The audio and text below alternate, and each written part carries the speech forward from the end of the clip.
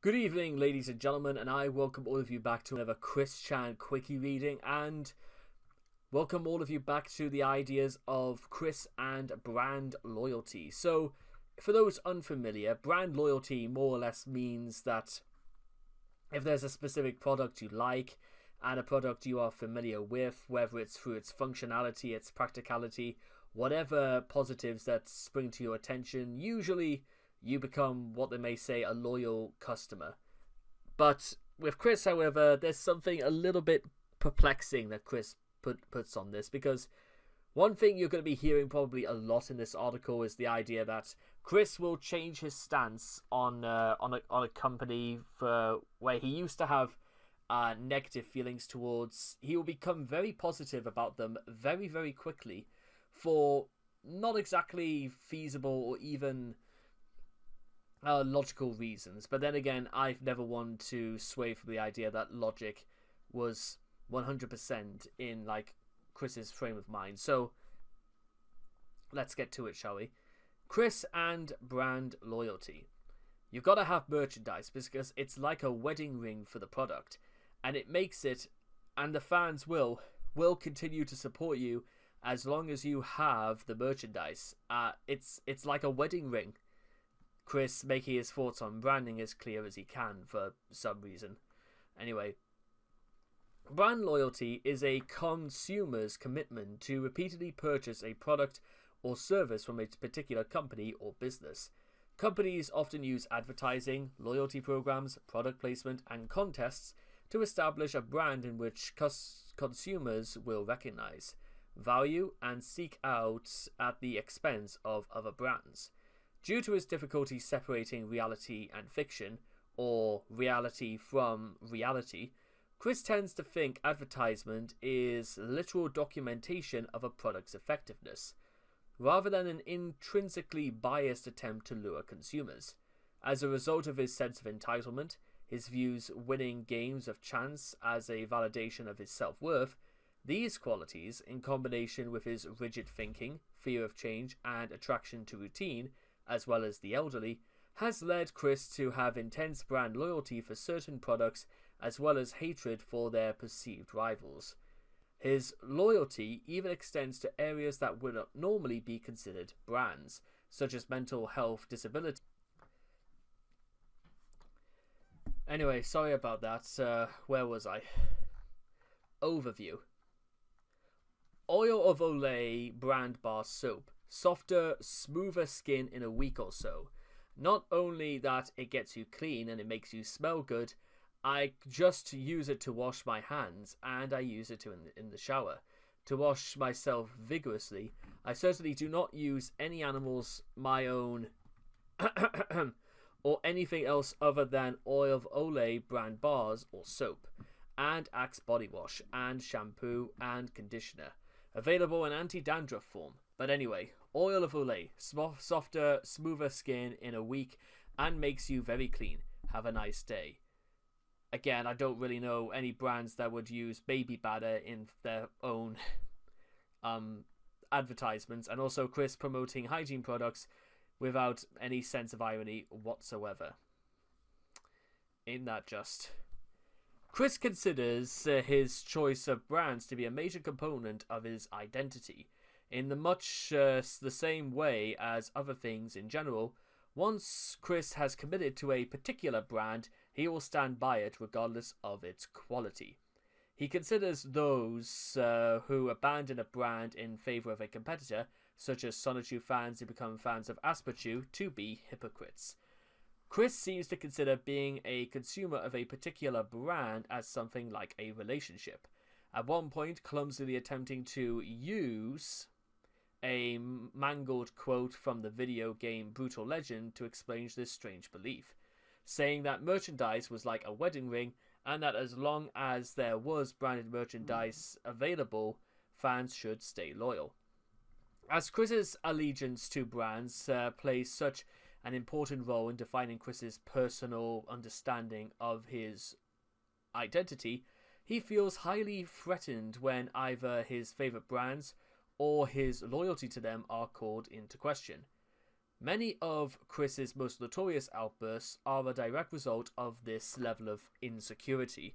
While this was the basis for much of Chris's internet trolling, and you can't say it wasn't, it apparently dates back into Chris's early life, when school bullies, in a form of proto-trolling, would tell him that the Sonic the Hedgehog was dead in order to get a rise out of him. Always easy to do. You just tell things that you know he won't like, and you get it, like, almost instantly. Chris is highly susceptible to marketing and branding. He feels strongly loyalty to brands, even and perhaps especially if they are essentially identical to their rivals. He is drawn to virtually every attempt at generating brand loyalty, compulsively entering any contest he encounters, and fastidiously collecting various loyalty points, including My Coke rewards and McDonald's Monopoly. Yeah, McDonald's. I have yet to see anyone actually win anything worth winning on McDonald's Monopoly. But let me know if you guys have as well, because I haven't, and I've never known anybody to either. Chris seems to struggle to understand the economics of advertisements. Instead of seeing them as positive features in the media he enjoys, he happily included his own versions of advertisements and product placement for real brands in his homemade Nintendo Power magazine and nearly every issue of Sonichu. He seemed genuinely surprised that Coke, for example, wouldn't want one of his fake Coke ads, hand-drawn charm, notwithstanding, on the Wikipedia. He also frequently states that his videos are sponsored or brought to you by various companies with which he has no business relationships with, and uses his own variation of marketing speak to plug their products. Likewise, he often attempts to promote his favourite brands by parroting their advertising language, a habit he has had since at least high school. A habit which involves, for the most part, just, copying the sort of jargon they use, and hey presto, you think that's what advertising is. He is a vigorous defender of his favourite brands in unusual ways, warning his readers not to purchase pirated versions of Little Big Planet, which is a PlayStation 3 exclusive title for the Xbox 360, despite the fact that this is A, impossible, and B, impossible. Sonic the Hedgehog, the hero of my life, he says. Sonic is the quintessential example of Chris's intense brand loyalty. Chris is, in many ways, the product of Sega's attempt to allow people to feel a personal connection with electronic appliances. Following Mario's success for Nintendo, Sonic was designed to appeal to to young children all over the world and act as a mascot for Sega. He was concocted by combining elements from other popular culture elements of the 1990s, including Michael Jackson, Bill Clinton, and Santa Claus, for some reason. Part of Sega's strategy was to employ a multi-pronged marketing technique, including video games, television shows, toys, and contests. Chris followed all of these closely, and in a fateful moment became the winner of the Sonic the Hedgehog Watch and Win sweepstakes, which cemented Sonic's place of honor in Chris's mind. Sonic became Chris's lifelong hero, replacing his previous lifelong hero, the American Rabbit. Despite Sonic's much greater grip on his life, Chris has often felt compelled to mention the American Rabbit as if out of some obligation, more from a sense of continuity than actual relevancy. While Sonic is certainly a popular franchise, Chris became obsessed with the Hedgehog to a level likely unanticipated by Sega. This could count for like a whole bunch of people, but let's just say for Chris for the time being. During the 1990s, Sonic occupied nearly all of his thinking, serving as a fantasy world in which he could escape from the realities of daily life. Chris would genuinely combine Sonic with whatever he was doing, whether it was replacing the characters in Goosebumps books with Sonic characters, or combining Sonic with basketball to form the recolor of Bionic. Over the past 2 decades, Chris has purchased nearly every Sonic-branded game, toy, and bit of merchandise, and seems to view as Sonic as something resembling an old personal friend. Instead of growing up and moving on when the Sonic brand began to grow stale at the end of the 1990s, Chris merged Sonic with his other beloved franchise at the time, Pokemon, to create Sonichu, who has largely replaced Sonic as the primary character in an internal fantasy world, although Sonic still makes occasional cameo appearances. Despite Sonic's psychic Tails' major presence in the Sonic canon, Chris rarely refers to him and conspicuously left him or any recolor of him or two-tailed anything absent from Sonichu. Some have speculated this may be due to popular schoolyard rumors that conjectured that Sonic and Tails were in a homosexual relationship. Chris's notorious homophobia may have caused him to have an aversion to a character that he imagined might have tempted Sonic from the true straight path. Although Mario and Nintendo were vicious rivals of Sonic and Sega, Chris seems to have been largely oblivious to this tension, or simply did not care because he liked both brands, and never subjected them to the kind of hatred he would aim at rivals of his favoured products later in his life. Chris appears to worship Sonic the character more than Sonic the brand, as he would be easily teased at school when other students said that Sonic was dead, and believed that YouTuber animator Max Gildari, aka Hot Diggity Dom, had murderous intent against the fictional character in Sonic Too Fast, and insisted that Sonic was alive. Chris's almost religious dedication to Sonic reached a surprising limit when he vandalized and assaulted staff over a superficial change to Sonic, the colour of his arms. If you don't know what that's all about, well, even as I'm recording this, it's nearly the 10-year anniversary of that incident, and certainly when we get to it. The PlayStation 3 versus the Xbox. Sony's PlayStation 3 and PlayStation Portable are truly a place I can call my digital home. Happy anniversary, PlayStation 3. You are truly the best life upgrade ever. Oh boy. Perhaps Chris's best known case of brand loyalty is his psychopathic love of the Sony PlayStation 3, an abject hatred for the Microsoft Xbox 360. And an abject hatred, I should say. While fanboyism for these video game consoles is certainly well known, and the rivalry between these products is referred to as a console war, Chris, as he frequently does, took it to a new level, irrationally hating the Xbox 360 and heaping love and money on Sony. Chris was obsessed with the PlayStation 3 long before he was able to purchase one, stating that he would throw out the cure for autism for the $600 hunk of black plastic.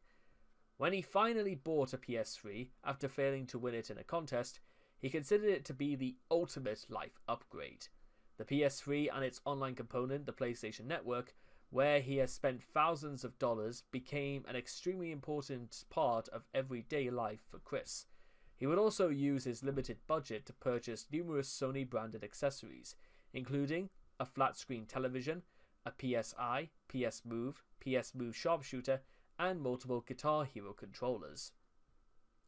Chris seems to find more pleasure in the purchasing of the PlayStation 3 content than its actual use, as we'll say right now.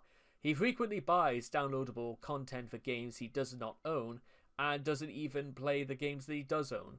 Considering how many he does own, that's quite staggering in a way. Chris seems to consider the PS3 and its games and accessories to be a genuine life improvement or something akin to investments rather than a glorified hug box.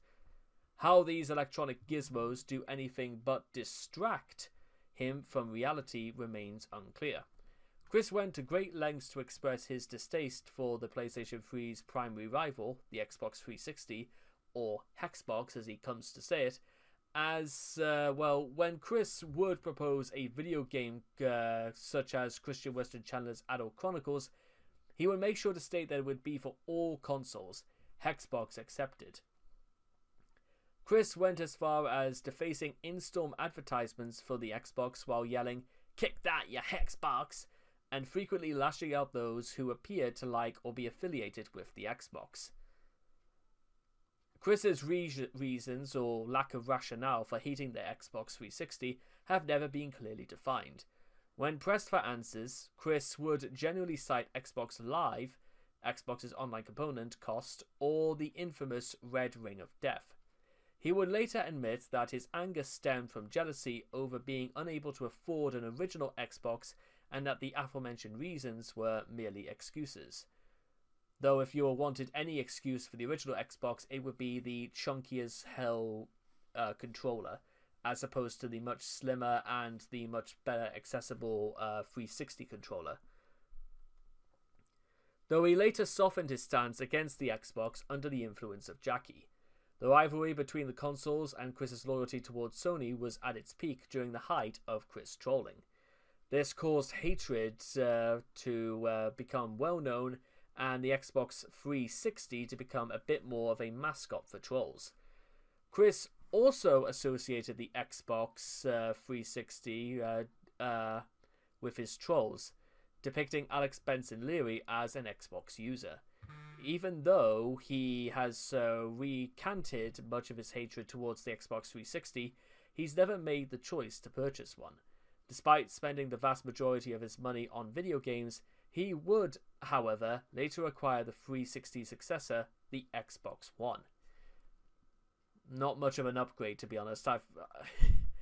Chris once felt similar hatred towards the PlayStation 1 and 2, which were at the time rivals to his beloved Nintendo 64 and GameCube respectively. Yes, but the PlayStation 2 was better, let's just be honest. His hatred for Sony and its gaming products, described by Chris as equal to his contemporary hatred of Microsoft, evaporated when he purchased a PlayStation 1 at a SPCA rummage sale for a bargain. He intended to sell it for profit, but instead played it and found it to be enjoyable. Instead of learning from this discovery that rival consoles can be equally enjoyable, Chris simply became a Sony fanboy in addition to a Nintendo fanboy and began hating Microsoft. No matter what, all that mattered is that one was loved and one was hatred. So you can hardly call this a rivalry if it's literally, if this hatred just literally stems from nothing, which the first words that come to Chris's mind when he thinks of Asperger's syndrome. Well, no, that's terrible, but I was going to say more in the sense of, well, that's the level of maturity we're dealing with when it comes to Chris. Chris extends his loyalty to brands far outside the normal realms of products and services and into the world of mental abnormality. He is extremely loyal to a very dangerous fault, to his diagnosis of autism, swearing by "my autism" multiple times and considering it to be an integral part of his identity. Despite having serious difficulty grasping how the condition affects his ability to function, just as is with the PS3 and Xbox 360, Chris has identified a rival to autism in Asperger's syndrome.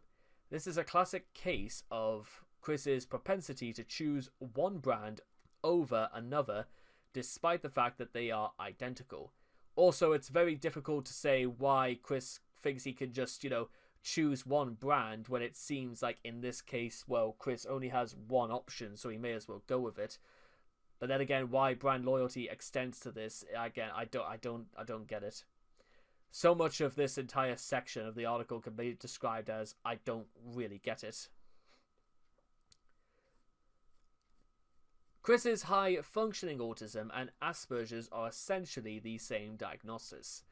Chris feels that people with Asperger's are trying to steal his limelight, and in fact stated that the name of the disorder, beyond merely sounding like a bad cut of meat, brought to mind that phrase again that I am absolutely not going to use. He seems to believe that people with Asperger's syndrome are somehow faking their symptoms. Chris's loyalty to autism and insistence on believing it to be different from Asperger's syndrome forces him to ignore any kind of reason or rationale. Initially, his unusual feelings on the matter were unknown and he was unable to blissfully hold on to his ignorance unopposed. But when they were discovered and the outside world pushed him on the issue, he displayed a stunning slide towards the grossly irrational initially when confronted by fans in the mailbag, Chris claimed, while pointing to the Wikipedia articles on the topic, that the two were differentiated by the age of onset, which is complete nonsense, but quickly decided that his mind was closed to the matter and refused to answer any more questions on the topic. That's one way of... When pushed further by Vivian G, Chris went as far as to say he was willing to live this lie than believe that truth. Wow, Chris would have been, well, absolutely doomed. Harry Potter versus Pokemon. So let's move on to something a little bit less, mind-boggling. He dared compete against Pokemon. Plus, he is... I'm not saying that word either. And I just do not care for him at all. Although this is not seen as a traditional rivalry by the rest of the world, Chris had a strong dislike of the boy wizard Harry Potter, because he perceived him to be a threat to the Pokemon franchise, and Chris called him that word again that I'm not going to say, and at one point even threatened to kill the fictional character. Don't worry, Chris, Warner Brothers already did that. But his hatred appeared to stem from Chris's perception that a brand was once again stealing the limelight from something he identified with. In this case, Pokemon. While Pokemon was aimed at younger children, Harry Potter targeted a slightly older, more literate demographic. To Chris, the choice was obvious. In later years, Chris softened his stance on Harry Potter, and at the request of Jackie, he dressed up as a wizard and made reference to Harry Potter. Fantastic. What a side note that was. My Little Pony. Chris initially became a fan of the My Little Pony franchise after seeing his friend Megan had an interest in it.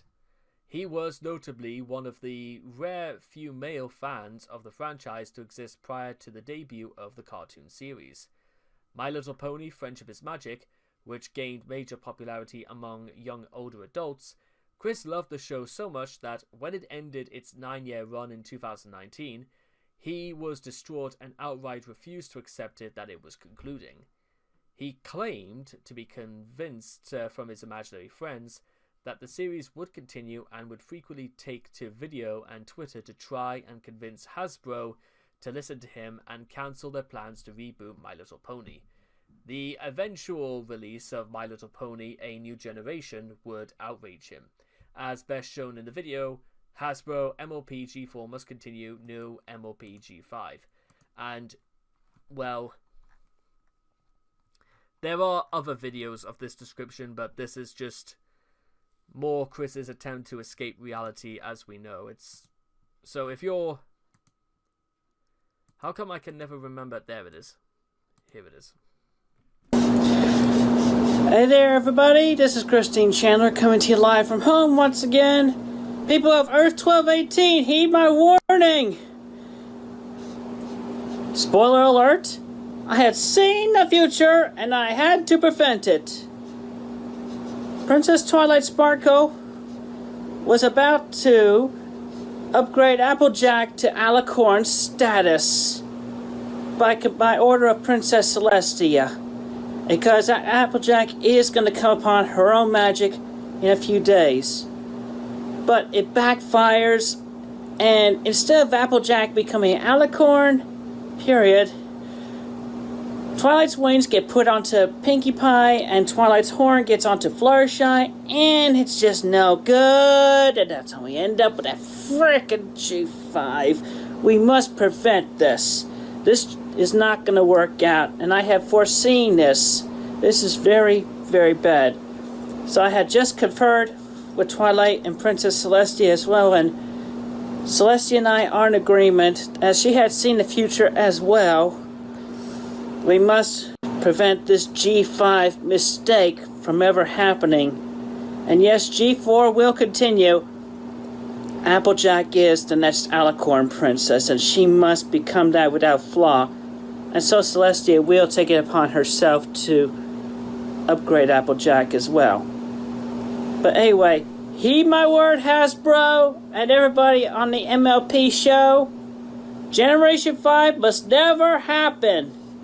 And G4 must have at least 5 more seasons. And Applejack will become an Alicorn princess. Heed this. Heed our warning.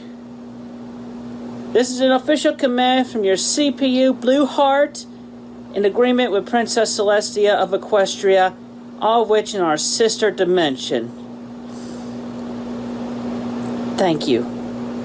Not even the most diehard of MLP fans would nearly be as erroneously dedicated to the cause as much as Chris is. But then again, this could also come across as just Chris's inability to accept reality is not under his duress or control, and therefore Chris can decide whatever need be, and it should be to the end.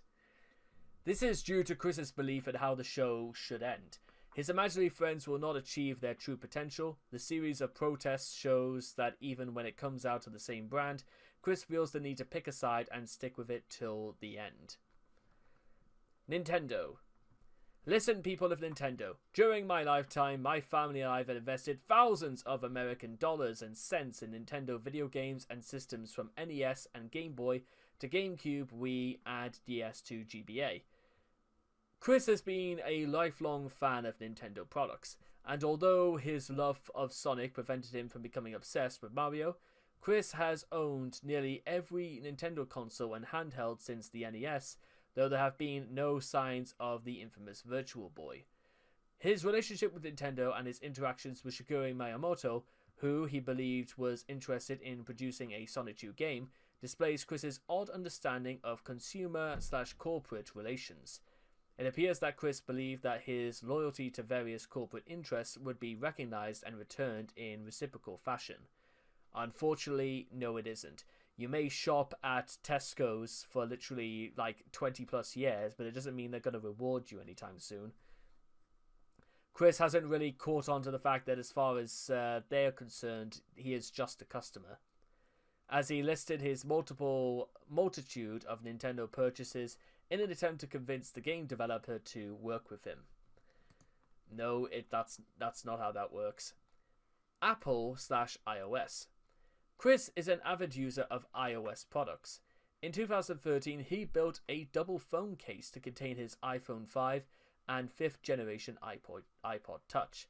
Chris used the 8GB phone for everything requiring cell service, and he used the 32GB iPod for entertainment, and it wasn't even his only iPod Touch at the time. He had another one of equal capacity, loaded with different content. He designed the case to make it easy to switch between products, and even considers it to be one of his greatest inventions. Why he didn't just buy a 64GB iPhone is beyond mere mortals. He still had the case as early as 2018, but he now used it for holding not one but two functioning iPhones.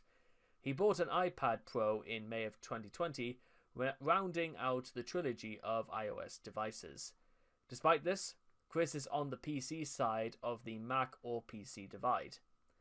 Much earlier in his life, Chris unsurprisingly preferred the Commodore 64 over the Apple II computer, which was a common OS of choice for American schools in the 1980s, while stating he enjoyed playing games on the latter during his primary school days. Good for him, I guess. Sexuality. I am straight. Do not label me otherwise. I would rather suffer a painful gender change operation than ever be a word again. The third word so far I'm not going to use. Also, Chris. Also, I swear as God and Jesus as my witness, the first time and maybe the second time as well, I have sex with a woman, I will video record the whole thing and upload it onto RedTube. So finally people can see what should have been seen almost a decade ago. And by the way, Chris discussing his plans for his first time with his webmaster, as though why would a webmaster want to ask him for that? Did Chris not stop to think about that? Chris's former allegiance to heterosexuality and hatred for homosexuality could be seen as a form of warped brand loyalty. To Chris, prior to his coming out, heterosexual love is the purest, joyous expression of emotion that can be experienced, the search for which is the noblest of quests, apparently. Its opposite, homosexual love, on the other hand, is a warped, dangerous temptation, and those who practice it are worthy of scorn. Chris had even foregone platonic same-sex friendships in an effort to avoid any possibility that he might associate with and be tempted by a homosexual. Just as with his hatred for the Xbox, Chris was completely closed-minded when it comes to evaluating homosexuality. To him, it was the enemy, and the mere thought of it made him blind with rage. Despite his efforts at finding heterosexual love, Chris seemed more concerned with ensuring that he was properly labelled as a straight man. His efforts to prove to the world that he was in fact not a homosexual included going as far as planning to record and publicise his first heterosexual experience against the wishes of his hypothetical partner. What a gentleman. Whether Chris's former hatred for homosexuality stems from jealousy, as it did with his hatred for the Xbox, is unknown. The origin of this loyalty can be traced back to his childhood. Why did Bob threaten revenge porn as well? Being a not-so-nice southern gentleman, not only disliked homosexuals in the traditional bigoted manner, but suffered from frequent paranoid delusions regarding their role in his life. When Chris ran into trouble at Nathaniel Green Elementary School, Bob blamed the problems not only on the principal, who he was certain was a homosexual, but on the school board for reasons left unclear. He believed to be stacked with homosexuals who despised his family. That's okay. Even the incredibly naive Christian was capable of seeing that this was at the very least an exaggeration, if not a paranoid persecution fantasy. Nevertheless, this kind of hatred and paranoia sunk into Chris's mind and was compounded by Bob's unfounded and bizarre belief that Chris's trolling originated with several homosexuals who he believed frequented the gameplace. Chris's feelings on lesbianism, on the other hand, were more nuanced.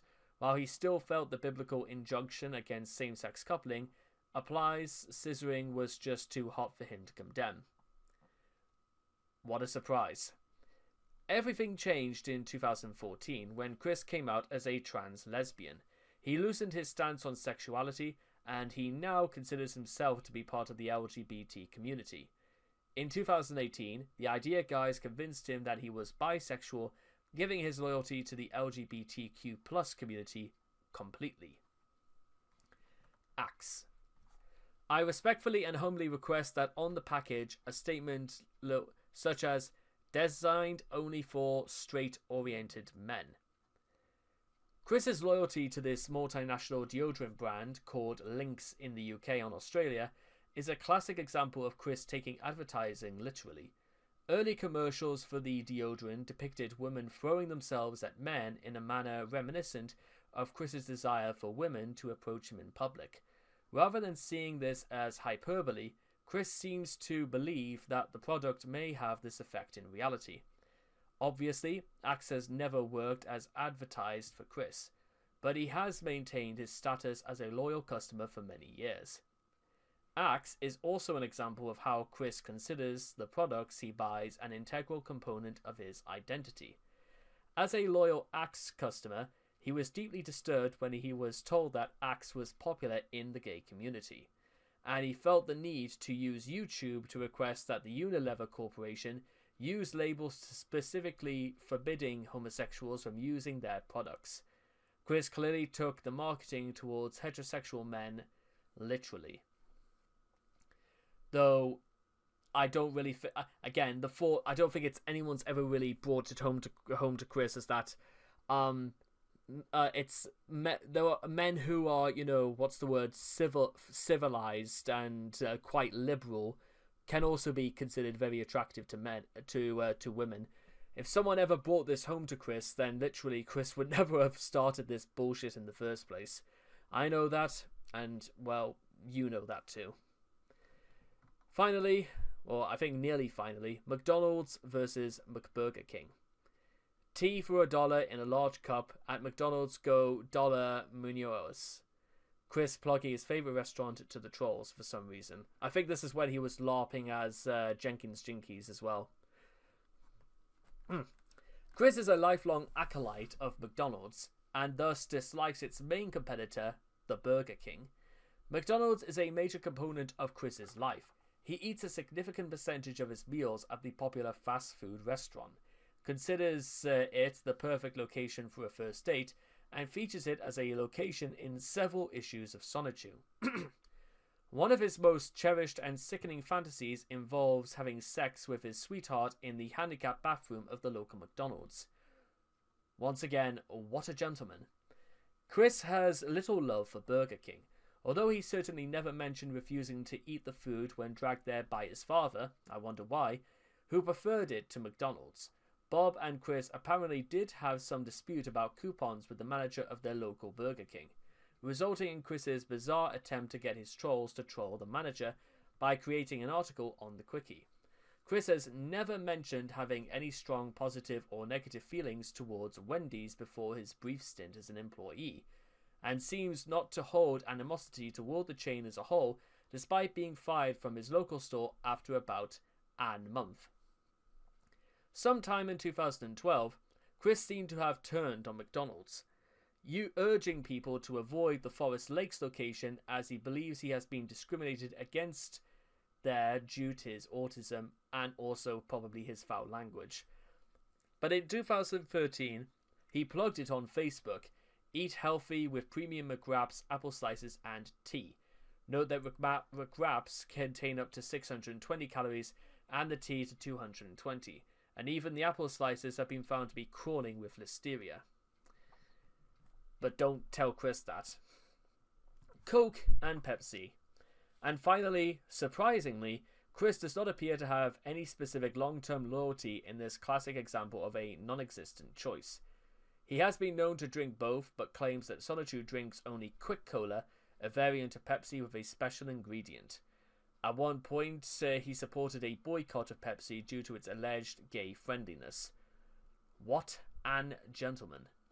He was a frequent user of the My Coke Rewards program and was known to hoard points on there, drinking tons of sugary soda to redeem points for prizes like free Blockbuster rentals, rest in peace, DVD sets of telenovelas, and free MLP-free downloads from Rhapsody.com.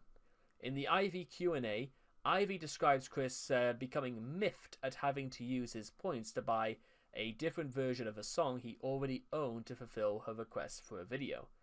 One might think that a few points are a trifling thing when sweet, sweet China is the potential reward, but then one probably isn't Chris.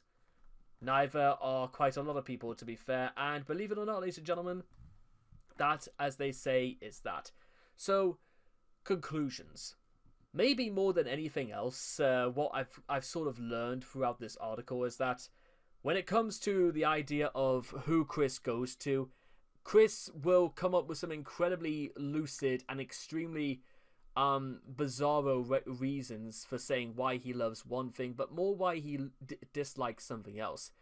And his whole rampant of homophobia and his whole chauvinistic stance as well are ironically one and the same, and also ironically the sort of thing that people would say, why not to get this, that and the other. But then again, we've never pretended for 1 second that Chris has ever been an ambassador, nor is the sort of person that anyone should go to when trying to get their opinions about a certain product. So, with all that being said and done, I hope all of you guys enjoyed this article, and I cannot wait to see all of you guys again in the next video. So take care, and bye-bye for now.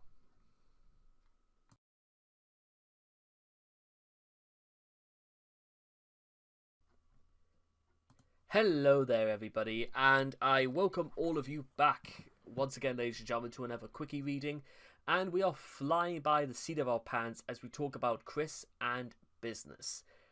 Now, believe it or not, guys, this is one of those, the entire business section of the Cwiki is something for reasons that will become a little bit clear, this is honestly one of those sections I straight up love to talk about, because as a business owner myself, I often find it very, very curious to know where people go wrong. Because, and I said this for quite a long time, and I mean this in the nicest possible way, but 99% of any given job anywhere in the world is common sense. And I don't mean that in anything negative whatsoever, but think about it. Don't do anything unless you are 100% sure you know what you're doing. And guess what? If you don't know what you're doing, or you're completely up the creek, then guess what? You ask for help. You ask a supervisor. You ask somebody who probably may know more than you do. You should never ever be afraid, guys, to ask for help. Because guess what? How bad do you think it's going to look when 5 minutes later you cause a disaster, you cause an injury, you cause problems at work that could have been avoided because you thought you knew what the right thing was to do? And I think employers will be a lot more, well, not maybe lenient, a bit more understanding if honestly you just require some help. Now, as I said before, one of the reasons why I take this with a grain of salt, guys, is because any business owner who understands the market or understands what they do, you also have to understand is that you are no more perfect than the first guy on the job. You have got to be ready and prepared for anything as well, because sometimes the only way you can really be tested and the only way you can actually learn through anything is when something comes up that perhaps you have been taught about, but you've been told literally might never happen. And why, outside of business plans, you also should have something called a crisis management plan. So when things do go wrong, and then things go catastrophically wrong, you will know immediately what to do. Because it's not necessarily because I do like loads of little graphs, Excel sheets, documents, reports, and everything like that. And some of them are specifically about how to run a business and also how not to run a business. By the way, there is a featured video I want to put out later about how not to run a business, the Chris Chan edition. But, as I said a few minutes ago, the most important rule, guys, for any business, anywhere in the world, is that you always have to keep your employees safe. Their safety is more important than anything else. Because, and take this, guys, with what I'm about to say next, you cannot put a price on something that's special. And your workforce are going to be the most special kind of workforce you could possibly hope for, because they are the ones that you pay their salary. You're the ones who are doing the work. They are on the front lines. So treat them with some respect, because we're not at war. We are treating this like a business. And when it comes to the aspects of, I know I'm really going over this, but this is just kind of how invested I am in this whole business lark, is that, oh, I've almost lost my train of thought here. What was I going to do? Oh, yeah, if you want to treat your expansion guide, because okay, so over the last 2 months, I've been watching an incredible amount of Dragon's Den, and believe you me, guys, you can learn a lot just by using your... Television is a free show. Or I should say YouTube is a free show. It doesn't cost anything unless you can't use your eyes. And you can pick up on just what not to do by just watching the way some of these schmucks go about their business. Whether they are not truthful, whether they come in with a chip on their shoulder, whether they have the sort of attitude to suggest that they are better than everything else, but they don't actually have to show it, apart from give us the money because that's what we're here for. Anything else to mention? Well, hopefully this article is going to show it's going to be an absolute prime example of what not to do. Because, well, as something I'll probably phrase by the end of this, we have talked before about Chris winning, a prize during his graduation, his diploma and all that. But to be honest, with what we're about to get into, how Chris won anything except a booby prize, I will never know. So I feel like we'll go through the article and we'll sort of do it step by step, or at least I'll leave some details about an extended video I want to talk about. It's kind of like one of those Graham Greene books, like the 9 laws of seduction or the 48 rules of power and stuff like that. So we start with an example of Chris's curt customer advice solutions. That is not my fault. The frame got broke in transaction. The envelope was clearly marked fragile and handle with care, and it was shipped well in a bubble envelope. Either you, being trollish, or the postal carriers are to blame for the frame's arrival. What an absolute... Honestly, that's... Wow. Well. You know what, guys? The fact that Chris is replying at all to, the criticism of this scale, because if somebody did post up like a legitimate complaint to me, I would go through. I would you know what I would do immediately? I would apologize. I will send them another frame completely free of charge. I will apologize again, and we will go to extra special precautions to make sure this one does not get broken.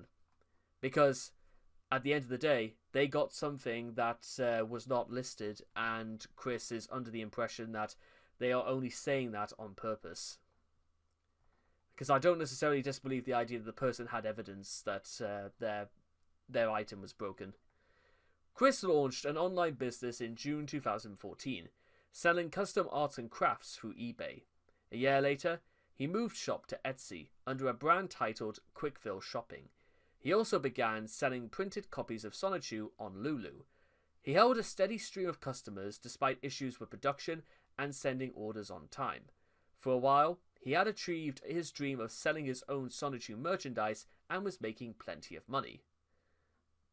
Good start. Well, however, exactly 2 years and 1 week after the start of his online business, on the 8th of June 2016, Chris's infamous laziness caught up on him, and he was banned from Etsy for ignoring orders over a span of months, beginning from when he bought a PlayStation 4. He did not take responsibility for the self-inflicted failure of his business. Instead, he lied to save face and cast blame on Lulu.com's staff for having stressed him out by labeling Sonichu as fanfiction and banning his account half a year beforehand in December 2016, even though he had actually ban evaded by opening a private account and was back to offering books through Lulu services only weeks later. Good lord. After the Etsy ban, Chris fell back on begging and paid video requests to cover Bob's credit card bills and his expensive toy purchases. In May 2017, he felt like returning to work on the Sonichu comic, and throughout the next several months began to rebuild his business using Patreon, Lulu, and Redbubble, and accepting interviews for money. Just reading that already made me feel it's already making me feel slightly nauseous, because it's not here's the thing. Well, you know what? Let's start with rule number 1, guys. Don't attempt to start a business if you have absolutely no idea how to make money. For example, Chris may understand in principle that Chris's really, really piss poor reputation on the internet is always something that will make you stand out. Unfortunately, for all the wrong reasons.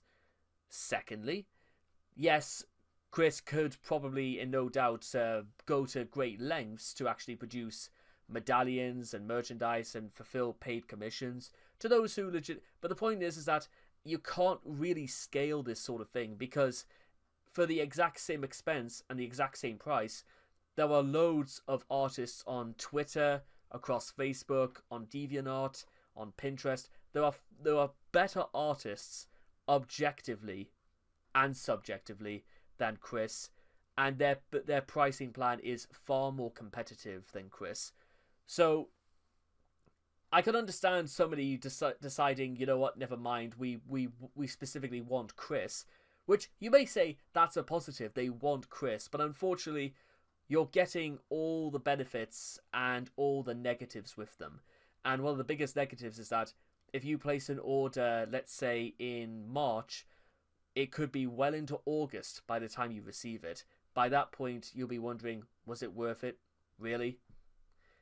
So, and quite a lot of commission-based artists, on Twitter, DeviantArt, Pinterest, a lot of them are actually relatively expedient when it comes to the actual, not only fulfilling commissions, but also making sure that they have shipped out their stock and everything is exactly as it is.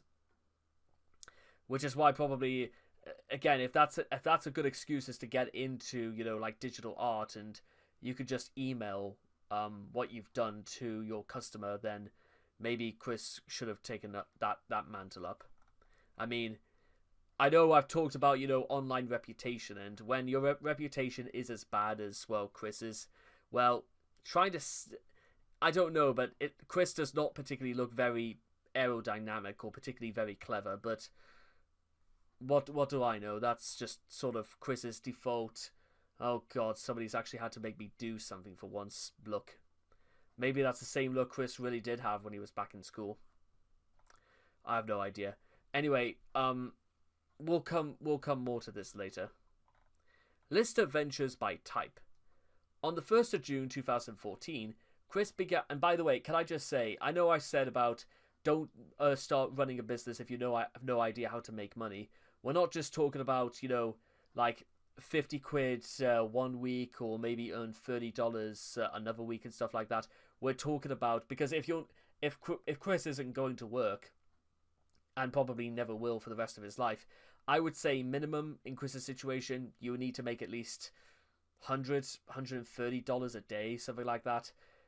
And, well, do you really think Chris would be capable of making that amount of money in one day? Even as far back as 2014? I doubt it. On the 1st of June 2014, Chris began cashing in on his internet infamy by offering custom artwork for sale. He later expanded his sales to include autographed photos, medallions, custom amiibos, and personal items related to Christery. This would be his most profitable and otherwise his most important commercial endeavor. Over the years, he would earn thousands of dollars by selling off Sonichu-themed memorabilia and sundries. The largest financial contributions were often made by aspiring weens to establish contact with Chris and put themselves in a friendly position. Starting, now we continue with rule number 2. You are the face of your business, in the case of Chris. And when you are the face of your business, you are where everything starts and stops. They say everything starts at the top. And Chris, when your reputation is as bad as Chris, the worst thing you could do is by proving everybody else right and making your situation worse for no other reason than because you legitimately have no idea what you're supposed to do, despite Chris's history with trolls and weens and white knights and whatnot. So yeah, bear that in mind, guys, because you are going to be responsible for it's no different from people like me who do these YouTube videos and stuff like that. Is that I may laugh and I may joke and stuff like that, but I am also very, very aware that I'm putting myself out there. My face is out there for the world to see, and the things I say are also out there for the world to hear. So even if you know exactly what you want to say and what you want to do when you don't even have the luxury of a script, you've still got to be in a position where you've got to be rather careful and rather certain about what you do. Because if you don't do those things, you will be seen as too much of a wild card, and businesses will not look at people as wild cards, because that's the equivalent of taking a gamble on something. And businesses do not want to gamble, especially with people who have the sort of reputation that Chris has. Over the years, he would earn thousands. The largest. He would not always fulfill his orders. See, However, and after receiving an abysmal 85% satisfaction rating through customer reviews, his merchant account was suspended on the 16th of June 2019. Proposals to circumvent the ban through a partnership with Jacob Sockless were never implemented. On the 2nd of September 2015, Chris expanded his online business to Etsy. He continued the same offerings from eBay and added a donation listing to the continuation of the Sonichu series. Days later, on the 5th of September, a YouTuber named DS Tex donated $1,000 thinking that Chris would deliver 100 pages of Sonichu. Chris instead completed 16 pages before dropping the project. $1,000 for 16 pages? Are you... Okay, now we continue with rule number 3, guys. Your customers, your patrons, are king. They are the ones who are giving you the money. So when they tell you what they want, and bear in mind, these texts was very, very reasonable. 100 pages of Sonichu on commission, and you're telling me Chris couldn't get anything beyond 16? Please bear in mind, guys, Chris does not have a job. Chris does not have to, worry about, going to like an editor or anything like that. Why Chris couldn't have just, got to 100, I legitimately will never know. Especially if you are familiar with like a lot of things from Sonichu issues 10 and 11, where Chris would get to the extent of nearly coating an entire page with text and saying, "Good job, print." Or rather, Crayola Model Magic, please start drawing on the page. This move remains controversial with Christorians, as while some believe that he honestly wanted Sonichu issue 11 to continue, others argue that this weenish move validated begging in Chris's eyes, as seen with the influx of begging videos in the financial crisis. However, I will say, if Chris had actually completed the commission as was exemplified, Chris could absolutely continue Sonichu of his own volition, or Chris could, of course, would be more open and would seem as far more willing to be accepting of donations that large. Because, well, if you're not going to do it, then what did you put yourself out there in the first place for? Because if you're not even going to do that, then don't beg for money on YouTube, despite the fact, well, what people are donating to you. $1,000 is quite a lot of money, no matter where in the world you are. In addition to these texts, dozens of fans have also donated. Chris simply claimed that he was too stressed to continue Sonichu issue 11. If again, if Sonichu is causing you that much stress, then why didn't you just, call it a day and moved on with your life? However, Chris still had a passion for making custom amiibos for several months afterwards. He took it seriously enough that he was willing to drive hundreds of miles through Virginia just to buy parts for amiibos to sell on Etsy. He wasted hundreds of dollars buying up amiibos on eBay, thinking that the market for his custom figures would sustain itself indefinitely.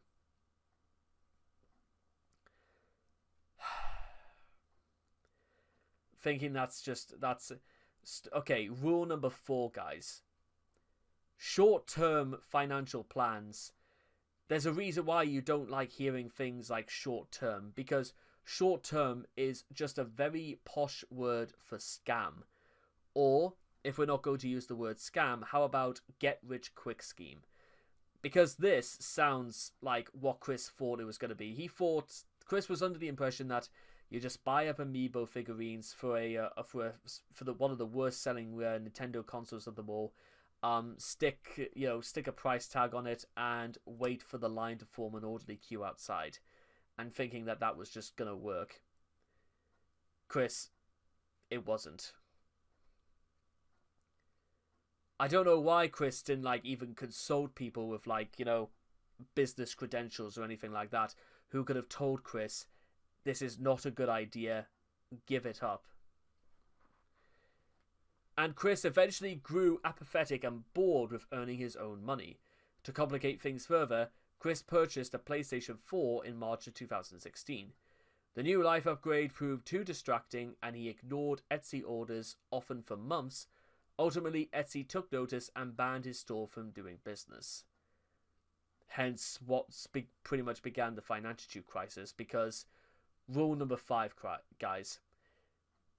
The second you start closing doors through your own actions, the actions other people will take, they will start closing their doors to you as well. And they will slam them firmly shut. In the world of business, image is everything. And the image I'm getting from Chris is that Chris's financial situation could nowhere nearly be as desperate as Chris was trying to claim. Because if you've got enough money to blow on a PlayStation 4, then you shouldn't be, accepting donations of $1,000 to draw Sonichu, and then not even give back, even a fifth of what you've been commissioned for. Self-publishing. Chris took over a decade to try any self-publishing channels. Clyde Cash beat him to the punch by posting Chris's comics on Lulu.com. Chris simply retorted by encouraging his fans not to buy them, and to simply wait for him to release the real versions later.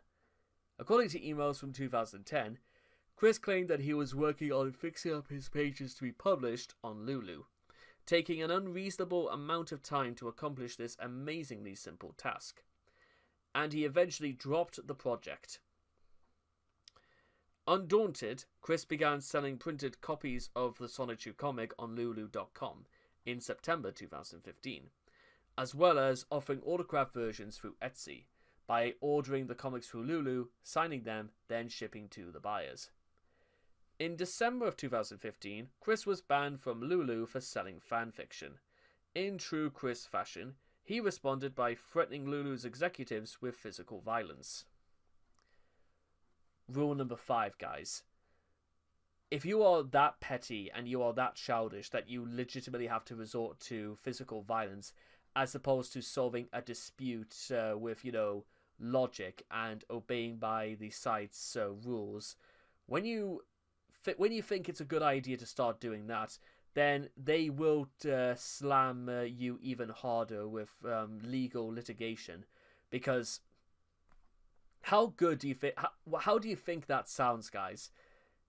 Because you were banned, because you went against the site's terms of service and conditions, you respond by threatening violence towards them.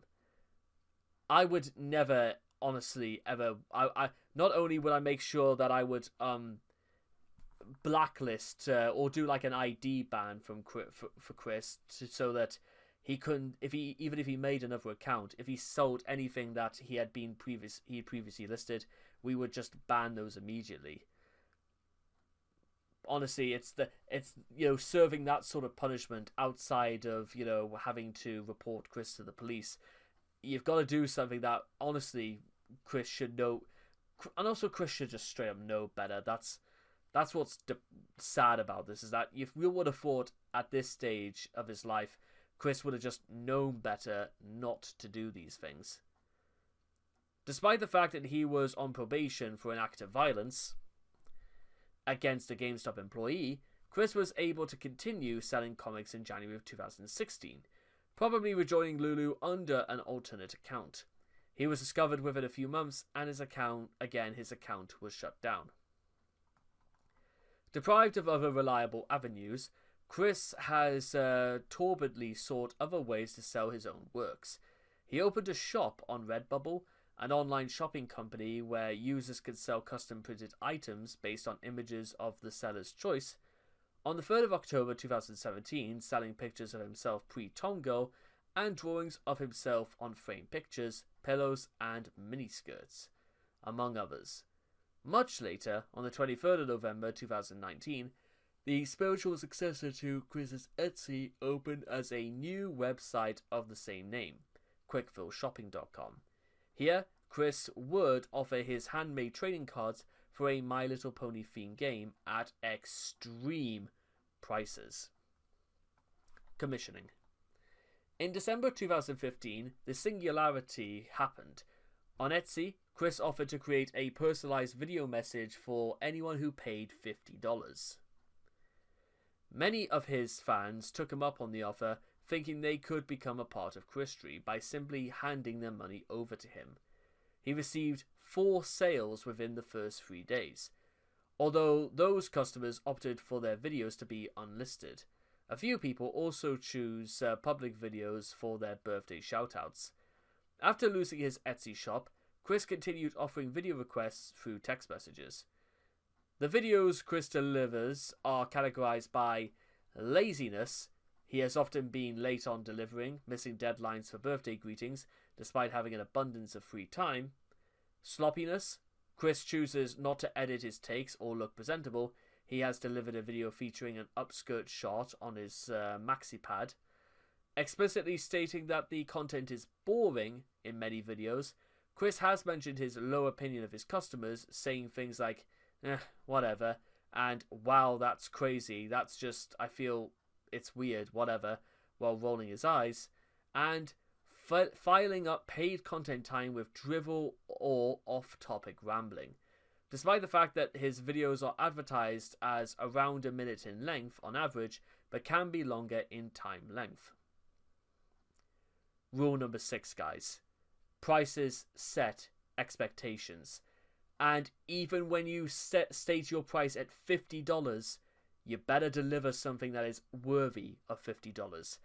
And even if Chris was doing this through Cameo, for example, I remember back in 2019, I used Cameo a few times, but even then, the video requests, like, the most expensive was like $5. And guess what? The guy in question that I messaged, he was very polite. He was he answered what I was asking him. He was dressed very presentable. He was a really nice guy, and he also proved that not just in the videos that he also did that I watched back in the day, but he also did this. His reputation preceded him, and well, I haven't even seen him in, like, I know he still does videos, but it's like 5-6 years later. Basically, he does not do any of this. You know, he delivers the content. He looks like he cares. He gets to the point of what he's doing. And everything that he says is relevant to what I was asking and to hearing him address me and stuff like that. And that was for $5. What's Chris's excuse for being 10 times the price and minus 10 times the value? Despite the fact that it would have been so easy to do. As I mentioned before, guys, image is everything in this business.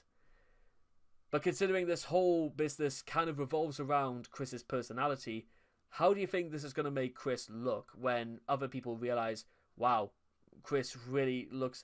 Is Chris, this bad? Or does Chris just not care whatsoever? And the fact as well, Chris is getting paid hard money and stuff like this, and still, like, whinges and complains. You wonder, honestly, when the bubble pops or anything like that, and you can't see it in any other way. In spite of these issues, he has a continuing stream of customers. A Kiwi Farms user named Vanilla Cone summed up the mindset of the lot with his review of the $50 paid video he ordered from Chris, which consisted of him being late, babbling to fill up time, failing to spell the recipient's name correctly, and delivering a video 39 seconds long out of the minimum 1 minute.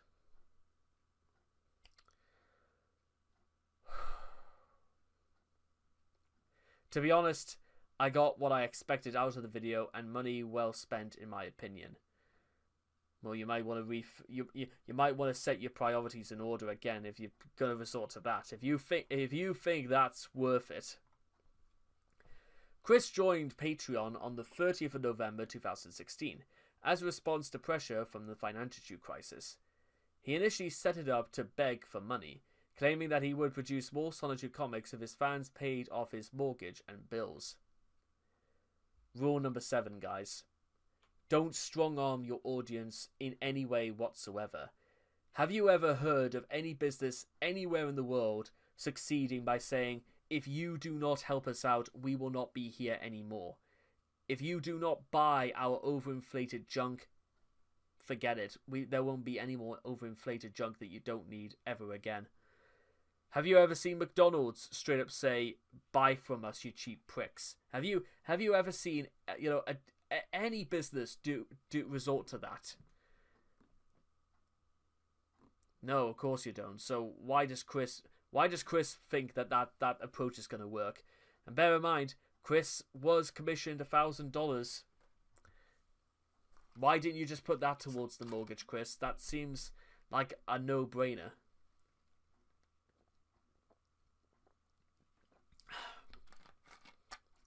Meanwhile, he was met with low support levels, generally below $40 per month. This suddenly changed around June of 2017, picking up momentum from resuming the Solitude comic of his own volition, shockingly enough, in May. He revamped his Patreon to offer more reasonable support tiers for fans. His fans enjoyed a significant uptick in support due to his continued work on the comic, earning around $500 to $600 per month. To be honest, again, you know what? Even getting paid that much is, quite frankly, shocking to say the least. But, oh well, what can you do? As his interest in his own comic has abated, and new pages more rarely released, Patreon's support has shriveled to about a third of its peak, reforming his backer awards by distinguishing different tiers for every dollar level, given have not improved his steady decline in support. This again is like, when do you get that? When do you get to that age and stuff like that? And why has laziness not just burned up? I mean, what excuse does Chris have for this to be this lazy? Is it just a lifetime of only winging it at like 50% or doing it half-assed? It's not exactly as if Chris doesn't have all the leisure in the world to be able to do it. Because, well, I guess Chris would rather wallow in his filth and play, Neptunia or Pokemon instead. Which, has anyone actually ever sat Chris down in person and said, do you actually have your priorities in order with what you're doing? Think about this. You're begging people for money. You get given money and you under-delivered with what they wanted. You were also late and you didn't even sound particularly that enthusiastic about it anyway, despite what you were getting paid and what you were being asked to do. Chris, tell us, how do you rationalize this business model? Because it seems to be almost built on a foundation of laziness and inefficacy, because the only thing you seem to be cared about is whether or not you get paid whatsoever. If you were paid tomorrow and stuff like that, and you weren't expected to do anything in return for it, you would be going back to begging the very next day, because, well, if somebody is really willing to give you that any sort of money whatsoever for doing nothing, then why do you even have to pretend to try whatsoever? Which neatly brings us on to rule number 7, guys. If you aren't prepared to work, then do everybody a favor, shut the shop and retire. Because you may have heard plenty of people say this before, is that sometimes people will say, you know what, move your ass, pull your finger out, etc., etc. I have a different philosophy. My philosophy is to stop and give up. Don't fight it, accept it, especially if you don't want to change. Because when that change comes in, you have to be prepared to work bloody hard at what you do. And we've got to get rid of all this crap about saying we can't do it because, nobody's ever done it before, or it may be slightly difficult. I heard what somebody once say that 90% of people give up the idea of doing anything hard because it demands, tackling it with any sort of skill, any sort of plan, any sort of position. You think doing anything that requires effort whatsoever is too much hard work. And quite frankly, that's a lot of the impression I get from Chris, is that because Chris is required to do anything revolving, legitimate effort whatsoever, that's the reason why you shouldn't be looking towards Chris and trying to help him out, because Chris doesn't care enough about himself or anything about his actual customers. And a business that doesn't listen, the only way Chris would ever run, the only planet that Chris would ever be able to run a successful business would be on a planet that doesn't have any customers. Because he at the bottom line is that he's only interested in money. That's probably why. It's probably, maybe there is a little bit more to it than that, but from what I've seen, that is it. You can tell a lot about what a person really wants whenever you hear the question of money being brought up, because you trust, guy. We'll get onto this in a second, but you can tell whenever money gets involved, a person will go under some very specific physical changes. You know, that their eyes will open up, their features become more relaxed. It's something you've caught their attention of, because sadly in this day and age, money is one of those things where it's the fastest way to make yourself understood. Which it's a tragedy, yes, but considering Chris has always boasted about his intellect and what he believes in Sonichu, you would have grasped the idea that Chris would have been a little bit more steadfast to actually continue in his endeavors, despite the fact that he's been offset, trolled, lied to, deceived, and all the rest of it. Maybe they've done far more damage than Chris is willing to admit. But then again, when you're in this situation and you take it upon yourself to try and get yourself out, then guess what, Chris? You have to be responsible. You're not relieved of your responsibilities because, you know, a parent dies or anything else. It sucks, I know, but guess what? Life sadly goes on, whether someone is here or not. Anyway, moving on. Miscellaneous affairs. In May of 2016, Chris displayed a level of financial ignorance that shatters any hope of him ever becoming competent with money. Days after begging for donations to assist his ailing household, he announced that he would be starting his own business, with the declaration that each employee's salary would be 25% of the profit. Naturally, Chris completely fails to realize that under these conditions, he would have no money at all if he had 4 or more employees. Moreover, if Chris, suppose, what happens if you don't go into profit though? What happens if you if your gross margins are significantly higher than any substantial profit whatsoever? What happens if, like, in the first year of trading, you're already minus $60,000 in the hole? How do you expect you're going to get into profit from then? And bear in mind, you still have to pay your staff, because if you don't pay your staff, they're just going to walk. If they are working on, like, commission, Chris, it almost sounds like a pyramid scheme, only held up by no persons, because this is the worst model I've ever seen anybody try to, like, well, again, rule number 8. Don't assume you can start a business if you have no idea of every single thing a business would need to succeed.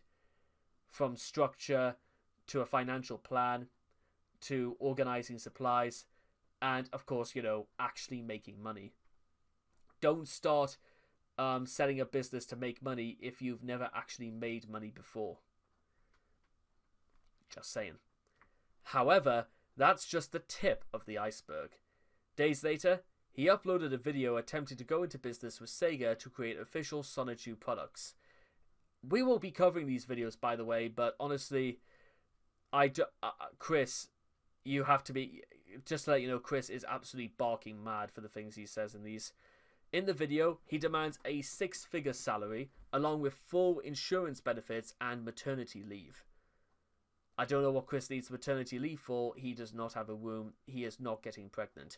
Honestly, you know what? You could make the joke about nothing wanted Chris's penis. Nobody wants their penis to go inside Chris. Just saying. I don't even think really Jacob Sockness would have wanted to do that. These incidents seem to indicate Chris's belief that money comes out of nowhere and is unlimited in value. 3 years later, in April 2019, Sonichu Entertainment of America was noted by Google Maps, prompting Chris to laud his company as legitimate in a video, though it would see no further activity. On the 24th of November 2016, Chris asked his audience to watch a clip of him playing Skylanders by uploading Quick vs. Coas in order to promote the idea of selling his in-game figurine to them using the game's Skylanders creation app. He would charge $20 extra for his autograph. $20 extra for an autograph, that's still quite a lot, that, isn't it? He also said, "I am not sharing my creation app Chirp," since this would allow people to order directly from Skylanders and cut Chris's goal of promoting his self-image out of the loop. Or profiting. Can you take a guess what they would have done instead? On the 12th of January 2017, Chris uploaded Skylanders Imaginators leader Christine W. Chandler random review and stuff as a half-hour advertisement video showing off multiple Skylanders products he had ordered, a $15 card, a $30 t-shirt, and a $50 3D doll, all emblazoned with his avatar image, totaling at least $90. I can't even think of people who even play Skylanders, period, but I have no idea why. What would you spend $90 for? Like, do you think even people who play I mean, I know there are people who love Skylanders, but probably not this much. Chris's largest business failure, however, to date, followed very shortly afterwards. Various Skylanders avatar products and a Sonichu figure were announced as prizes for a raffle Chris conceived. A push sales of his stamps slated to run from the 27th of March through the 31st of April 2017. The cost of entry was buying one of Bob's stamps or Chris's stamp album on eBay, with a limit of 1 entry per buyer. Initially, Chris announced that the winner would receive a Sonichu figure and a Skylanders figure, and 15 runners-up would each receive a Skylanders card. A week later, he added more prizes to the mix, Skylanders t-shirts, etc. and stuff like that. Chris seemed to be banking on the $1,000 album selling, as it was the only scenario in which he could have shown a profit from the raffle. He promised an automatic win of a set of all 3 prizes. His expenditure for the raffle prizes totaled $840. No one bought the album, and less than 15 people participated in the raffle. Although a mass buyer had purchased 18 stamps, he was left with a negative profit of $674.24.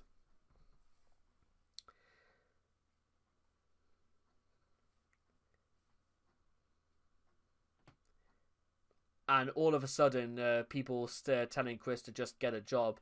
That seemed like the easier solution now, didn't it? In December of 2020, Chris teamed up with Prater to produce more Sonichu medallions.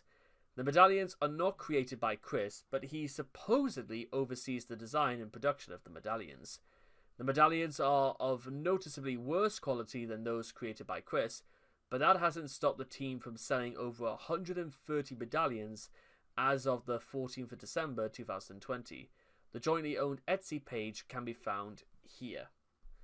And if you think this is where, things go a little bit off the rails, well, you would be wrong, because Smooth Dispatch has a history of dispatching on time with tracking. Somebody is clearly, pulling my plonker for saying that. And look at this. Handmade Sonichu medallion with Megastone, £106.72. That's kind of specific if you ask me. Commissions, read description, limited slots. Still, $181.91. You know what? I'm going to be covering I'll cover the store separately, because I think my jaw has just hit the floor. has a history of dispatching with it. Chris must have been seeking help. But then again, why Chris couldn't have sought help before, or so none of this could have happened. Well, what do I know anyway? By May of 2022, the partnership with Prater extended to selling monochrome artwork Chris had drawn whilst jailed. Naturally, given the newer delusions, Chris has begun to machinate shortly after ending up behind bars. These drawings primarily center around his pseudo-religion. Abortive ventures. In November of 2015, Chris announced that he would be setting up a shop on Zazzle.com. He mentioned it again half a year later in June 2016, where no progress appeared to be made. And to this day, Chris has never opened a Zazzle shop. Why he dragged his feet so much is unknown. Zazzle takes care of manufacturing and shipping, and there are no startup costs. All he would have to do is take some Sonichu drawings and upload them. Because, again, Chris is that lazy, and Chris takes no effort to research into what, the other ventures are out there as well.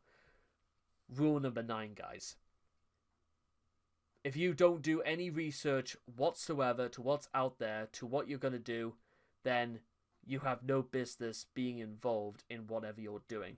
Because this displays a level of unbelievable ignorance that is, quite frankly, unlimited and appalling.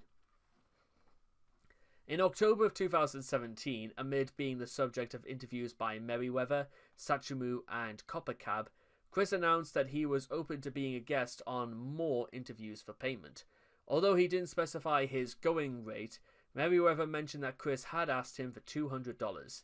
He has since given interviews for free, taking the band out of his potential scheme, although it seems that he was paid the Create Unknown interview in October of 2020. Customers and their reasons for buying. See also list of Chris's financial enablers. A piece of valuable internet culture. A potential buyer. While many who follow Chris refuse to give him money and shun those who do, buyers seem to regard Chris memorabilia as pieces of internet culture that might become valuable over time. Well, I have no idea when that's meant to be, otherwise I would have literally been filling up my pockets. A February 2019 video in which a customer unboxed a Sonichu issue 0 comic printed from Lulu attracted over 100,000 views, and many commentators expressed a desire to buy for themselves. Ironically, the resulting bump in Chris's Patreon gave him so many orders to fulfill that he crashed into slumber and simply ignored the backlog of orders. Rule number 9, guys. When you start actually when you're asked to fulfill orders, and when you have a growing queue of people who want you, and the thing you do immediately is you ignore them immediately, you can't afford to be that much of an arrogant snob, especially when you are frequently begging for money, Chris. You think it's every single time Chris has ever presented with a situation, or with an opportunity, I should say, to actually make everything work and get himself out of the hole, Chris decides, no, give me the shovel instead. I'm going to dig an even deeper hole. I don't understand this logic, because it's a logic that literally makes no sense. Or, no, actually, no, I don't understand what the motive is for, deciding not to do it. That's insane. Ad revenue. When he was uploading his Sonichu comic pages to the Wikipedia in 2009, the thought of monetizing his webcomic didn't cross his mind. People had been annoying, nay, harassing him with advertising he didn't approve of, yet when he attempted to replace these offensive ads with ads of his own, he simply put some random advertisements on his webpage without actually signing any sort of advertising contract. Chris, for example, received a cease and desist order from Coca-Cola when Chris attempted to put ads for Coke on his page without any sort of consent. Also, the ads didn't make him any money. There are several advertising programs that allow individual people to put ads on their personal pages and make money out of them. Some of these programs are even specifically geared toward webcomic artists. Many webcomics have a donation box where readers can donate money to the artist via PayPal or similar services. In 2016, Chris had his YouTube channel monetized and added a support button, ostensibly to accept donations for Sonichu projects. Even though he didn't want to work on that, and for a year, YouTube simply became another place for which he could beg for money. Again, you know what? How difficult do you think it could have been for Chris to have just made money via YouTube this way? Because, well, I mean, I've made money from 4 different channels during my 7 years on this platform. And Chris, let me tell you something right now. I know you're not watching this, but you, my friend, well, you missed out on the trick because you decided to not take advantage of this opportunity again. It took a while for Chris to try drawing on camera in live drawing streams, and even then, he hasn't demonstrated it too often and has done an extremely poor job of it. He simply sits in front of his PS4 camera, which is hard-coded to only record in flip mirror mode, and is positioned so that viewers see an upside-down video set at a dizzying angle. That's the level of polish you'll get from these streams, by the way. Schedule slip. Most webcomics have a set schedule. Some upload weekly, some many times a week, some daily. Some webcomics update whenever the hell the artists get inspired enough to draw a comic. Maybe Chris should have done some work for Pow Comics or something like that, because I heard apparently their uploading procedure is very, very slapdash as well. And probably reserve a whole forum for people who whine about lack of updates. Most webcomic artists that update the comic 3 times a week consider that schedule very demanding, and webcomics that update daily usually generate revenue of some sort. Ads, donations, print versions, merchandise, what have you, allowing the artists treat their comics like a full-day job. These are called self-sufficient webcomics. Penny Arcade, XKCD, questionable content, etc. Chris has thoroughly embraced the point of view that the comic shouldn't have a set schedule and inspiration doesn't have a deadline. I wonder what could possibly happen when you do that, while also promising us that the comic would be updated daily. Okay. On the 14th of November 2009, Chris promised that the comic would be updated daily, and he managed to fulfill this promise for a while. By the end of Sonichu issue 10, Chris was already placing author substitutes in the story, telling people to quit whining about the lack of updates. Rule number 10, guys. Strong-arming or, condemning your audience because, you set out expectations that were clearly, you were clearly not capable of handling. They are not your audience's or your customers' fault. Don't stop blaming your customers. Stop blaming people around you and take responsibility for what you do. This isn't even really an advice about business. This is just in general. That's what you do.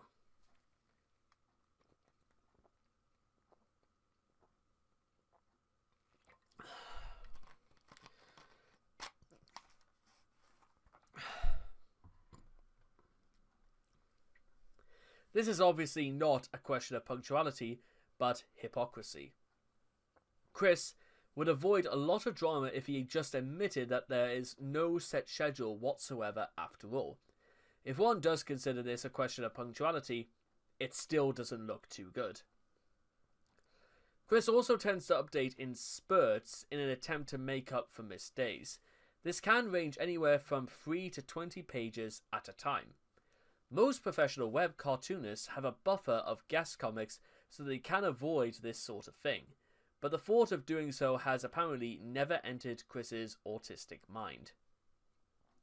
The same mindset also pervades every other aspect of his business, namely that Chris will procrastinize on shipping orders.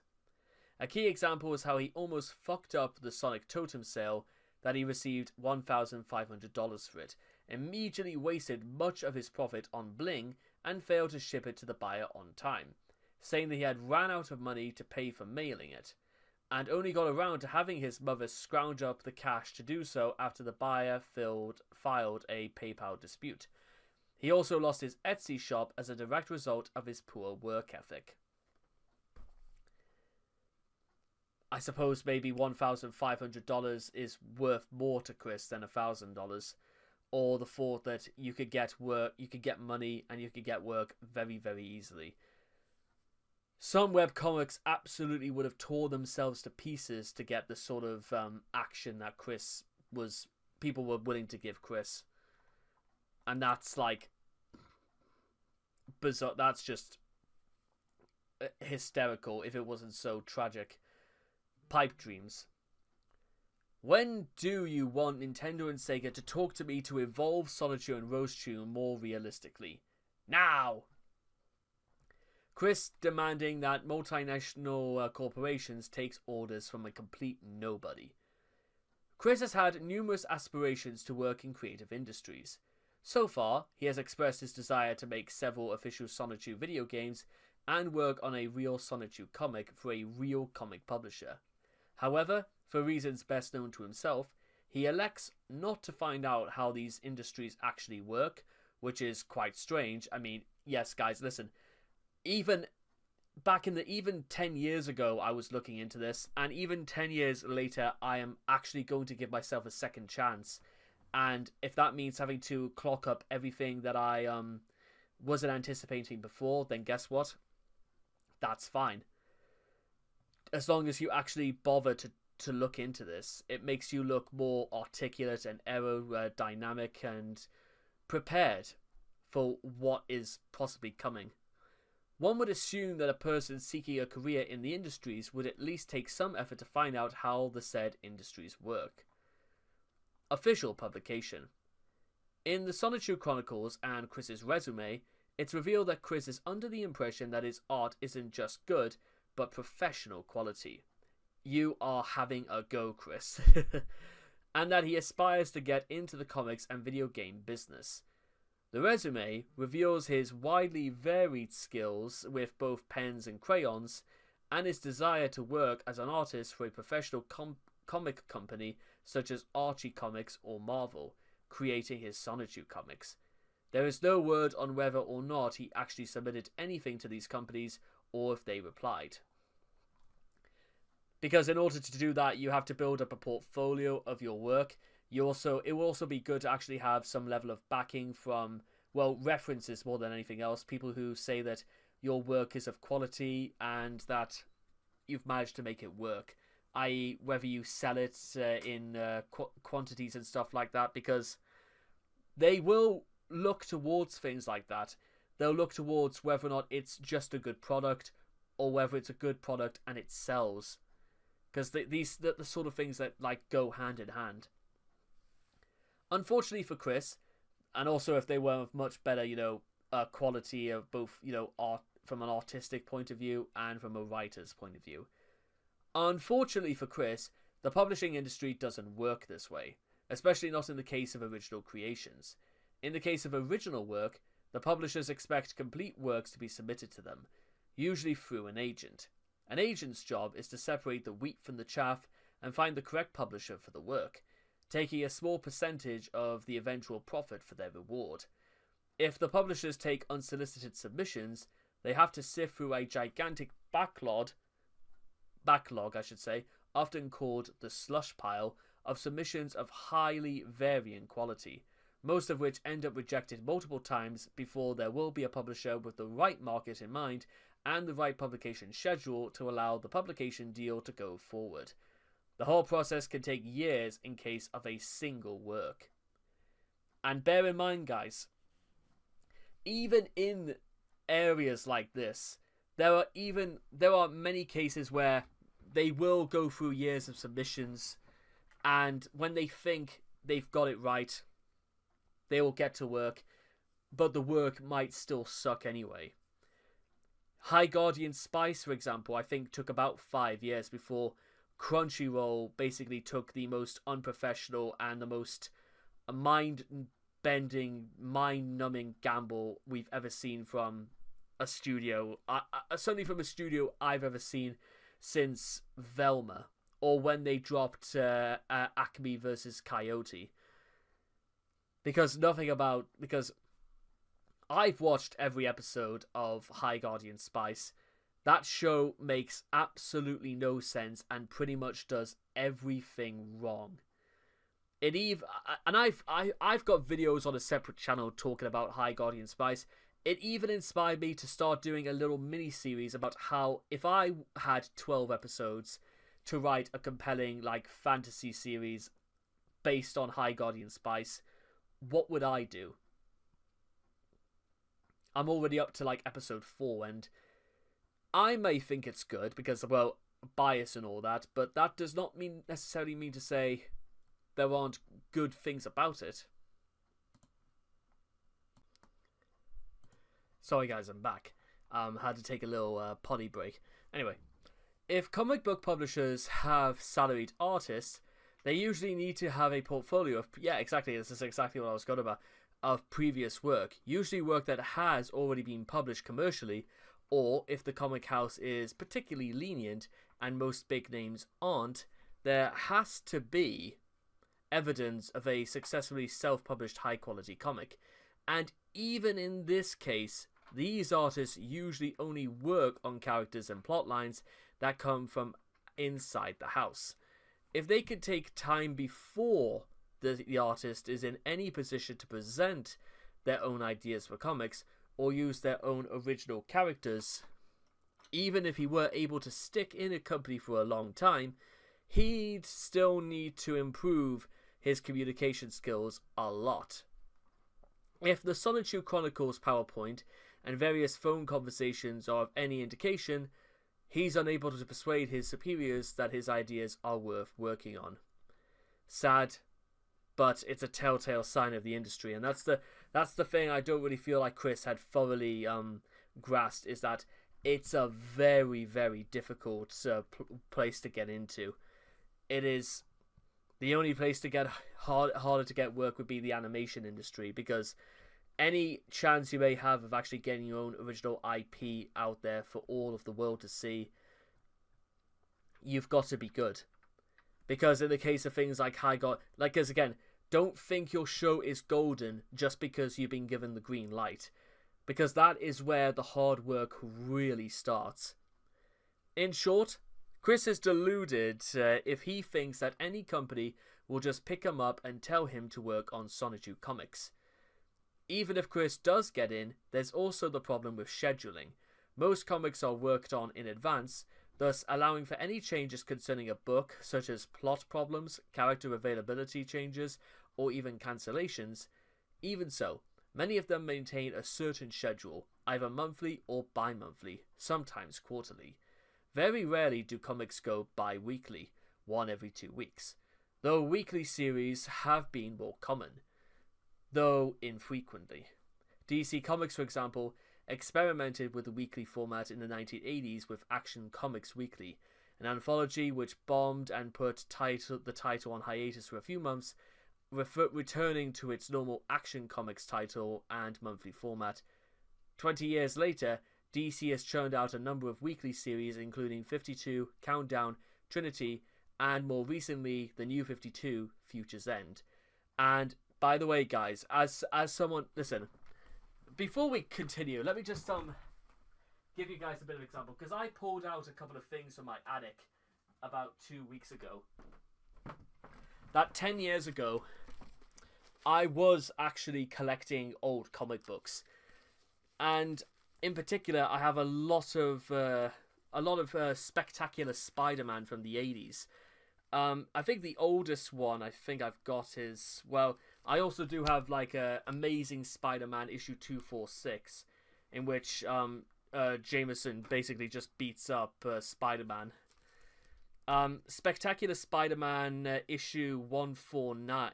Actually, I'm pretty sure Amazing Spider-Man has got to be the oldest one of these, because 60 cents or in the UK, this would have been 25 pence back in the day. So, how old was this? Does it actually like give a date? It's got to give a date. I know it's got. This has got to give a date somewhere, but to be honest, oh, here it is. 1983. A 42-year-old comic book in my hands and stuff like that. And again, the other ones aren't necessarily anything to look bad on either, because Spectacular Spider-Man from 89, 89, 89, 89, 89, 89. I think one of these is, yeah, it's literally where Hobgoblin comes back from the dead. In fact, I'm pretty sure there's even stuff here I've got about where Bobby goes and, well, I think I've got like it's just issue Amazing Spider-Man 251. I know I must have 247 somewhere stuck in here and stuff like that, because this is basically the one where the Spider-Man beats Hobgoblin for the first time, and Gobby is presumed dead. I'm only saying this because I also read quite a lot of modern DC works back in the mid 2010s, and I even went back and I even have a copy of like Action Comics number like 886 or something like that. It's basically just like Superman fighting Black Adam. I'm pretty sure that's what goes on. Anyway, point is, all of these sucked, by the way, because the time constraint, not to mention the story for these, was just it's hard to really. There's an entire essay's worth of like people who work in the comic book industry who have far more experience with this sort of thing than I do, but it's not easy, guys. It's really, really not easy. And bear in mind, the comic industry also has a lot of people who like fall through the cracks and go unnoticed, like Brodsky and Rob Liefeld. Chris, however, has no schedule to speak of. His schedule consists of whenever he has the inspiration to work. That simply does not cut it. If Chris went with that alone, he would have had a release schedule that would rival Rob Liefeld and Valve. And where Liefeld, for the most part, could get away with it because he owned his own company at one point, and people have gotten him to actually do the work, if Chris pulled that kind of stunt, he'd be out on the street so fast his head would spin. Chris's understanding of copyright is a chapter in itself. Publishers want primarily original works, because securing the necessary rights to publish derivative works is often difficult or impossible. Chris has even resisted attempts to educate him in this regard. And how well do you think that worked out for you, Chris, deciding not to take, people's advice? Rule number 11, guys, is that when you are wanting to work in an industry you aspire to, but you may not fully understand back to front, it pays to take advice from people who've been doing this for decades. On the 14th of August 2017, and that could even be down to people who have decades worth of experience, or who have forgotten more than they know. Anyway, Chris uploaded a video where he updated the true and loyal fanbase on his progress of Sonichu issue 13, which he has renumbered as Sonichu issue 12-9. He states that he decided to change the focus of the comic. Instead of being a crossover between the Sonichu gang and the Planet Dolan crew, it would instead be a fan fiction devoted to his pony avatar Nightstar, because Sonichu has no narrative and no structural integrity whatsoever. That's probably also why. Throughout the video, he mentions how he not only wants the comic to be a piece of fan fiction, but how he also wants it to be canon to My Little Pony, where he himself would voice Nightstar. Of course, Chris doesn't seem to realize that the creators of the show can't just simply pick up his idea because, as stated earlier, it may lead to an accusation of idea theft.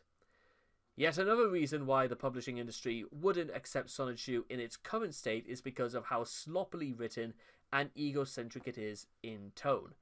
If a publisher somehow did agree to make Sonichu comics, they would more likely task other writers, not to mention artists, with actual talents to shape up the premise into something at least passable. Predictably though, Chris would balk at lacking control over his life's work, and of course anyone doing better than him in general. Games and merchandise. Chris could approach Sega and Nintendo and ask them to make the Sonichu games, comics, and merchandise. This plan would also be doomed to failure because no media companies want unsolicited ideas from the public. There are several reasons for this. First, it takes effort to sift through idea piles, and they can't give an equal amount of thought on the countless ideas fans send them. While game companies may listen to their fans, they usually just want to know if the time is ripe for something they've been planning to do. For example, no doubt a big part of the reason why the newer Fire Emblem games got worldwide release was that the fans of Marth and Roy from Super Smash Bros. Melee were wondering aloud, why the hell isn't Nintendo releasing these games outside of Japan? They most certainly don't have the capability of starting a whole new game project just because someone asks. If the game companies respond by saying Chris had, as he himself so eloquently put, rocks in his head, then you probably don't get a slice of the precious time for making a second impression. Simply put, Chris thinks that even when the companies aren't busy with other projects, they still have time to think of his grandiose ideas, and those things only. Maybe the other thing to possibly put into Chris's head is, well, why Chris never had the idea of, work experience. That's kind of what it's there for. It's so that you could actually get an insider's perspective to the industry.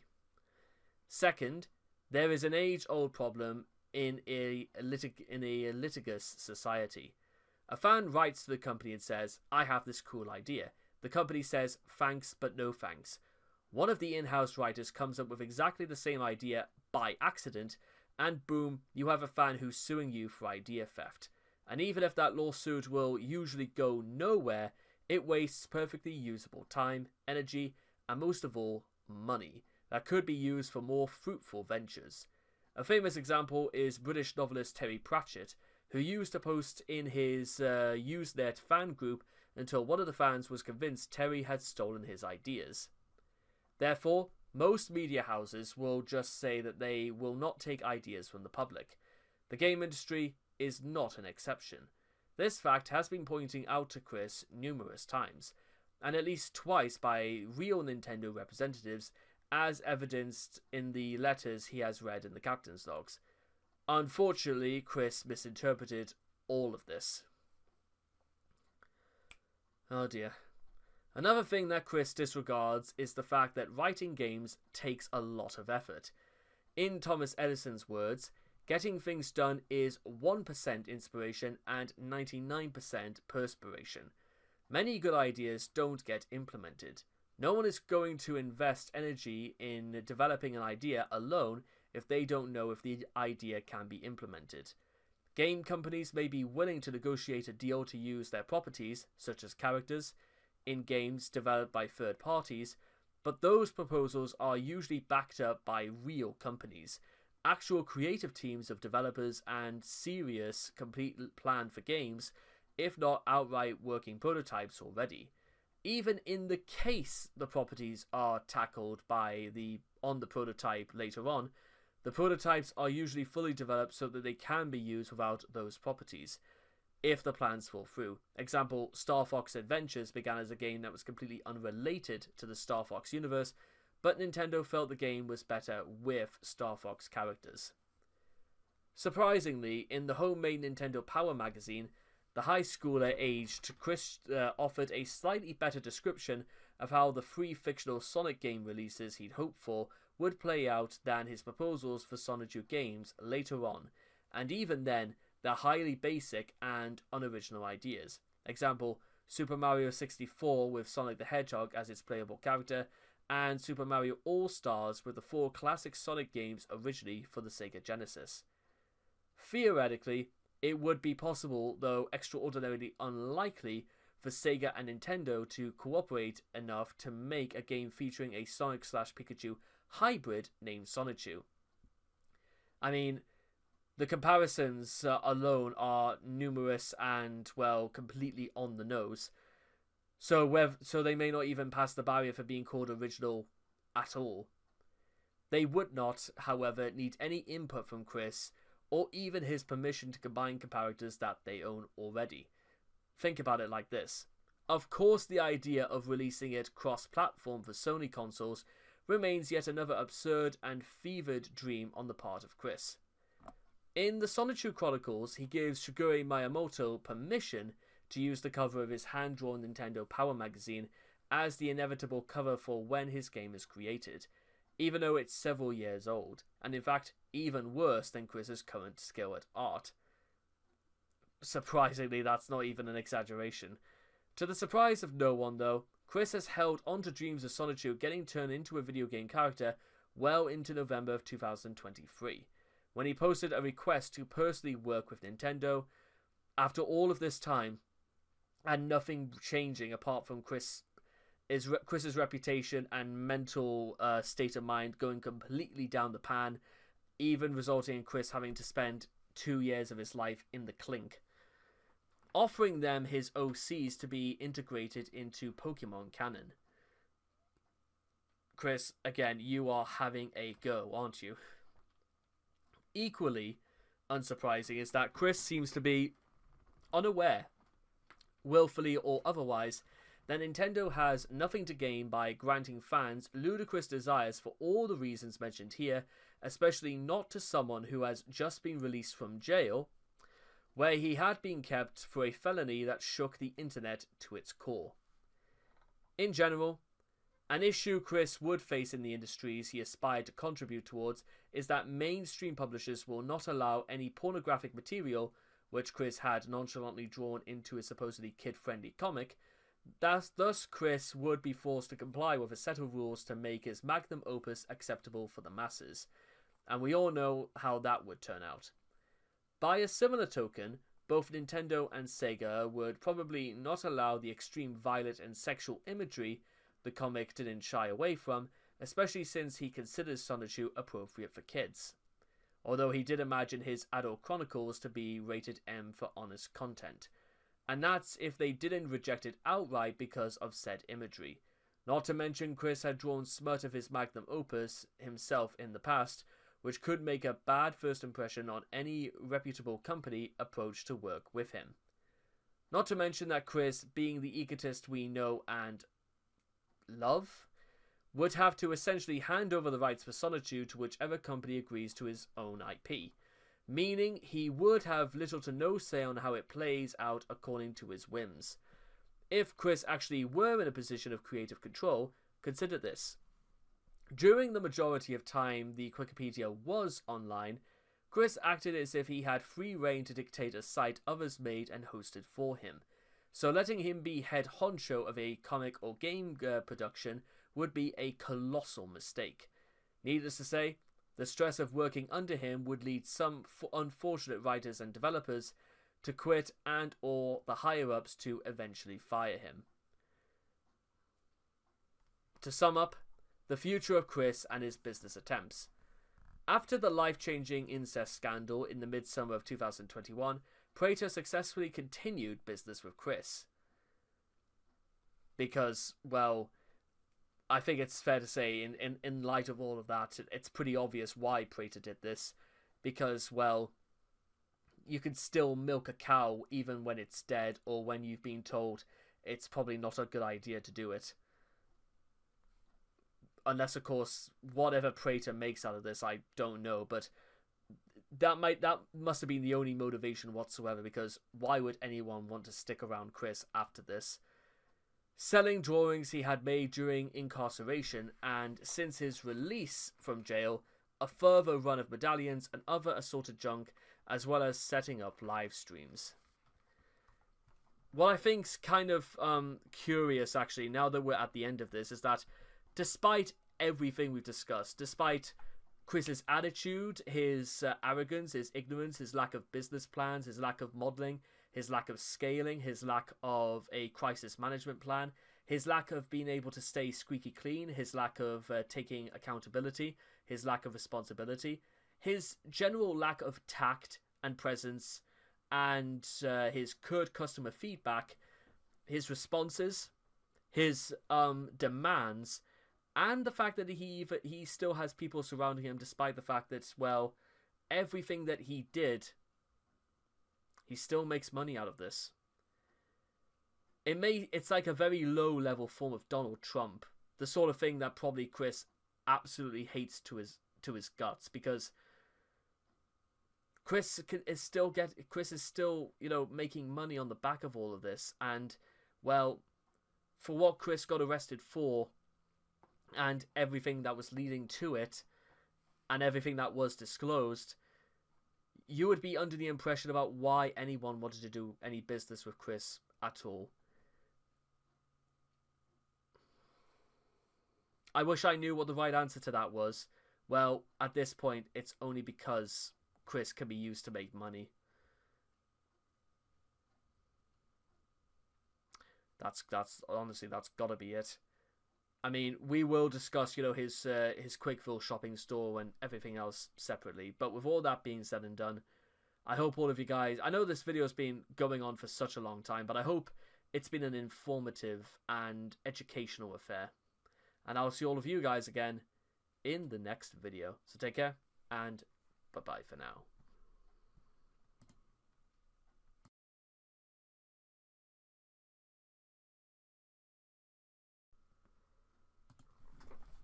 Hello there, and I welcome all of you back, guys, to another Chris Chan Cwiki article.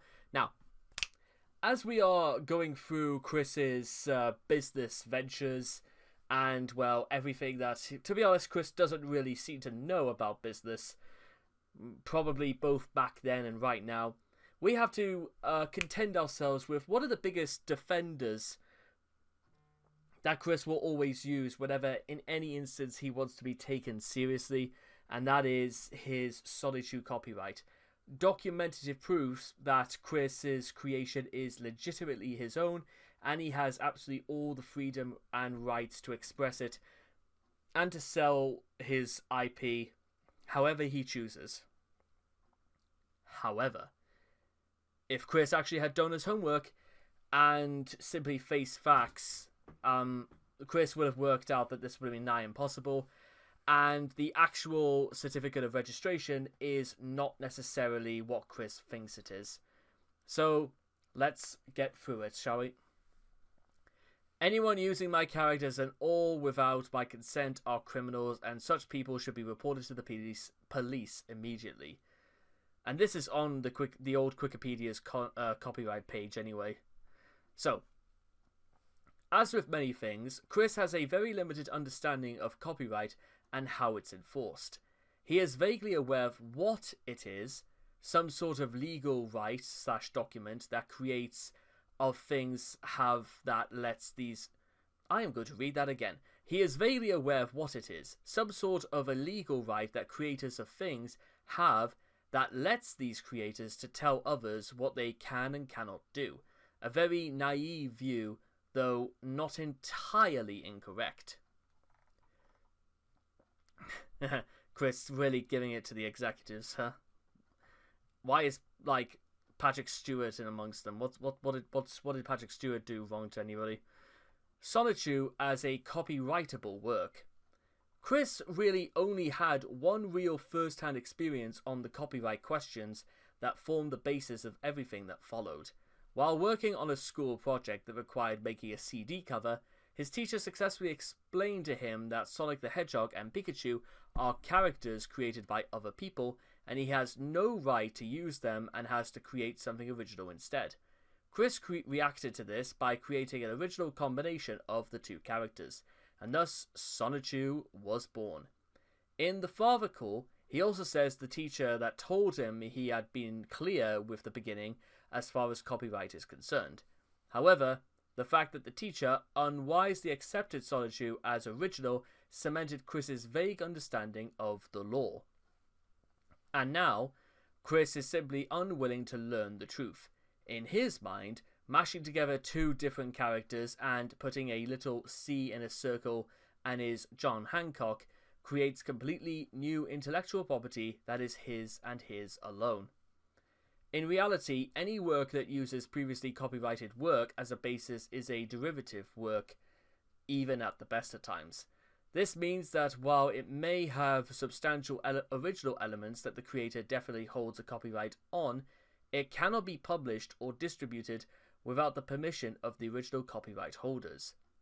The reality isn't entirely clear-cut, however, and there are several exceptions to this rule, both well understood, fair use doctrine which allows limited use of copyrighted material for journalistic and scholarly purposes, and less well understood ones. There's an ongoing debate about the emerging copyright issues like digital rights and the remixing arts. Unfortunately for Chris, Sonichu is a fairly clear-cut case of a derivative work. While the character design itself has some originality despite its blatantly derivative style, and as such might have passed the teacher's inspection, as far as backstory is concerned, Sonichu is explicitly said to be a fusion of two existing characters, by Chris as its creator and in the comic story itself. Fundamentally, Chris wanted Electric Hedgehog Pokemon. If they are just some made-up characters and not Pokemon, they just aren't true enough for him.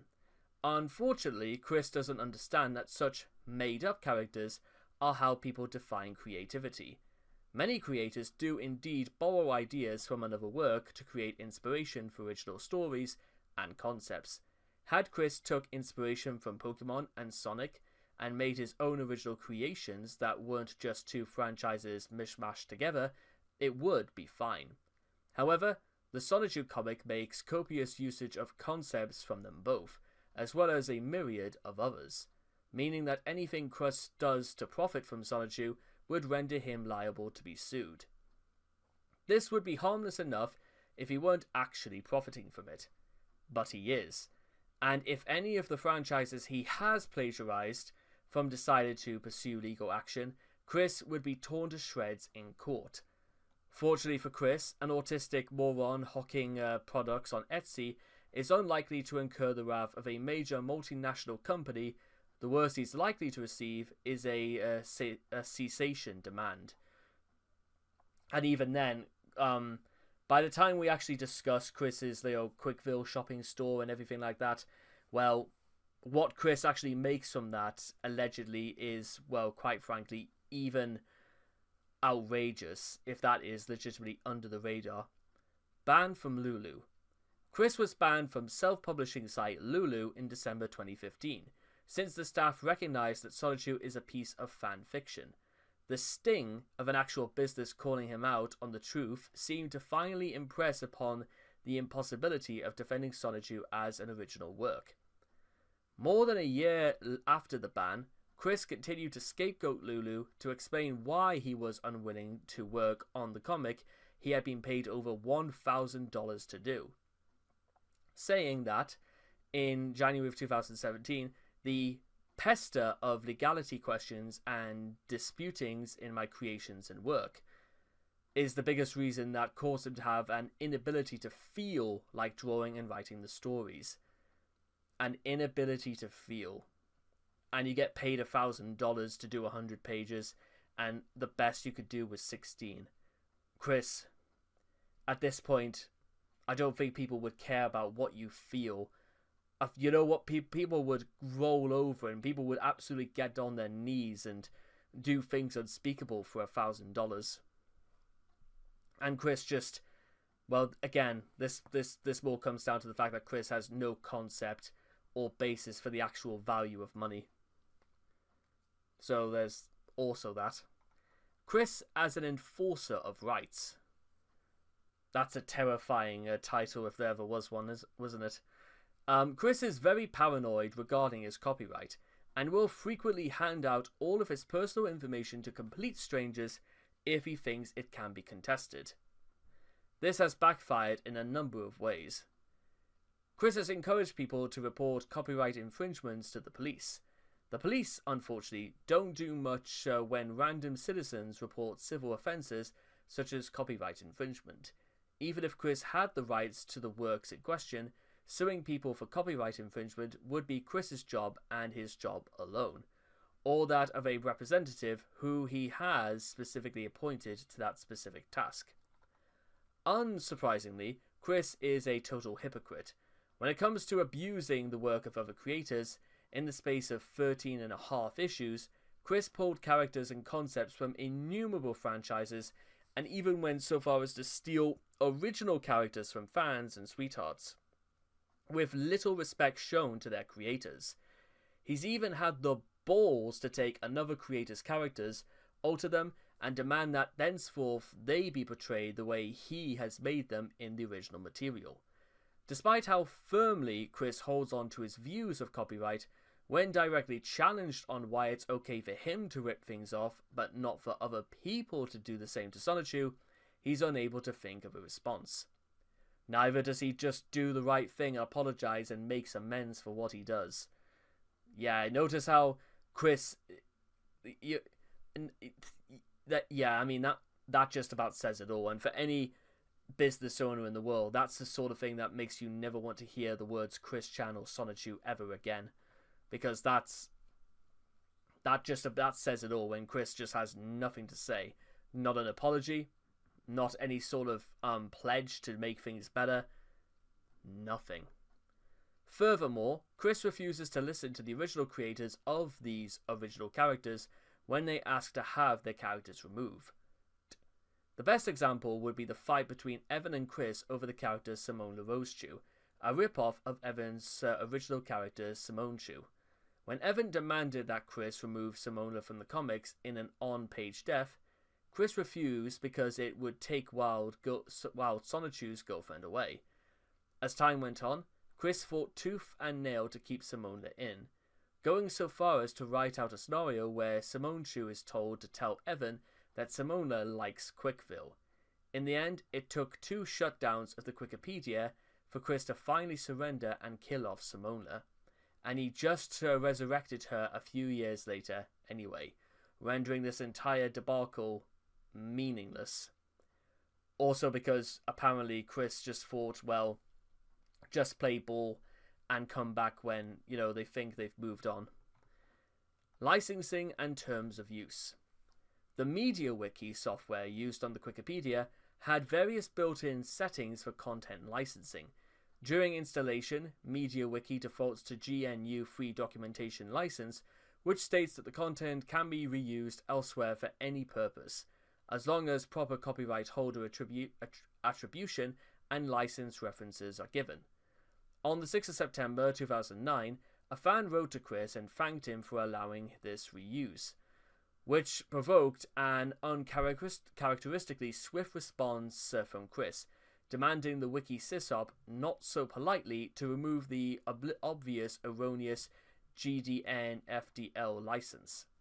This prompted Chris to write his own copyrights and terms of use pages. The legal problems caused by Chris's terms are detailed elsewhere in the article. The terms of use are even weirder. Any and all visually grotesque, shocking, and offensive works will be immediately deleted and not be uploaded or seen ever again. No resubmissions allowed of such pieces. All letters addressed to any name other than Christian Weston Chandler or Christopher Weston Chandler will be immediately disposed of with paper recycling or be returned to sender, with a frown face on it. Ooh, I'm so scared, Chris.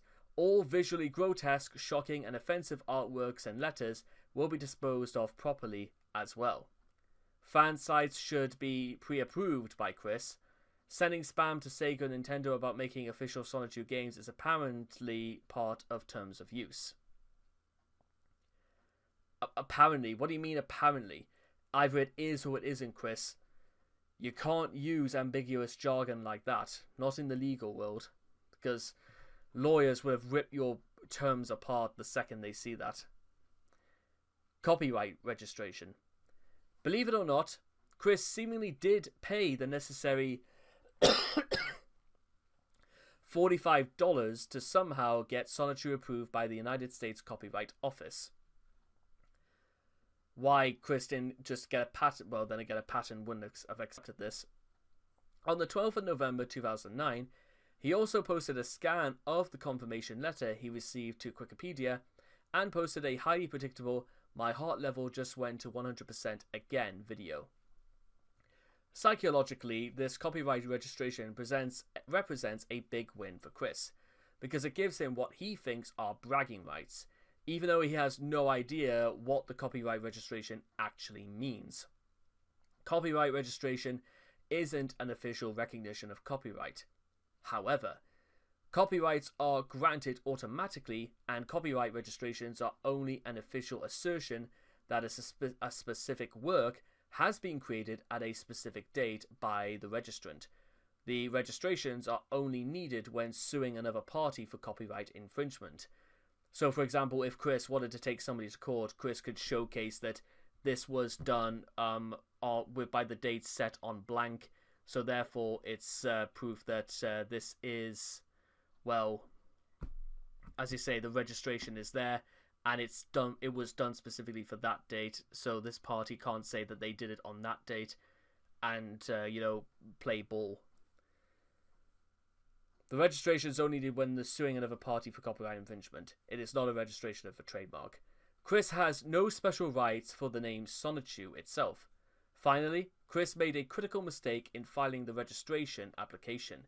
He described Sonichu as a work for hire, in the apparent belief that this meant that the comic was his primary occupation, when it really means that he created it on behalf of someone else, who is considered the creator for legal purposes.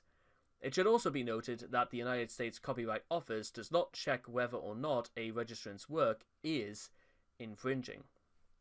If Nintendo or Sega were to sue Chris, they would win very, very easily. It's clear that they hold the rights to original characters like Sonic and Pikachu, and Chris's work is derivative thereof.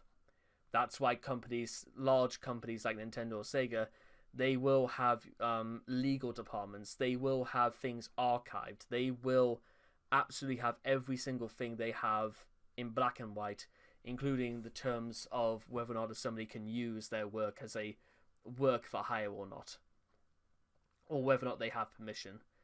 In short, Chris's copyright registration doesn't mean his comics aren't non-infringing, nor does it effectively protect his own intellectual property. The use of copyright notices. The way Chris maintains his so-called copyrights within his work is so also baffling. It's possible he goes by the assumption that almost everything he draws must contain copious copyright notices, usually in a large disclaimer. Copyright Christian Western Chandler, March 2002, ? It's worth noting that Chris obsessively includes copyright symbols in pictures he draws of Sonichu, including a picture he drew in the snow in his holiday greetings video and a doodle he drew on his ticket to the 2005 Anime Mid-Atlantic Convention. However, only daily newspaper comic strips have constant notices reminding about copyright due to their daily nature. In most forms of media throughout the world, one copyright notice at the beginning of the work is enough to assert rights, and only the year is noted in a copyright notice. Finally, the year of the creation of the specific work in question should be noted in the copyright notice. For example, Sonichu issue 10 should be copyright 2009 to 2010, Quick. If Chris would want to specifically emphasize that Sonichu in general has existed since March 2000, he'd need to do so in an additional copyright notice. Example, Sonichu issue 10, copyright 2009 to 2010, Quick, Sonichu character at Quick March 2000. But don't tell Chris any of this, because Chris might actually just ignore it like everything else. Christians on the lookout. Bit ironic after what I just said. Long before his discovery by the trolls, Chris created a web page called Christians on the Lookout, which linked to his main Sonichu site. Chris made the site no later than May of 2006. Exactly how he used the site is not clear, especially since his main site did not link to this page. Chris's paranoia and arrogance regarding his copyright are on full display here. A message for all who are out to use the Sonichu name. From Christian Western Chandler, original creator of Sonichu and related characters and materials. I just want to inform all persons, fans of Sonichu or otherwise, that Sonichu was originally created on March 17th, 2000, and I have a copyright on my faithful electric hedgehog Pokemon. I am very proud to share my Sonichu with the people who appreciate my creativity in Sonichu's world. I often do a search of Sonichu, and currently I only want to see links to my Sonichu site, or related sites. If I see links to websites with any person who has used his name, I will view it. If I should see the Sonichu name used to describe any character other than my original Electric Hedgehog Pokemon, I will send you an email to inform you if you have intruded into copyrighted territory, and request that you remove the name from your website or form entry, and change it to something else. If, however, you do not abide to the request or not reply to the email within 14 days, I may take legal action against you. I am not a mean person, and I am not out to start any trouble, so please do not use the Sonichu name in vain. If, however, you would like to create a fan website to describe my Electric Hedgehog Pokemon, please send me an email to quicksonichu@aol.com with information and link about your fan site. I will view your fan site, and if I like it, I, Christian Western Chandler, will send you an approval email, and you may keep your website on the web.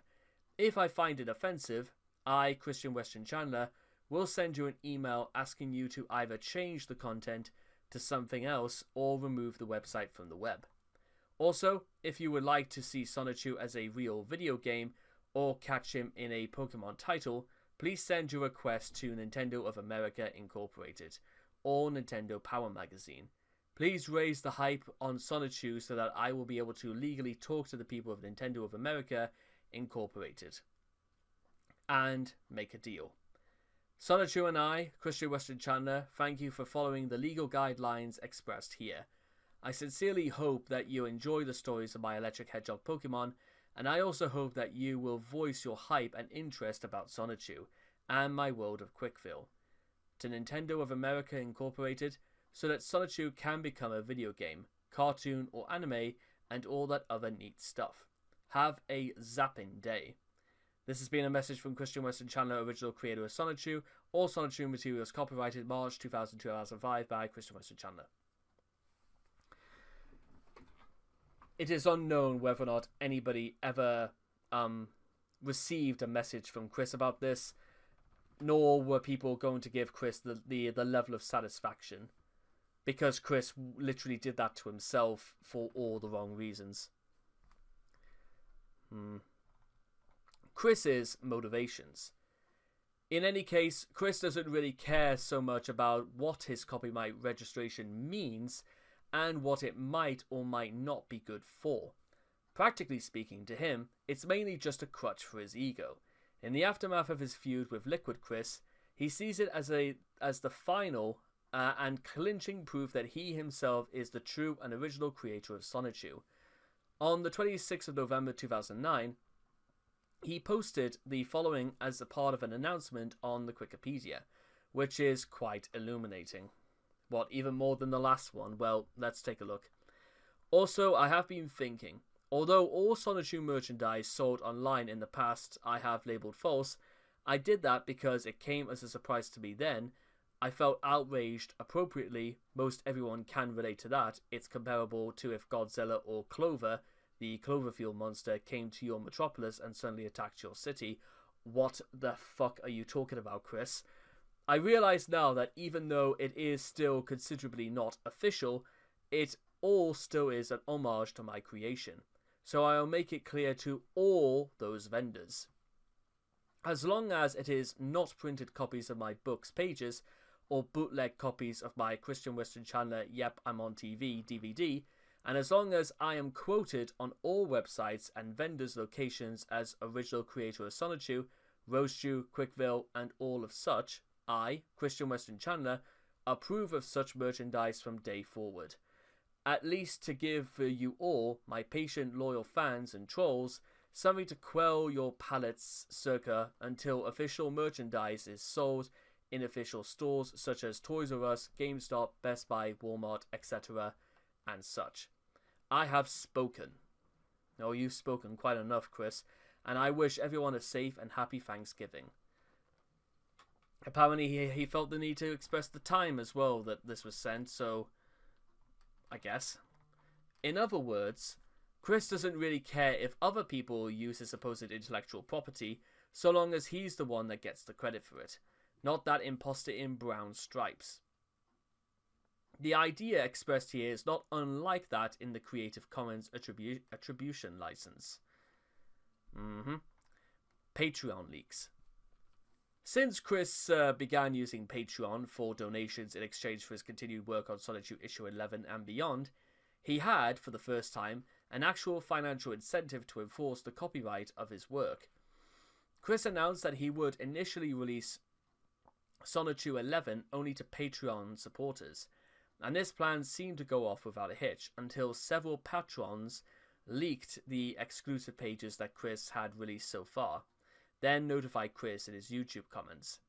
Chris took swift action to protect his only source of income besides his monthly tugboat. In C-Log 0641422017, Chris begins by denouncing the leakers by comparing their actions, leaking the comic pages early, to the physical theft of purses and cell phones. However, Chris's copyright continues to be completely unenforceable, and it is almost certain that future Patreon pages will be leaked as well.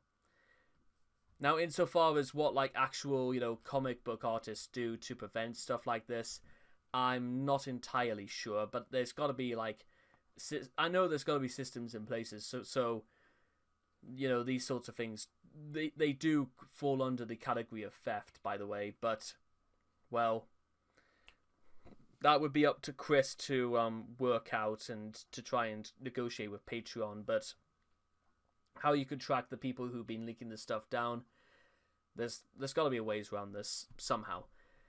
Interestingly, Chris's intentions to keep future Solitude, and this, by the way, happens to people who are not Chris, who are completely legitimate, but that's just sort of the game. Well, you got to find your way around this somehow. Maybe if the prices for this, but let's keep rolling. Interestingly, Chris's intentions to keep future Solitude pages exclusive to his patrons could be considered a form of fraud, as D-Stex already paid Chris $1,000 in September 2015 to make 100 pages of Sonichu, which, according to Chris's page count estimate in C-Log 06232017, would cover the vast majority of the volume to be released. So, never mind then, I guess. But since D-Stex hasn't pursued legal action, we can only be left to assume that, well, he probably just left Chris to it. Chris's views. Chris is very protective of his characters. Chris believes that his characters are official parodies, thus he is allowed to create his multimedia empire on a legal loophole. What Chris fails to realize is that parodies are essentially mockeries of something they're based on, done for laughs or as a commentary on the original work. According to the US Supreme Court, parody is the use of some elements of a prior author's composition to create a new one that, at least in part, comments on that author's works. So if Chris was, say, making commentary on commercialization by making a pastiche of what was popular at the time, it would be fine. The fact that it is a parody and not plagiarism must also be made obvious. Sonichu and Rosechu are not parodies, just shitty recolors. Chris doesn't mean to make fun of the characters they're based on, nor make commentary of them. He slavishly imitates the kind of adventures they have in an attempt to tell his own stories. Even his most original character, well, apart from when he stopped doing that and it was because it was based entirely on Chris's adventures, or his own encounters with the trolls, even his most original characters are either based on someone he knows, or are cribbed extensively from existing characters. Chris intended for Solitude 13 to be a crossover between his comic universe and the characters of the popular Planet Dolan YouTube channel. Much like Nintendo and formerly Sega, the producers of the channel likely have never heard of Sonichu. Well, I think some of them do. Much less gave Chris permission to use their characters. Had his plans went through, Chris would have likely offered a similar parody defense to his direct use of someone else's intellectual property. Ultimately, though, Chris canned these plans due to the Planet Dolan cast blocking him on social media, and the idea guys having other ideas in mind for the comic. In his disclaimer at the beginning of Sonichu issue 16, Chris revealed a new outlook on copyright law, made even more incoherent by the influence of the idea guys and his crumbling sense of reality. Isn't that just the way? Despite what this world's legalities are, all of the events in this book has happened not only in Quickville and Equestria and Canterlot High School, but everywhere else in that same dimension, where all of our fictional characters and individuals do exist and coexist. So events where Bowser, Dr. Eggman, and even Voldemort work together for a common goal of overtaking lands and worlds, that can happen.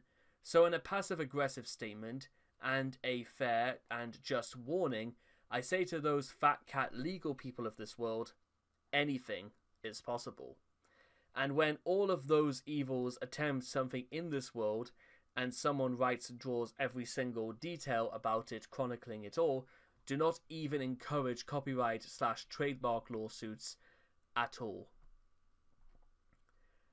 That sounds more like a very, very vague threat than an actual an actual outlook. But then again, Chris was falling to the ire of becoming insane for somebody else's amusement for some reason.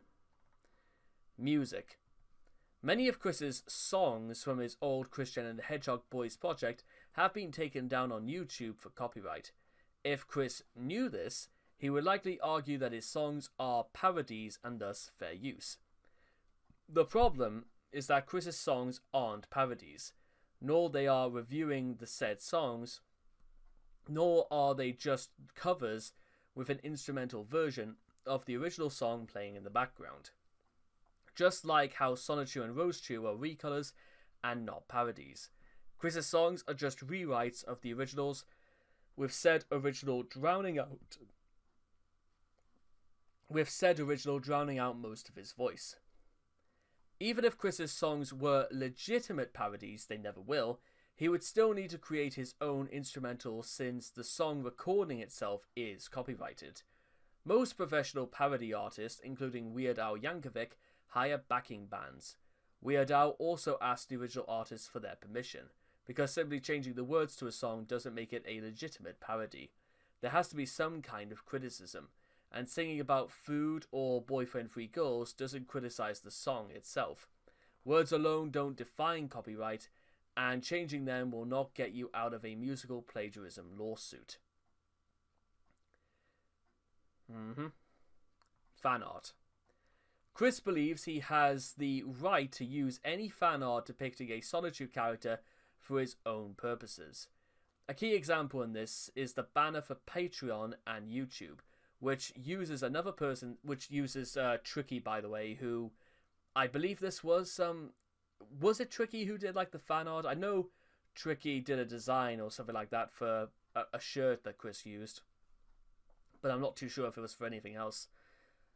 For Sonichu and Rosechu, even though the accounts are meant to showcase his own work, and he has not given credit to the original post or the original artist. It's a lovely piece of art.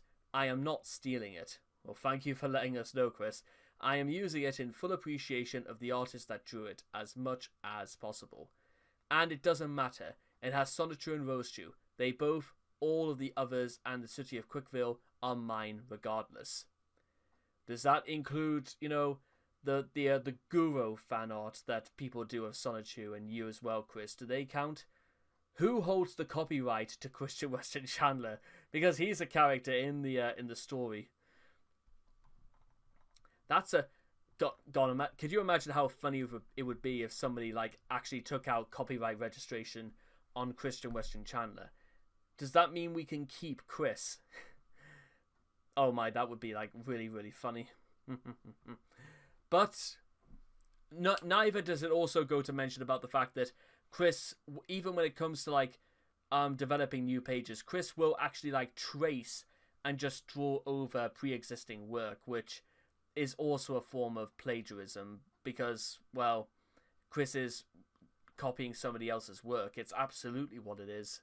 But considering Tricky was more than saying fine or something like that, I probably wouldn't have been okay with this, but, well, what do you expect? I suppose if it means taking Chris to court and making him realize that, and because I think Chris would respond very, very harshly when you give him a very hard stop. You can't be lenient with guys like Chris. You need to tell them in the most blanket way possible. It's a yes or no. It's that you will do as you'll say or else, because it's how they work. Because, well, it's not exactly as if Chris isn't exactly particularly very demanding and aggressive in his responses either. But with all that being said and done, I hope all of you guys learned a little bit something about copyright here today. And, well, yeah, this is literally only one issue that Chris would ever have, because I reckon you guys could come up with much better ideas than both I could or Chris could ever do. So, you know, there is that. So, take care, and bye-bye for now.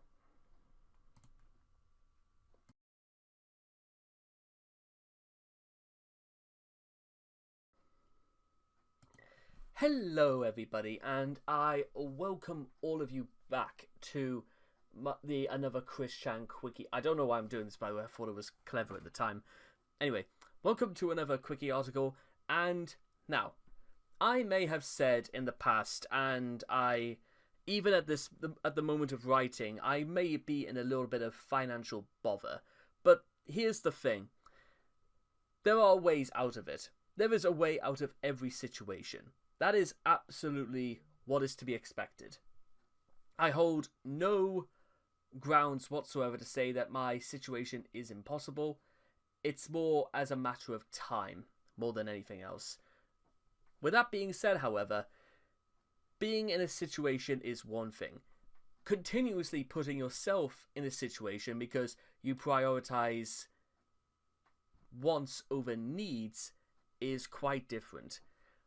It also doesn't help by the fact that, well, when you are short of money, or it's like being short of oxygen, you don't really begin to realize how disastrous it can be until you've gone a couple of minutes, and then a couple of days, and then weeks go by.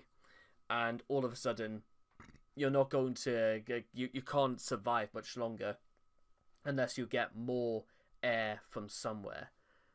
So with that being said, let's dive in, shall we? I'd called a tow truck, but now I have less than $20 between the bank accounts and PayPal. Chris, after his car broke down on the way home from BronyCon. Also, Chris, Bob, I should say, he's not good at math when it comes to managing money. Chris has repeatedly shown through his actions and words that he has no idea how to handle money or manage his own finances. Between his impulse spending, his greed and selfishness, his unwillingness to save even the smallest amount of money, and his massive sense of entitlement, I would also say Chris has a massive sense of delusions, grandiose delusions, especially when it comes to people telling him that they will destroy Quickville unless they give them money or something. Chris manages to demonstrate complete incompetence and ineptitude in managing financial affairs. Chris has repeatedly amassed debt on credit cards, only to have his enabling parents bail him out multiple times. Being deemed too lazy to work, he refuses to make or follow any type of budget or financial plan, instead spending far beyond his means and expecting others to pay off his accumulated debt for him. It is clear that Chris has no idea what financial responsibility is, and that his enabling, delusional parents taught him nothing about how to handle finances while he was growing up. Irresponsible, careless, and thoughtless, Chris fails at just about every aspect of financial management that can be thought of. Now, while we are here, I know what you're probably thinking to yourselves. That's, of course, why, things like accountants and things like, advisors and stuff like that exist. Well, not necessarily, because unfortunately for um, Chris, there are some things that just happen that straight up Chris should know fully and fine well that like a series of like a logical back and forth should entail, and Chris should be able to work out why doing all of these things are a bad idea. Remember the financial crisis, guys, and we will be getting to that at some point. But basically, 2016 was where things were bad, and 2018 proved without a shadow of doubt Chris learned nothing from his experience and was nearly made homeless, including Bob, as a result of, well, Chris's complete and utter selfishness. But with that being said, let's go through this. And to be honest, again, this is the sort of thing I could spend hours talking about this, but we'll keep it simple as we can. So let's do this. But wait, Chris isn't employed. For the vast majority of Chris's adult life, his only source of income has been the tugboat that he received from the US federal government every month. In 2009, the payout was $809 a month, placing his annual income at $9,708. After Bob's death, Chris was given a survivor's benefit, increasing the amount to $1,300 per month and making his annual income $15,600. Bob's income from Social Security and a pension is around $1,200 per month, or $1,400 and $400 per year. So even though Chris has never actually had to work, he still apparently gets more money than Bob. Part of me likes to imagine that seems almost hard to believe, but, well, that's not even the end of it, really. Chris's parents originally took $450 to pay for room and board. This payment was later increased to $565 and then to $580. After Bob paid off Chris's enormous credit card debt. The rest of the tugboat generally went towards video games, junk food, or other frivolous purchases. However, $229 per month, about £7.50 per day, was and is nowhere near enough to satisfy Chris's need for electronic entertainment, the P word, PlayStation Network downloads, a constant supply of chicken nuggets, gallons of Coke, and, since the summer of 2009, alcohol. As of January 2010, he owed roughly $3,500 in credit card debt, some on cards of his own and some on cards he stole from his parents. Indeed, according to one of his bank statements, at the end of the month, he had fewer than $3 left in his account. Even more just by straight up spending and no other extra income. He put himself $452.57 in the red. How much he got to keep later on isn't known. So, just reading that already, you would be under the impression that anybody... let's actually... I'll tell you what we'll do. Let's actually start at the beginning. So, if we're going to assume $229 a month, so this sort of... I'm imagining this is like 2009 we're talking about this payment here. Living on about paying $750 a day. Now, here's personally how I see it. If you're able to make $750 a day in rent, that's not bad. But here's the thing. If you're not in work, then through my experiences, the first thing you've got to do is, well, you've got to find ways to cut costs immediately. Because, of course, anybody out of work won't be able to spend the same amount of money when they are in work. So, from that point, you would cut off every single thing you didn't need. Subscriptions, gone. Wasting money on video games, especially the ones that Chris just buys and doesn't play. Cut that out as well. There's no point in buying nothing but Coke. You know, that's what we got water for. It's healthier, it's far cheaper, almost to the point of it being free, so just get rid of it. There's no point in consuming alcohol. Alcohol is going to ruin your life drip by drip if you do stuff like that. And there's no point in trying to like supply yourself on chicken nuggets. You can literally get much cheaper and much healthier options anywhere else than going to an American McDonald's. So I know it's easy for me to say this and to sit here and say, you know what, it would be just it. Of course, it would be easy to just do this. Though maybe in Chris's perspective, it would have conceivably been easier in some aspects, but nigh on very difficult in others, because things like the PlayStation Network downloads and maybe the whole situation about Coke, it's stuff like that revolves more around the idea of tackling addiction, maybe more than just curbing a bad habit. Anyway, but then I'm saying this because in January 2010 he owed $3,500 in credit card debt. What in the fuck was he doing? When things spiral that badly out of control, Chris, here's what you do. Because by that reckoning, you have got to be like wasting at least $100 a day. How did you manage to do that? And how, the busies were not being sent round, I have no idea. Anyway, once we get to this, at the end of, he had $3 left in his account. You see, when you are pretty much at the end of the line, why on earth Chris did not think that, you know what, maybe now is the time to start, addressing this seriously is a good question. I will be right back. Okay, sorry about that, guys. Let's see, moving back on. Now, where were we? How much he put himself, even more just by straight up spending and no other extra income, he put himself $452.57 in the red. How much he got to keep later on is unknown. And we can't, and to this point I have no idea to suggest the idea that Chris had an overdraft limit on his cards or anything like that. It's still not a good thing to be in, don't get me wrong, guys. My father helped me get my social security set up. I get more a month than I could at a job. Yet with my impulsive shoppiness, mostly controllable, I doubt that, I end up spending my side money after I get it. Okay. Chris, completely deluded and taking pride in being a lazy bastard. I'll go one further, guys.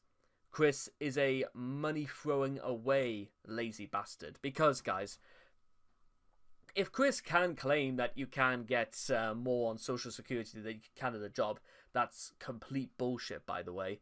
Then why are you... And this isn't even the what I've said previously about the pretense about Chris choosing a profession in which it is impossible to grow rich. This is Chris just throwing money out the door without any sort of precognitive idea about how you could even survive. Because if you claim to be earning more than you could at any job, then how did you manage to get yourself in nearly $4,000 worth of debt, Chris? Something is not adding up when you do that. Meanwhile, Chris and impulse spending. It's obvious that Chris has no grasp on the real value of money, since he actively wastes as much of his monthly tugboat as possible on frivolous things like trading cards, sex toys, porn, video games, alcohol, makeup, toys, prostitutes, and weekly lottery tickets. Of these, I would suggest that there might be an actual incentive to buy a lottery ticket, but unfortunately, well, unless you win, and in the vast majority of circumstances, nobody ever really wins, you're still throwing money, and it still costs money to play it. Chris is a self-admitted impulse buyer. His PlayStation Network account shows that he's never played more than half of the games he's bought. Why it's a very good question as to why, and yet astoundingly, he's still gone out of his way to buy all available downloadable content for every single PlayStation 3 game he's ever purchased.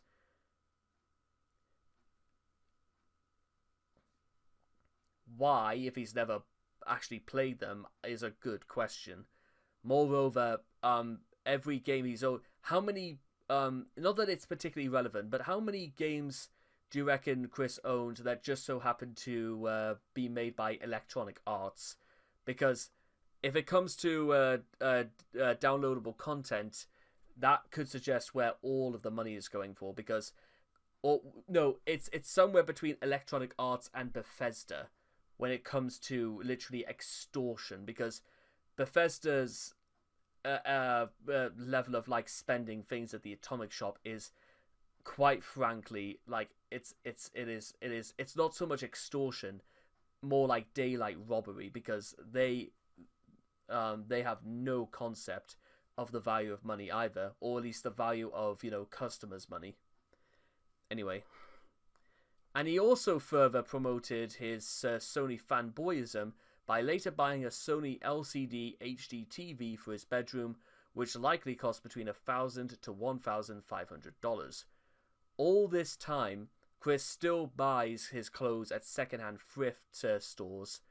Usually children are taught the value of money at a very young age so that they can apply it and make a few calculations accordingly. Not in Chris's case, apparently.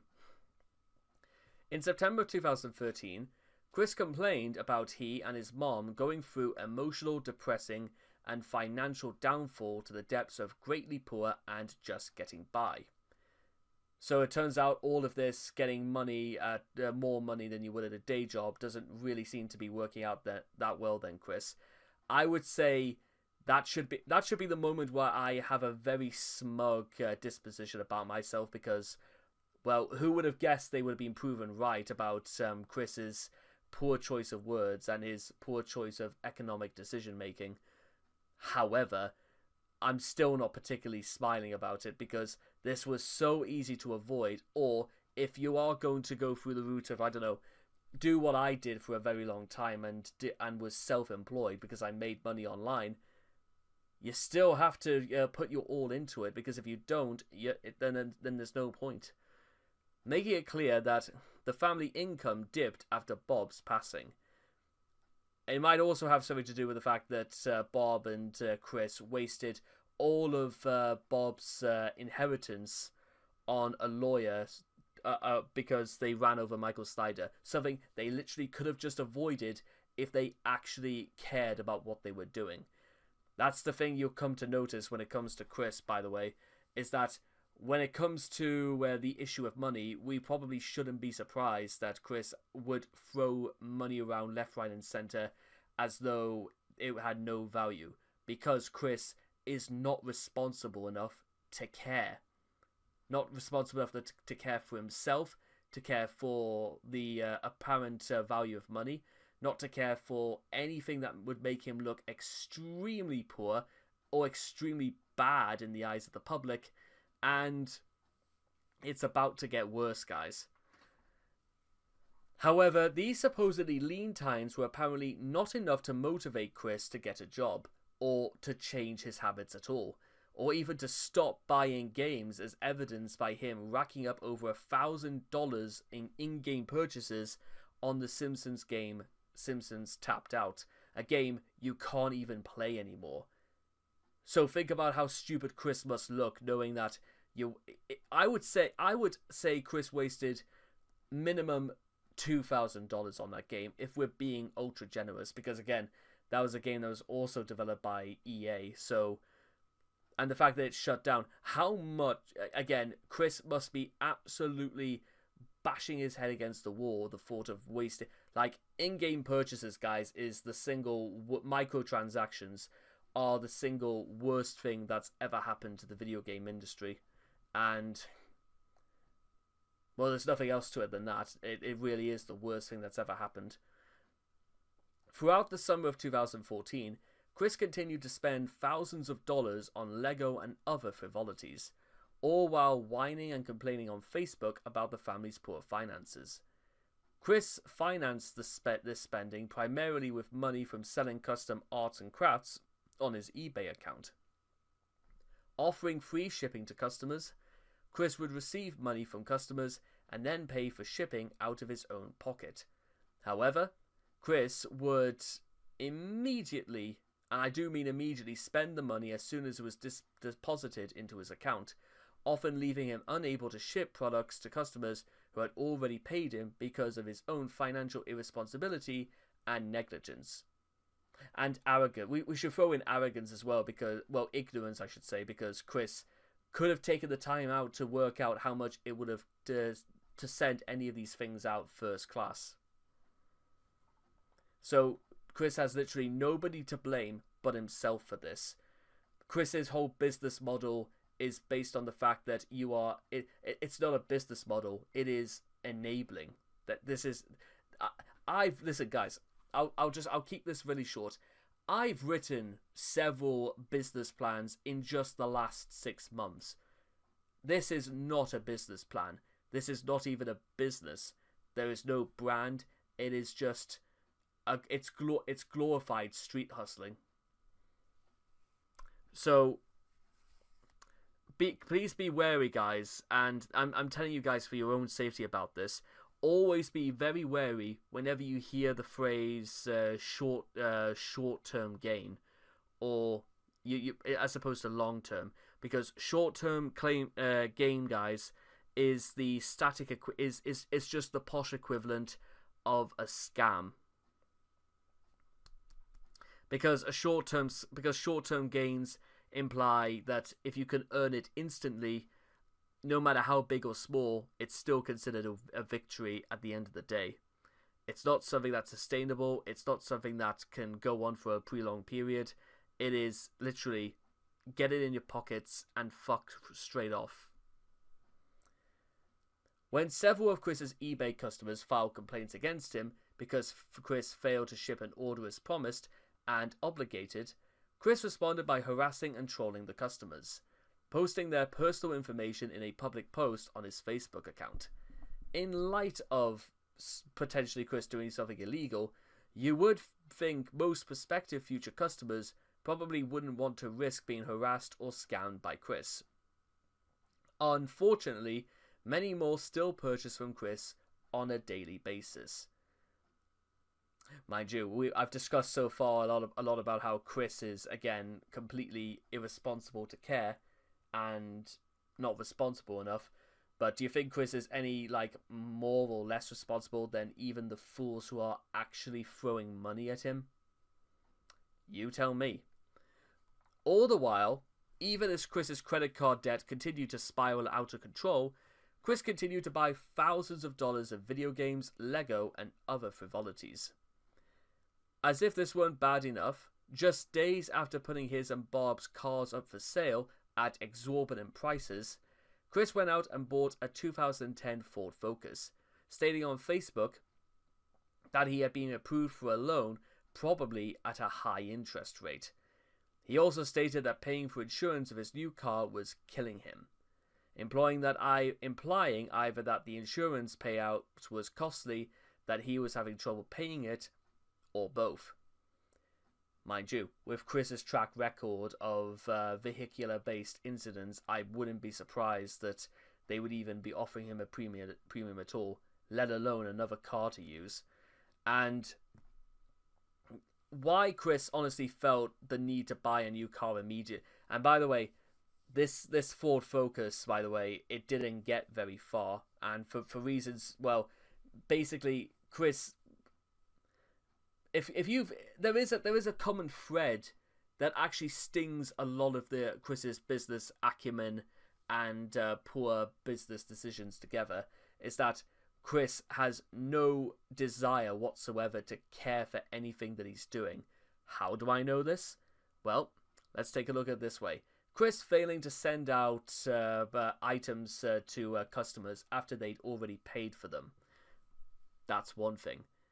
Buying a car when you're already thousands of dollars in the red, and you are literally saying they're cutting your balls off because guess what? You've got to actually pay for insurance, and even then you had to take out a high interest rate, implying for the fact that you didn't think whatsoever, Chris, with your track record, that insurances are going to be rolling out the red carpet for you to join them.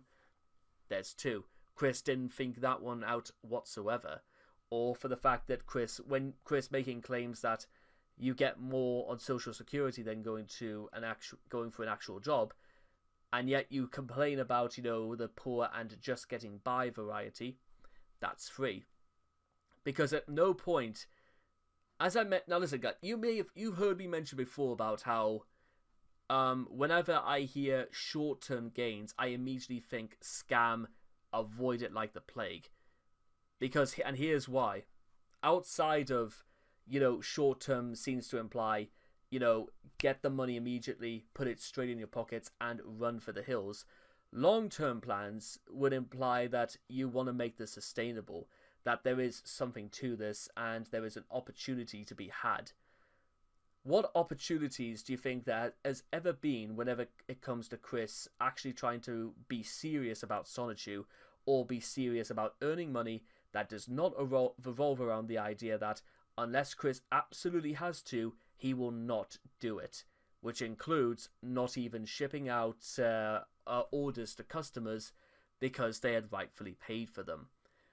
Please remember, guys, these techs gave Chris $1,000 to commission him, basically, to do 100 new Sonichu pages. Chris ended up doing 16 and called it a day on that commission, thinking that's all you need to do. If Chris had done 100 pages for Sonichu, Chris might have actually continued the comic going to this day. Chris might have actually earned a small mint on the things that he made about his comic. Chris could have done this, and Chris could have also completely stopped buying video games or doing anything that he knew fine well he wasn't going to play or do, but he didn't. And what's so frustrating about this entire article, even at this point in, is that a lot of Chris's problems, when you think about them, are actually very, very simple to solve. Chris is short of money. Okay, first thing you do, you find out, you get rid of things that cost you things that you can't afford to lose. Second, you sort yourself out. You sort your environment. You change your environment. A difference in environment will mean a different mindset, and a different mindset means that you can see things in a different light in the way you didn't before, and it could even shed some light on things that you didn't even know you could see before. Little things, perhaps, yes, but you know what? If it means changing your life for the better, or if it means getting out of a situation, it's not several big victories, it is every single small victory, from paying $1 less a day here, to paying $2 less another day here, to not spending any money at all here, to actually producing something that actually could make you a little bit of money here and there. At least keeping the doors open and realizing that, you know what, and then when you realize you go several days without something, you realize you can actually get through maybe a week, a month without having to use it at all. And then once you don't even need to use it at all, then there's no point in having it, and then you get rid of it or sell it on. You get some money back on what you've done. I know it's, like I said, small victories, but this is the only short-term gain that I actually would encourage, guys. Very, very small changes. Make them so subtle that you don't even realize that you're doing them, and that you're continuing to do them over the course of days, months, years, as it may be. But something that will slowly change.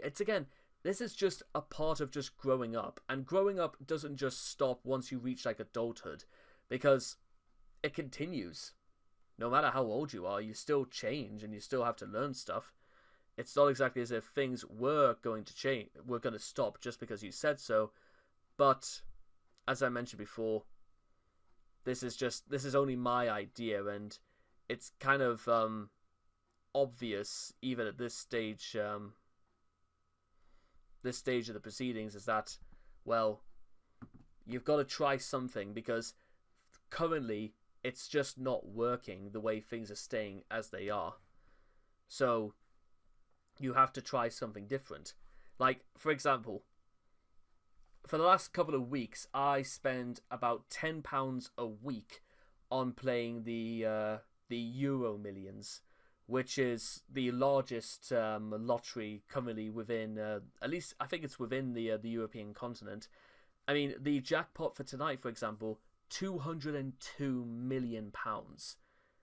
Now, with that being said, it's very unlikely I'll ever win that, because this lottery not only includes the United Kingdom, it includes the whole of Europe. So, if I was to even stand a chance of winning, because it's £2.50 a ticket for 4 lines that I use for the my 10 quid goes towards.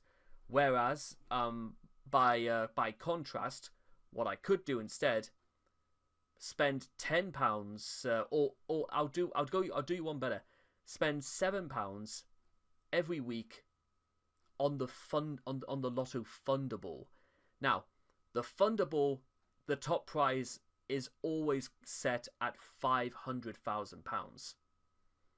Quite a paltry sum in many respects, even in this day and age. But here's the thing. There's only 5 numbers you have to get in comparison to the 7 you have to get for the Euro Millions. So the percentage, the percentage for actually winning something on the Fundable is significantly higher than it is for the Euro Millions. Because each ticket for the Fundable is £1 compared to £2.50. Meanwhile, I have actually had some success in playing the Fundable in my time. Because on 2 occasions, I once got 2 free balls, and I won 30 quid. Just like that.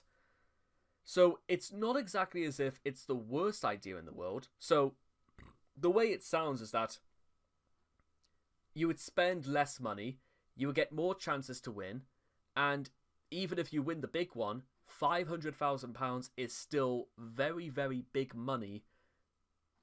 And guess what? There's nothing else to say apart from that. I think it's actually probably better than people give it credit for. In fact, I might even start doing that because, well, again, four goes to win, to become a multi-millionaire against hundreds of thousands of other people all across Europe playing the exact same game. It doesn't. The odds may be there, but it's also a highly unlikely venture. But still, somebody's got to win it. Anyway, what was I talking about again? Oh yeah, that's right. Very small but little changes, and stuff that probably is even economically maybe not the best option, but it's in the direction of a better option. Anyway, and by the way, in case you're thinking that sounds like, even then that doesn't sound like a great idea, well, compare this to what Chris does as well in this. In January of 2015, it was leaked that Chris had spent an absurd amount of money on Nintendo consoles and games, racking up 585 transactions in the last 4.5 years. That's like, let me I'll tell you what. Let's do a little bit of a fascinating calculation. Let's do it like this. So 365 times 4, add 1 because we're counting one of those as a leap year, and then half a year. So we're adding 100. We'll say 183 to be generous.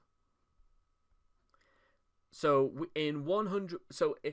on average, 1,644 days divided by 585 means that Chris is making a transaction once every 2.8 days. We'll call it once every 3 days for what it's worth. I don't know about you guys, but even people who are like video games journalists who play games for a living, I don't even think they would do that. I think a video games journalist, whether they work for IGN or Rotten Tomatoes or whatever, they would buy one copy of the game. They wouldn't buy anything, any downloadable content or anything like that. They would just do it and write a review for about it, push it out there, and they could earn the millions of, hundreds of pounds via the revenue if they put it on YouTube. And they also say too much water. God almighty, after 10 years, that is still going to stick with me, by the way. The most infamous review I've ever heard in my life. Too much water. And that was for for the Alpha Omega, the Pokemon Alpha and Omega remakes. A list which includes useless shovelware, hordes of first-party Nintendo software, virtual console games, and both versions of a game he doesn't even like. Why would you... And I know, guys, you're not reading that wrong, by the way. Games he doesn't even like, and he buys both versions of them. Why? I have absolutely... Is it because Chris is... Well, because Chris is a friggin' moron, that's why. Chris doesn't even think to boast or brag about owning every single Sonic game of them all.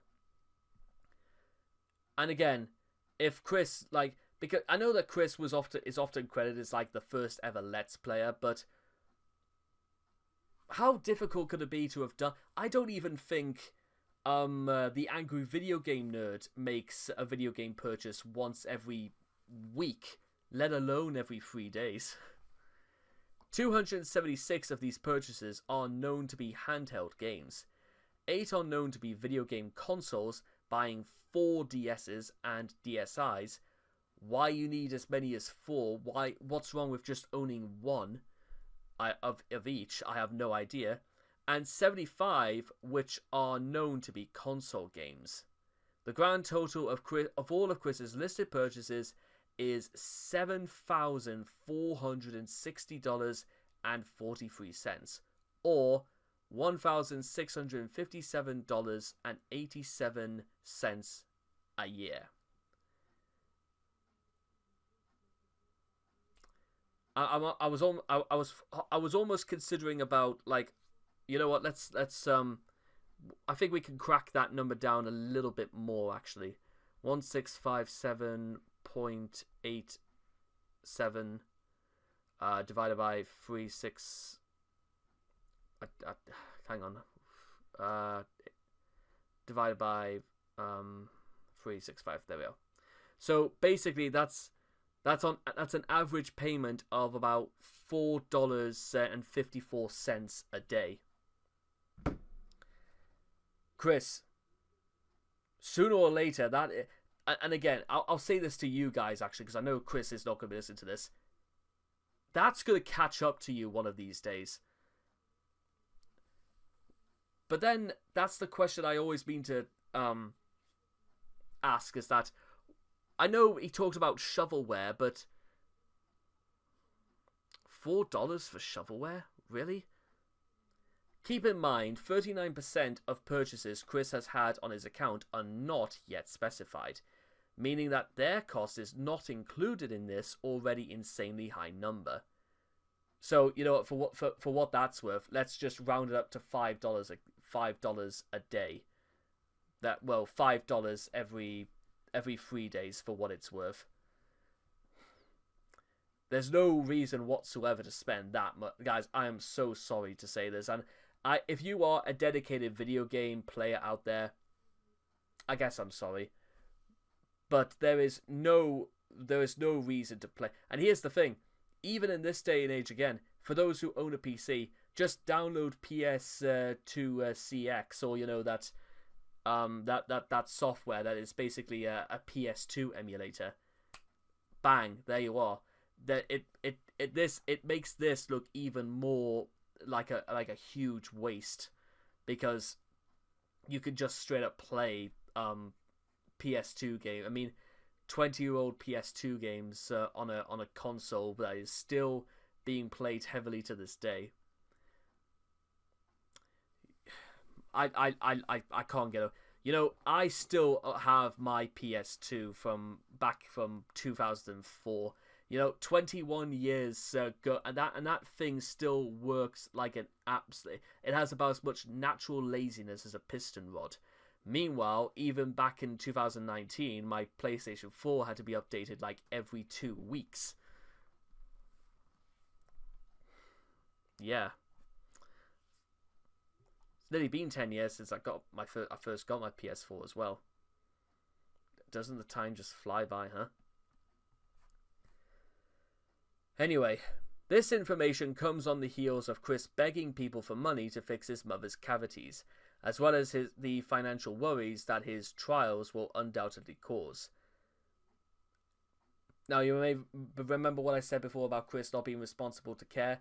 Well, it might also be down to the fact that Chris just does not have his priorities in order, or rather his priorities of what can I beg my audience to give me this time, so that so we don't ever actually have to work ever again. In July of 2016, a field agent provided the following account of Chris. In a painfully awkward situation where he did not have enough cash to pay for his junk food at a... Oh god, I remember this.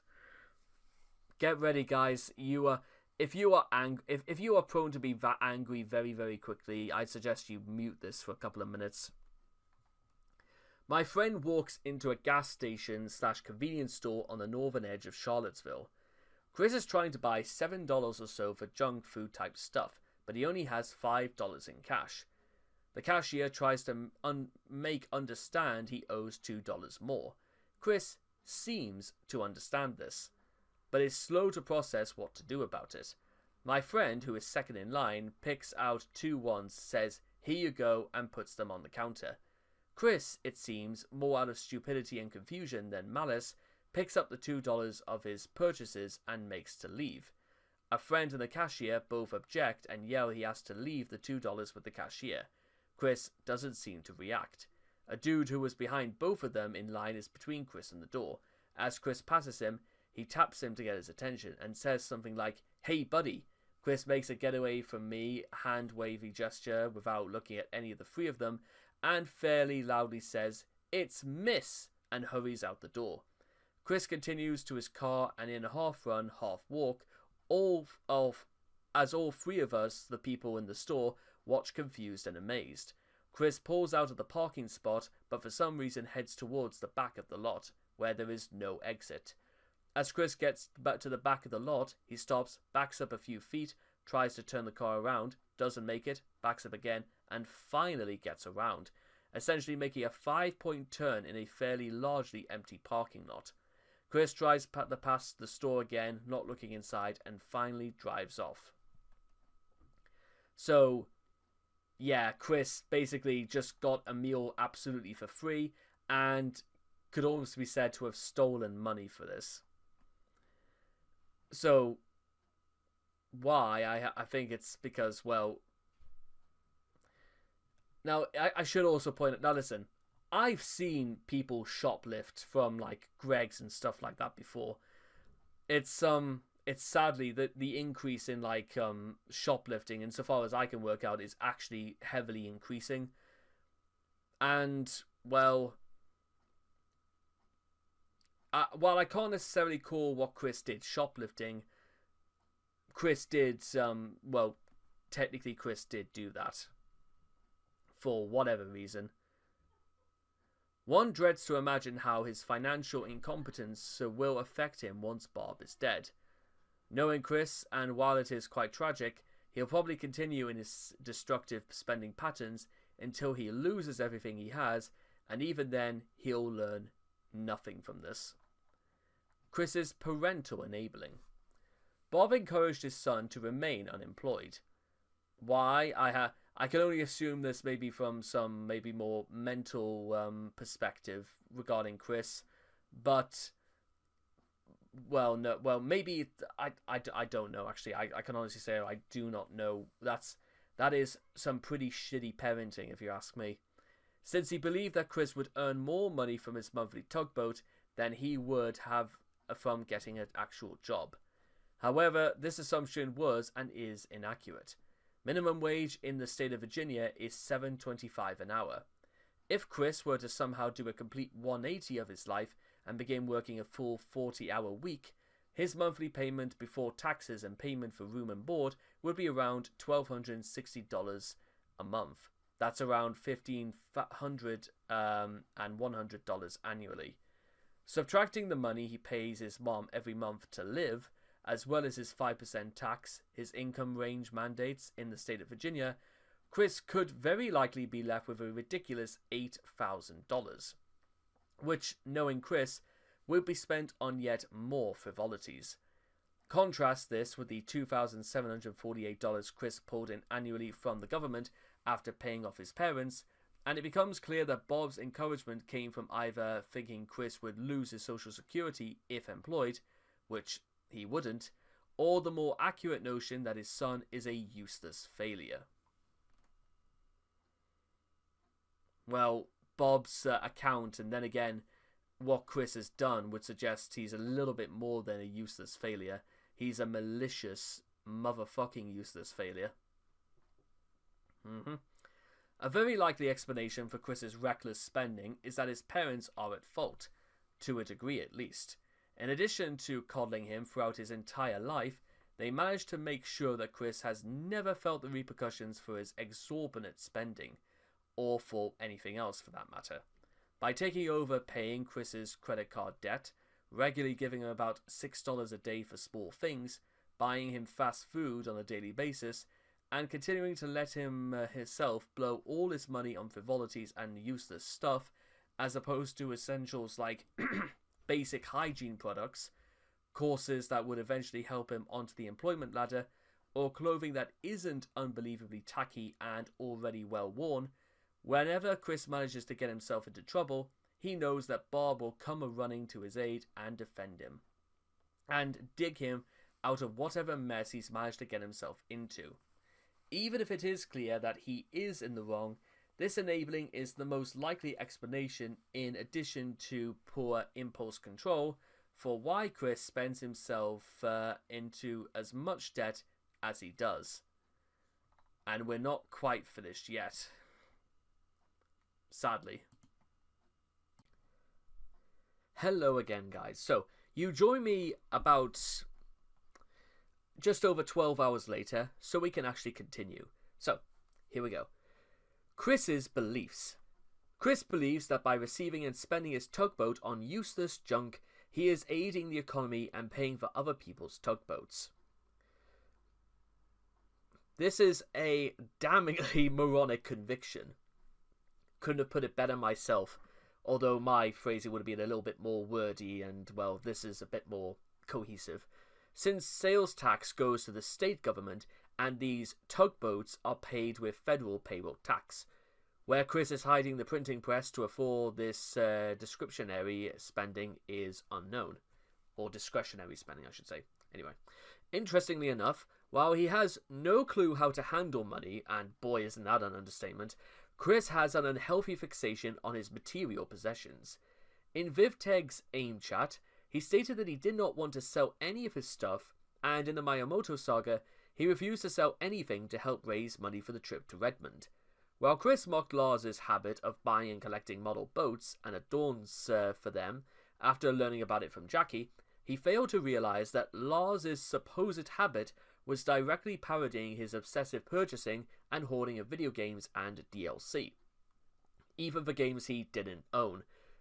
I'm glad that they're kind of making a point to mention this because again and again, because it bears repeating, because I don't think it really registers just kind of how insane the process is.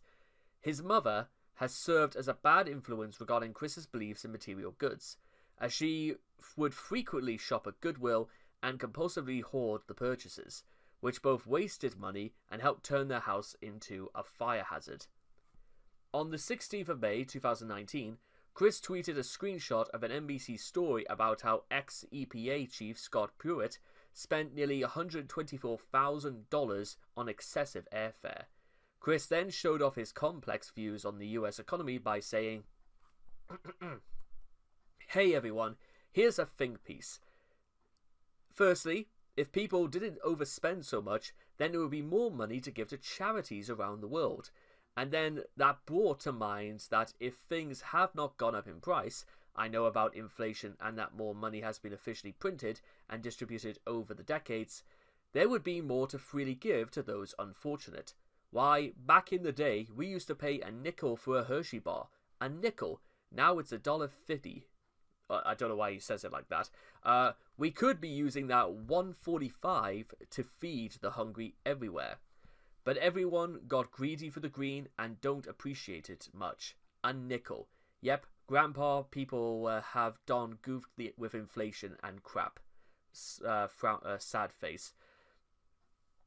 Now, while I don't necessarily have that sort of amount of time or even another 12 hours to go over every single issue with Chris's statement, because it's funny how people who know absolutely nothing about economic affairs or what would count towards an affair, and then again you have to also run the gambit about politicians. They'll be using things like £124,000 not just for not only for the price of the ticket. It could also include many such things as passengers who are traveling with him, and also things that he could probably claim back on expenses. Though with that being said, 124 does sound very excessive, and I can't unless you are literally flying out a small elementary school on first class for that sort of money. I can't really think what you could be spending something like that on. Though, again, to say that Chris doesn't know what he's talking about is also a running theme in a lot of these discussions, especially revolving around the economy and the economic affairs generally. After the house fire, on the 10th of January 2014, 14 Branch Lane Court burned down. This would undoubtedly place the Chandlers in grim circumstances due to the costs of rebuilding the home and replacing what was lost. Some of his fans pooled their funds to send him a care package with a money order for $500. Now, as I may have mentioned before, it also was accompanied with a rather touching letter written by Noel, the current administrator of the Kiwi Farms, and Chris immediately decided to throw shade at Noel and insult him, and, well, relatively unwarranted, and, well, even Chris's half-assed apology afterwards, after realizing his mistake, didn't really seem that, warranted, because the first thing Chris decided to do was to insult somebody over this act of charity. So, ironically, given what we said, and I know this was like 5 years later, what we said in the previous statement, but it's kind of ironic that even back in the day, Chris receiving charity was only met with disdain and suspicion. That's pretty interesting, when you think about it. Many concerned about Chris's due to his wasteful spending habits hoped that this would be the moment in Chris's life where he finally woke up and realized the importance of having a rainy day fund. Unfortunately, not even that has broken through Chris's thick skull.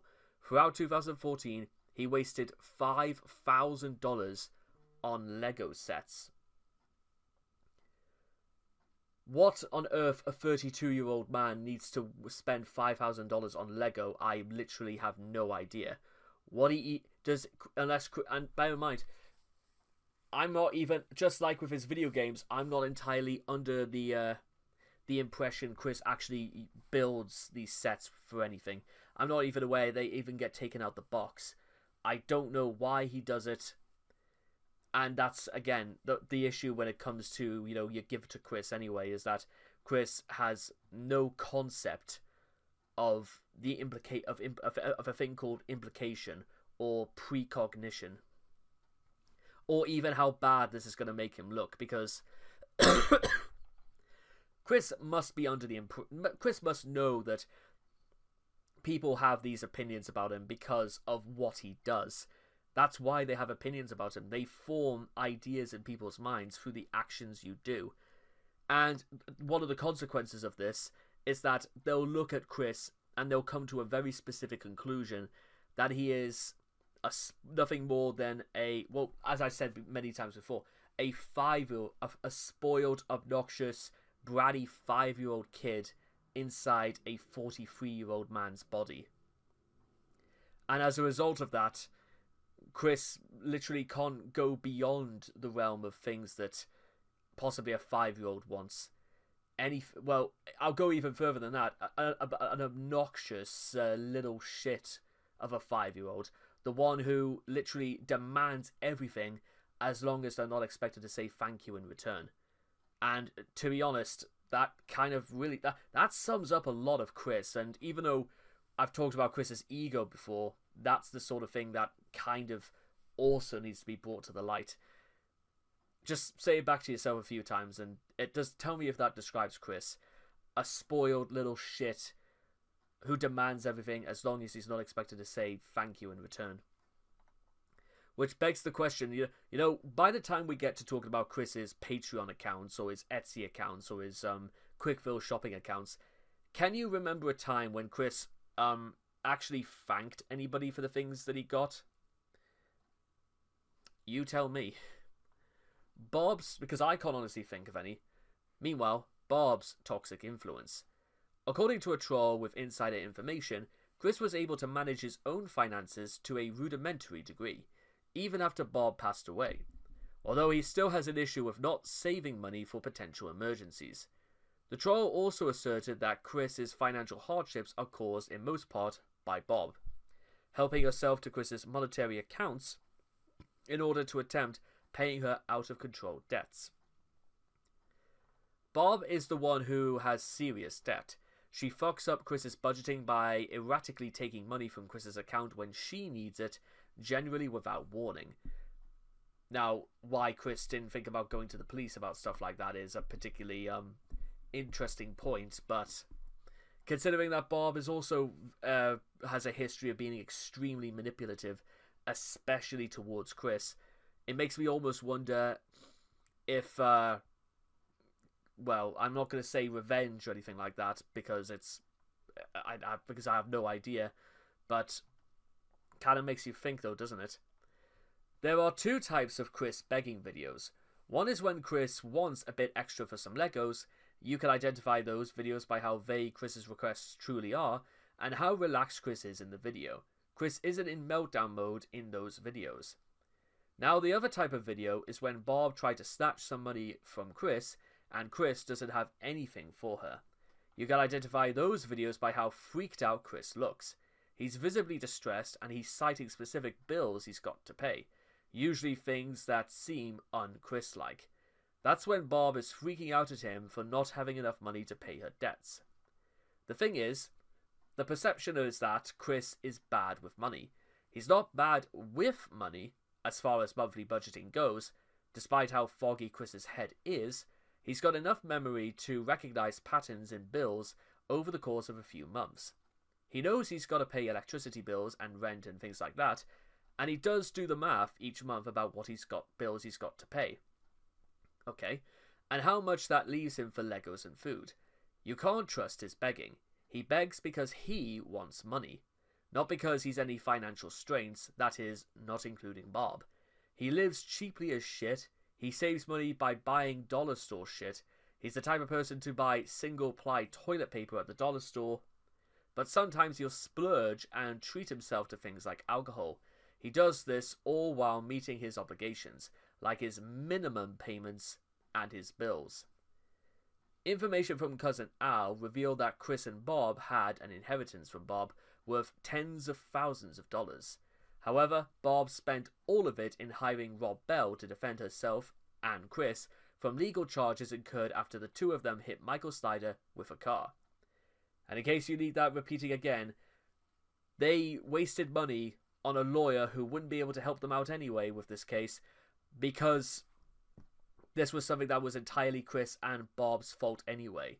It is literally as if they don't want to be helped because they can't help themselves because of what they do. And you know what I mean? It should be noted that a state-provided, and here's exactly why, a state-provided attorney would have been free and yielded the same result, pleading guilty. For the case was so cut and dry that even a lawyer of Bell's caliber had no chance of winning it. In November 2014, Chris revealed to Renee that Bob was borrowing money from his life insurance. Although a Kiwi Farms post in the wake of the bombshell that Chris had been in a sexual relationship with Bob, No revealed that Chris nonchalantly stated in their final conversation with each other that he had control of her bank account by then, which allowed him to swipe $750. That said, it's unknown whether or not Bob actually used to exploit his finances before the roles eventually switched at some point, not to mention, if so, when. And by the way, the only reason why No actually knew any of this is because No had access to Chris's email account, and when you do like receive payments or you receive money in some sort, you get like an email notification, and it's, well, No quizzed Chris about this, and when Chris revealed that he did steal the money, No just said, right, that's it, I'm done, and basically gave the evidence to Greene County because, yes, absolutely, it's classed as evidence. And because I know fine well No was just done at this point, he just straight up gave the evidence. I don't really feel like it would have been a question of No could have been seen as accomplice to a violation of an EPO, because by that point, I just don't think No cared. And that's not even a bad thing either, because honestly, if I was in Noel's position by then, I would have done the exact same thing. Because apparently Chris found blessings in the minimum abundance he needed. No, you did not, Chris. You just stole it from her. Bank lawsuits against Bob. In 2016, two banks, Discovery and Capital One, sued Bob for not paying over $20,000 total in debts, leaving the Chandlers even further in financial turmoil. $20,000. What in the fuck was Bob doing? Bob herself appeared in multiple videos in 2016 to 17, trying to scam people into donating to her. Donations required serious please help, donations requested please, donations further requested please, and emergency home update.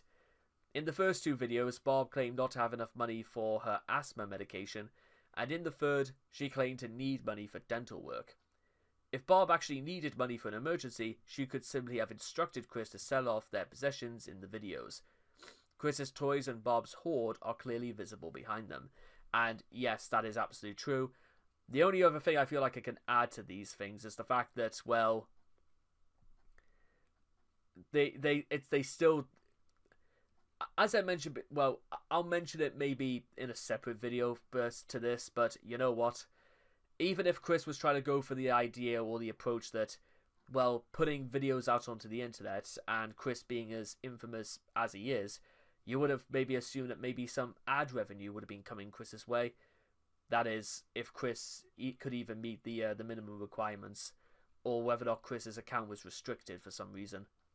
I have no reason to suggest possibly why this is, but why Chris didn't just, like, I don't know, do meaningful YouTube videos every so often and actually cultivated some money here and there.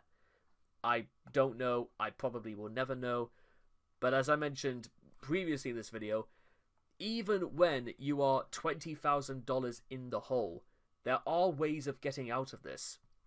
And as I mentioned before, you change your habits very, very... But then again, when things are this bad, you kind of need to do something rather drastic. And I'm not suggesting, rob a bank or anything like that. Now, we'll be covering the full extent of Chris's debt in a separate article because, well, this is going to need a lot to talk about. It's also going to play a bit of a role into the financial crisis, so we're leaving that out for now. Subscription services. Chris has been subscribed to various services over the years. These include Clip Studio, Crystal Council, Disney Plus, HBO Max, Patreon, and Tokyo Treat. I would say, on average, including all of those, Chris is going to be wasting at least $150 or so a month. When $150 you could have literally not spent on any of these. In fact, you know what?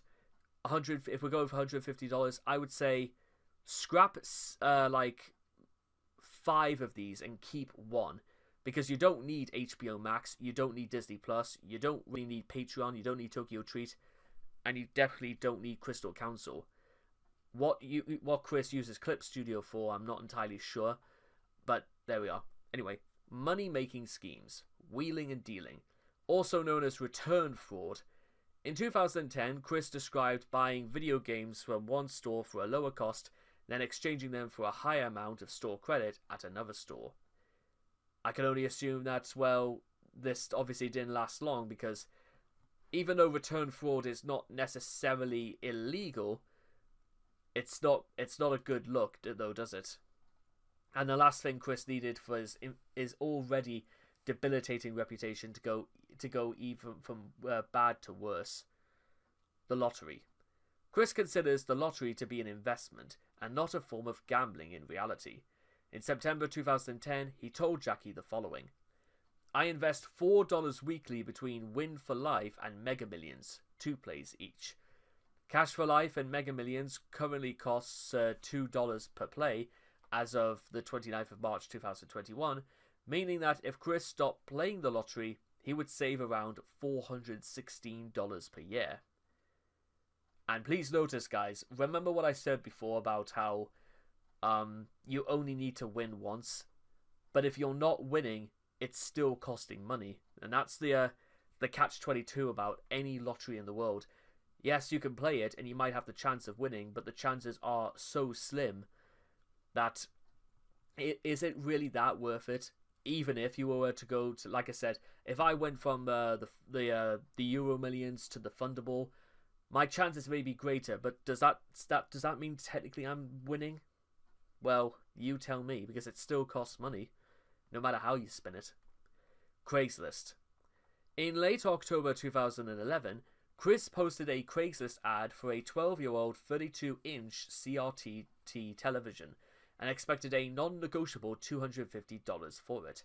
In reality, this is about the price of a new flat-screen HD TV of that size, and he would be lucky to get a tenth of its asking price. Chris placed 2 cars for sale on Craigslist in September 2014. One was a debilitated, rusty 1997 Cadillac with a cracked engine block that hadn't run in over a year, despite having a market value as scrap of approximately $150. Chris demanded $5,000 for the automobile, insisting that the cracked engine block made the car a great fixer-upper. This is despite the fact that Chris knows literally F all about the implications about having a cracked engine block and how bad it makes Chris look if the car has not been running for over a year and you did fuck all to actually get it repaired. Guys, I never thought to mention this before because it didn't seem relevant anywhere, but my uncle is a mechanic. He has been fixing cars and modifying cars for 50 years. If I literally rolled, because there's no way that car will ever be going again, if I rolled it to my uncle's garage, which is like 15 miles away, so it's quite a brisk adventure that would be just getting it there. It's also very, very hilly going to where my Uncle Phil lives. And by the way, I say Uncle Phil. By the way, guys, he's not Phil Mitchell. So let's quell those rumors right there. This rumor will that reference will only make sense to people in the UK. So if you don't live in the UK or you don't have any idea who Phil Mitchell is anyway, this reference will make no sense. So I apologize for that. But basically, which is kind of ironic because he kind of looks like Phil Mitchell actually, just quite short, like a very shorter version of Phil Mitchell. Anyways, if I showed him the Cadillac, he literally would have laughed me out of Gateshead, because there's no way he would ever look at it. Actually, the more I think about it, even if the car was running again, I don't even think it could make the journey to Gateshead, because I was not joking when I said it's a very hilly journey. Anyway, Chris also placed his mother's BMW Z3 for sale. The 1993 BMW Z3 is currently listed on the Runarock Craigslist for $10,000 OBO. Kelly Blue Book estimates the car with 70,000 miles, and in a fair condition is worth $4,318. Chris describes the car as mint condition Z3 model, like a go-kart with rocket power. seriously fun to drive, 5 speed, and pure joy with the top down. Color is jet black. Now, can I just make a point about this? That does condition like new, so it's so Chris is already like color is jet black, mint condition, but it's like new. Chris, what? Hang on, I've got to do the old. Hang on. Bullshit. Bullshit man strikes again, it would seem. Pawn shops. Chris occasionally visits pawn shops or similar businesses, among them Snooki's pawn shop. I thought she was in Jersey Shore. What's Snooki doing opening a pawn shop? GameStop and Plan 9 Music to sell his old toys and video games so that he can afford new ones. I feel like that doesn't really like. Honestly, I don't even think that's even a good idea, you know. I remember the last time I ever traded in a video game, I think it was I traded in Uncharted 4 back in 2016. They offered me £8 for it. And I said, no, I was not interested in £8. And you know what the funny thing was? Uncharted 4 came, it came as well. It came as when I actually bought the PS4, it came with a free copy of Uncharted 4. So I literally could have got £8 for nothing anyway. So maybe I made the wrong decision actually the more I think about it, but so be it though. I think honestly it's a bit I'd much rather have it than, well, you know, eBay. Chris has long used eBay to sell bits of his toy hoard. He doesn't put much effort into researching prices and often lists items at vastly inflated prices. In August 2016, he listed a used VHS edition of Aladdin with a buy it now price of $3,000. There were no legitimate takers, probably because one can buy the same edition on Amazon for 1 penny plus shipping, but still. In June of 2019, Chris's account was restricted, and all of the active listings were removed. 2 reasons for the restriction against Chris are possible. Neither his seller approval rating was abysmal, 84.7% on the 21st of June 2019, or that his PayPal account was in the red. Oh, and by the way, just to clear this up, for anyone wondering why Chris listed £3,000 for it, is because Chris was under the false belief that the Black Diamond edition of Aladdin, which he did own, was apparently worth thousands of dollars.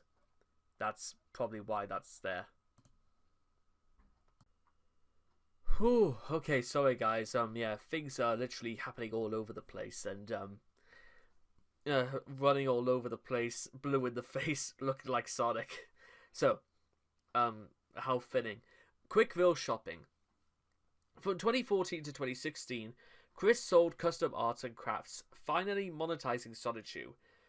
Though eBay, Etsy, through eBay, Etsy, and then Lulu, before losing his business due to stress, aka laziness, backwards financial logic, and issues regarding, what's that little word?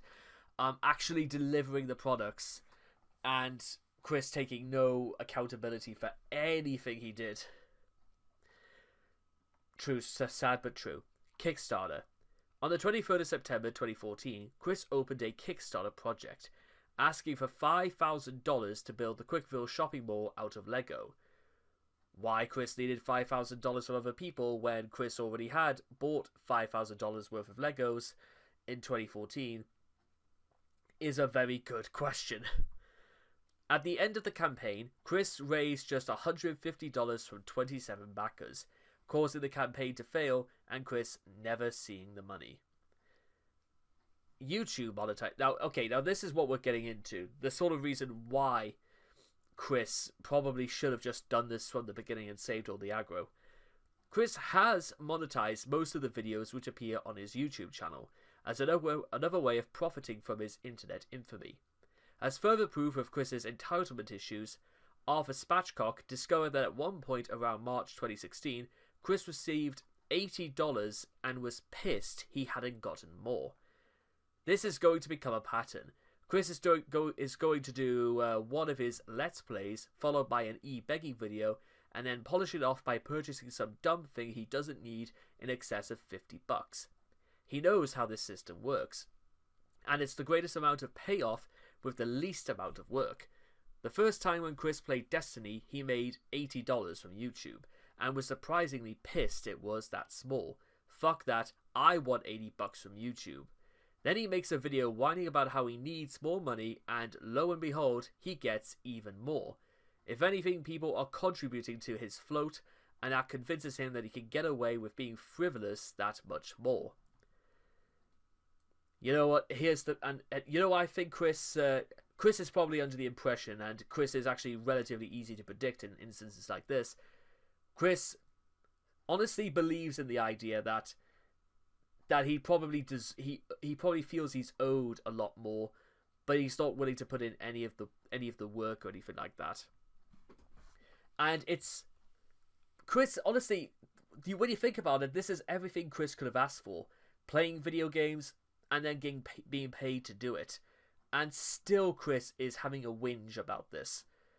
You couldn't honestly make it up about how completely, utterly, selfish and delusional Chris could possibly look. And again, this is him just, this is again just the aspect of just video games or anything like that. What about anything else? Chris could have talked about Solitude to the same extent and got paid. Chris could have done anything else. And it's obviously so much easier to have done this in 2016 compared to 2008. But what could you do? Nobody, Chris. Oh god, it's so frustrating. Social Blade estimates that as of the 12th of December 2019, Chris could earn between $245 and $3,900 per year. But there are many factors, such as content ID claims, that make it very difficult to estimate the true value of any YouTube channel. Let's Plays. In March 2016, Arthur Spatchcock introduced Chris to the idea of doing Let's Plays to boost his online activity and help him gain some more money through YouTube's monetization program. The plan fell apart after Let's Plays of Destiny and Uncharted, since by that point Chris was too lazy to play video games for money, and he simply wanted to beg from his audience instead. I honestly, I don't why, Chris? You think people are just gonna give you the money because you ask for it? That's not how that works, Chris. It's like it is almost like the pioneer of the OnlyFans content creator. Except Chris lacks any of the charm, any of anything that people, any. Chris is just a glorified con artist. And there's not much else to it than that. YouTube, I mean, Chris is no what's her face, blue balls lady. I don't know who she is. Something blue at any rate. YouTube support button.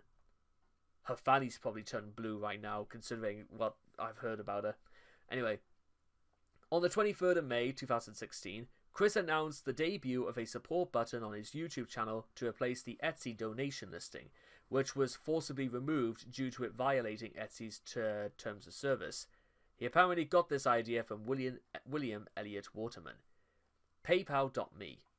Quickville Shopping, announced on the 11th of May 2017.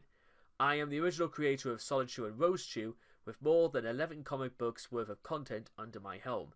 Please donate to help me quell my financial problems that quell my creativity. AKA, give me the money and I will tell you which way to go. Unbelievable. As though Chris thinks that literally 11 comics is all you need. Well, more than 11 comics, but how about you be specific, Chris? You didn't have any issues with being specific about the only reason why you want people's money. prostitution. And isn't that a segue? On the 19th of June 2016, aka Father's Day, Chris decided to become a prostitute. He has yet to receive any takers. Good. Moving on. Begging. One of the earliest instances of Chris's begging for money was in December of 2009. Chris exhorted his alleged European fan base to donate 1,000 euros in order to remove troll ads from the Wikipedia. 1,000 euros in 2009? What would that be the equivalent of? Like 300,000? Okay, maybe I'm exaggerating, but even back then the dollar was pretty much worthless. In 2014, after his house caught fire, Chris again resorted to begging for money, placing extra emphasis on "my mother and I really need the money," despite dropping more than $5,000 on the expensive Lego sets to feed his worsening addiction. One would think that Chris would have wisened up to the fact that his wanton spending and lack of gainful employment are contributing to his woes. But one glance at his May 2014 Facebook posts could easily tell you that he's seeing his situation as an avenue to get stuff from people, the most ridiculous of which being a $300 sea cow on his wish list, which would not benefit anybody but himself in the slightest. In 2016, Chris's begging drastically increased as a result of the channel's stubborn refusal to live within their means. That year saw Chris spend over $1,000 on toys, with both Chris and Bob had court cases resolved which penalized them with steeper costs. In addition, Bob joined in to the begging, appearing in 3 videos so far. He asked for donations, or at least mentioned them, in many of the posts and videos he made in 2015 through 2016. At first, this was supposedly to fund his production of Solitary merchandise, but he soon shifted to saying that he and Bob needed help with paying the bills and buying groceries. While it's entirely possible that Chris was simply lying to get more money for useless crap, as Chris has the habit of doing, this indicates that the financial hardships which many people have warned him about have finally arrived. Only time will tell how his financial situation ultimately plays out, but given Chris's attitude and inaction, the future definitely does not seem bright. Theft. Chris has a history of indulging in 5-finger discounts that he attempts to keep secret from prying eyes. As far back as 2009, if not before, Chris would steal increasingly larger sums of money from his mother's purse for personal use, and use both of his parents' credit cards to finance his gaming addiction, as revealed by the Ivy Q&A, despite Chris insisting that his behaviour was in the past. He would engage it with apparent reckless abandon regardless, stopping only when forced to after Bob discovered just how much he had purloined. Years later, Chris would rob his mother again, in much darker and far more damning circumstances.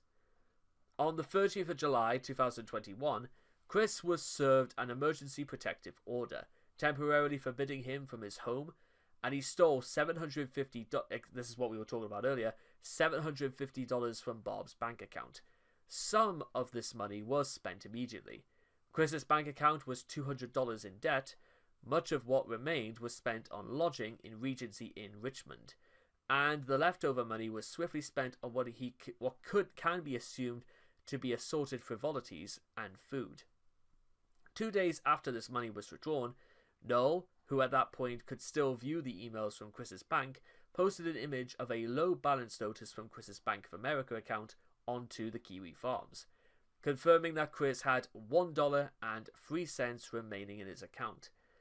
In a letter he relayed to Noel a couple of months later, he claims to have spent $150 Patreon payout back to Bob as compensation for stealing the money. That still leaves you with $600 to spend, Chris. It's not quite good enough so far. However, this is predictably a lie, since not only did Chris's Patreon get shut down very quickly after the leaks were made, but even if it wasn't, Chris would be forced to wait until the next Monday due to their payout waiting period of 1 to 3 business days, something that Chris himself acknowledges in the same letter. In the comic, what the fuck is a C quarter? What the fuck is a W quarter? Nobody explained any of this shit to me. Brent Daniel upon discovering Quickville's weird currency. In the Sonichu comics, it is clear that Chris has no idea how money works. Sonichu, Rosechu, Paddy-chan, and most likely all the other characters live off welfare, just like Chris in real life. What a hero. He seems to have no concept of tax, or that it's the American populace who pay for his bullshit.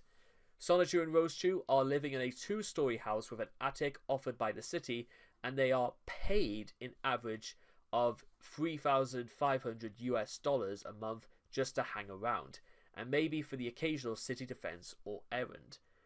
While legislating as mayor of Quickville, he equated 10 years in prison to a fine of $1,500. He also equated 50 hours of community service to $500 for any sexual violations. Considering that we know that Quickville forbids things like homosexuality because Magi-chan literally scours the minds of individuals, turning Quickville into something even more extreme than a police state, straight up bordering on Fort Police State. I'm surprised that, well, that would count as a violation for even thinking about it. Absolute nightmare. In episode 19, it's shown that Quickville actually issues its own currency, in the form of C quarters and W quarters. 10 C quarters make up a W quarter. Don't bother asking how that makes any sense, considering what the word quarter means. Our best guess is that C quarters are 25 cents and a W quarter is $2.50. Nor does it explain why fines are levied in US dollars, perhaps to bolster the dictatorship's foreign currencies reserves a la North Korea. This makes even less sense considering Quickville is meant to be a part of the United States. Let alone cities cannot print their own money despite holding considerable power over their own affairs. The Constitution explicitly forbids anyone else from than the federal government from issuing currency.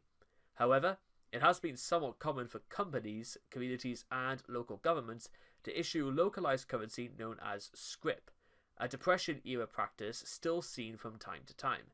Chris, being Chris, and likely reading Goosebumps instead of paying attention in class, likely is wholly unaware of this information. On the Wikipedia article on Sonichu, Chris wrote that Rosechu is usually the one who cooks for her family, but when Sonichu cooks for his wife and kids, he will go as high in portions as a banquet, even though he only cooks for 5 individuals. This suggests that Sonichu is just as frivolous with money as his father. Kind of makes sense though, doesn't it? In fact, yeah, no, it just makes too much sense. Chris shows his complete misunderstanding of the stress his ideas would put on the American social security system if he was left in charge of it. In a text called A Sonichu and Rosechu Christmas Story, this is where the idea of soup hotels came from. Even the homeless have a place to stay in the 10 soup kitchens / hotels. Chris with a very bad idea indeed. Chris depicts soup hotels as buildings 10 stories tall with between 10 and 20 rooms per floor, equipped with single homeless shelters with dormitories, common rooms, and shared TV sets. Chris thinks the homeless should be treated to all the comforts of a bona fide hotel. This means that, in Quickville, there are around 1,500 homeless people left outside. This might be as a result of the local industry, choked by heavy taxes needed to pay these social expenses, being unable to make a profit there and thus moving away. In Sonichu issue 10, Ultra Sonichu had and a bevy of Rosechus stop at a soup hotel. The building is labelled Soup Hotel number 17, implying that Quickville has to have opened at least 7 new homeless shelters in the span of a month. Or they're just bad at number of things, who knows. Or more tellingly, that the economy of Quickville is crashing to the ground fast. And it actually, maybe it isn't, because even by this standard, these, I mean, super hotels is one thing, but these are nowhere, could nowhere be near as bad as the shanty towns or Hoovervilles in the wake of the Wall Street crash. But what do I know? This is I'm trying to argue real world disasters compared to a comic about a Sonic recolor. What am I doing? In other works, in Mumble Chat number 6, Chris discussed making a TV show called The Chris Chandler Show. One of his demands, I would say threatening demands when you think about it, was the show should not have any commercial breaks, either showing a distinct lack of understanding as to how a TV station makes money, or perhaps he plans to sell the advertising fees to a single company so that they can play a long ad in the beginning of the airtime and leave the rest of the show uninterrupted, a la the season premieres of 24. We cannot know for sure, but he has probably seen at least one show that has done this, and gathered the idea from there. In Mailbag 29, he stated that $10 an hour is a reasonable price to pay for sex with a prostitute. I'm surprised that Chris did not get blacklisted for saying stuff like that. To show his further ignorance of simple economics, Chris proposed a chain of state-run brothels, you're hearing that right, where this shockingly inexpensive fee would not only pay women for sex, pay the salary of a pimp, pay for STD testing for the prostitutes, but would also pay for the free sex ed classes for virgins. I feel like I'm going to be sick. In real life, according to Chris, he tried to scam his way out of paying for sex with a Craigslist prostitute who was charging $100 per hour by telling her about the trolls, his life story, and his many personal problems. He said the prostitute then hung up on him. Chris also proves us that, in the possibility of being part of a family, he wouldn't be the main provider. In the Playing House video, his sweetheart of the moment is portrayed as a successful journalist with high ambitions while he's a stay-at-home dad. Even though he portrays himself doing hard work, like changing diapers and watching over the kids, in his last role, he's so incompetent that he needs to recruit his preschool daughter to watch over his son when he's shopping. This is paralleled by his real-life situation. With Bob gone, one would assume that he'd be the man of the house, and assume some responsibility for once. Unfortunately, as evidenced by his admission in court, Bob is still pulling his ass out of any such concept of paying his court fees. Keep in mind that, by extension, Chris is being minded by an ailing woman's retirement money, which was used to bail him out of a mess that he started, while he wastes his own money on meaningless frivolities. At this point, I think Chris just views the idea of getting in trouble with the law just commonplace, and not something you should do everything to avoid. And this is and I'm not saying Chris being, a law-abiding citizen or anything like that. It certainly would help. We're just asking for Chris to just not get into trouble. How about you just view it like that? Don't try and be good, because if you honestly can't commit to it, just don't get into trouble. That doesn't mean to say do things as long as you don't get caught for them, because we see where that leads.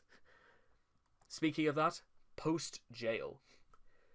On the 27th of March 2023, Chris would be released from jail by court order.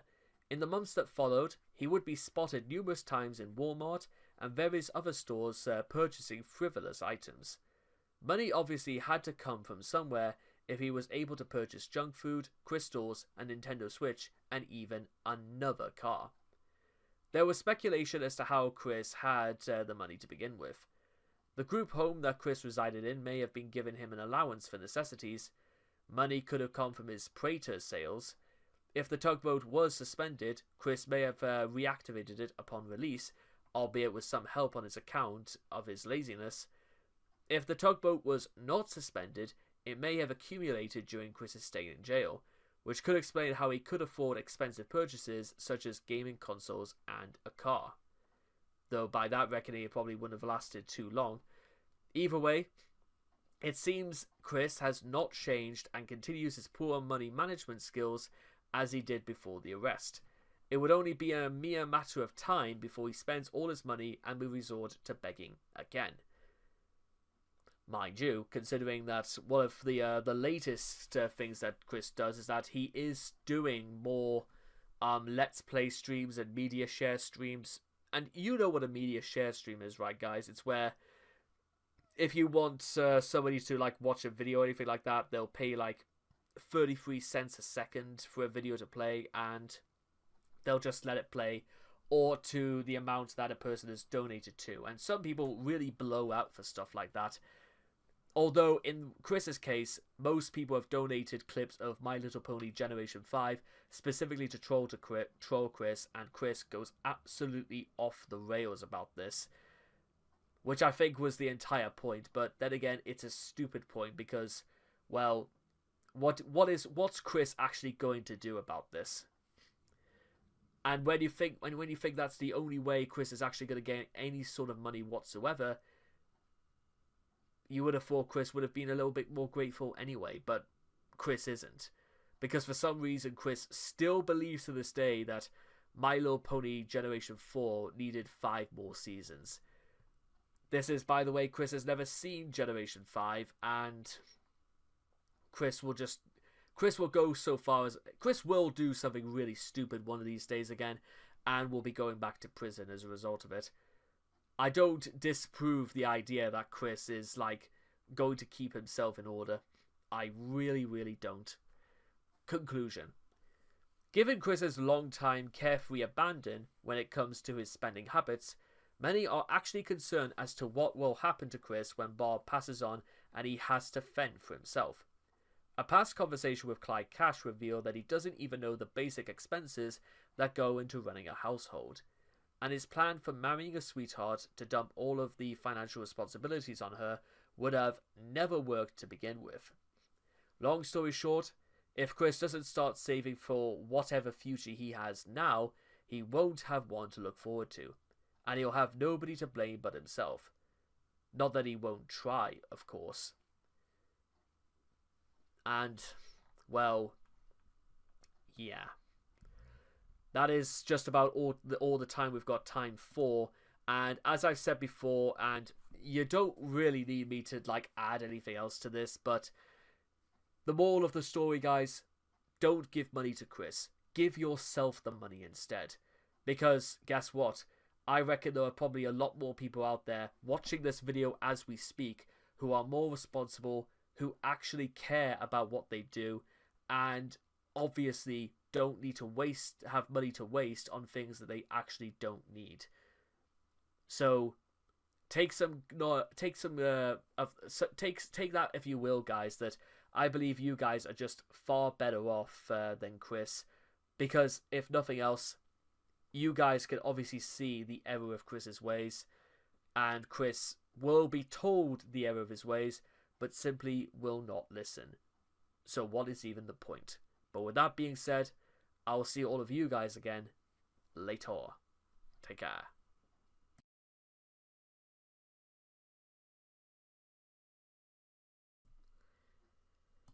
Okay, so hello everybody, and funny story. This is actually, usually I am very, very adapted, very, very professional at this, but this article was the very first time I was about 10 minutes into the video, and I didn't even have my microphone actually plugged into my computer. It doesn't matter anyway, because we were just before the halfway point of this article, and for reasons you're about to see, it's still interesting to read on like a second attempt. But yeah, that's like the first time since I've been doing this that I, like, nearly a year and a half now, I've actually forgot to plug my mic in. So yeah, it's one of those things that happens. Speaking of things that happens, She Came for Quick.jpg is here because apparently this article is deemed boring and needs more images. Make it better by inserting some of Chris's shitty drawings. Now that now that we've done all that, shut up and buy my toys, please. Chris to a potential customer. Which, like I've mentioned this before. Have you ever known Coca-Cola or some of these other brands saying shut up and drink me. You know, have you ever come across an ad that is so blatantly aggressive and demanding?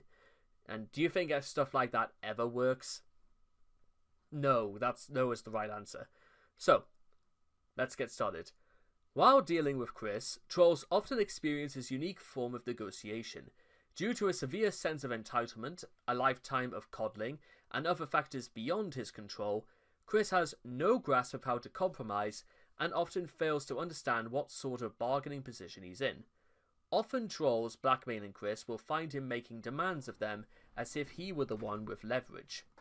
Conversely, some have experienced the oddity of having Chris run away from a situation where he was purposely given the upper hand. When it comes to dealing with Chris directly, something you probably shouldn't do unless there was any way you could avoid it whatsoever, one can only expect that he will always take the path of least resistance, even if it doesn't benefit him. And for examples, the concept of compromise. Negotiation is based on compromise. Both parties must work together and make concessions to each other to find the best possible solution to their problems in a satisfactory manner. Chris clearly doesn't understand this, and arguably cannot understand this. Given his severely stunted ability to understand that other people have thoughts and opinions that differ from his own, being completely egocentric, Chris believes that in any exchange, both parties must share the same viewpoint, that is, his own. Chris can't stand any form of prolonged confrontation and quickly tires if his demands aren't met exactly as he has made them.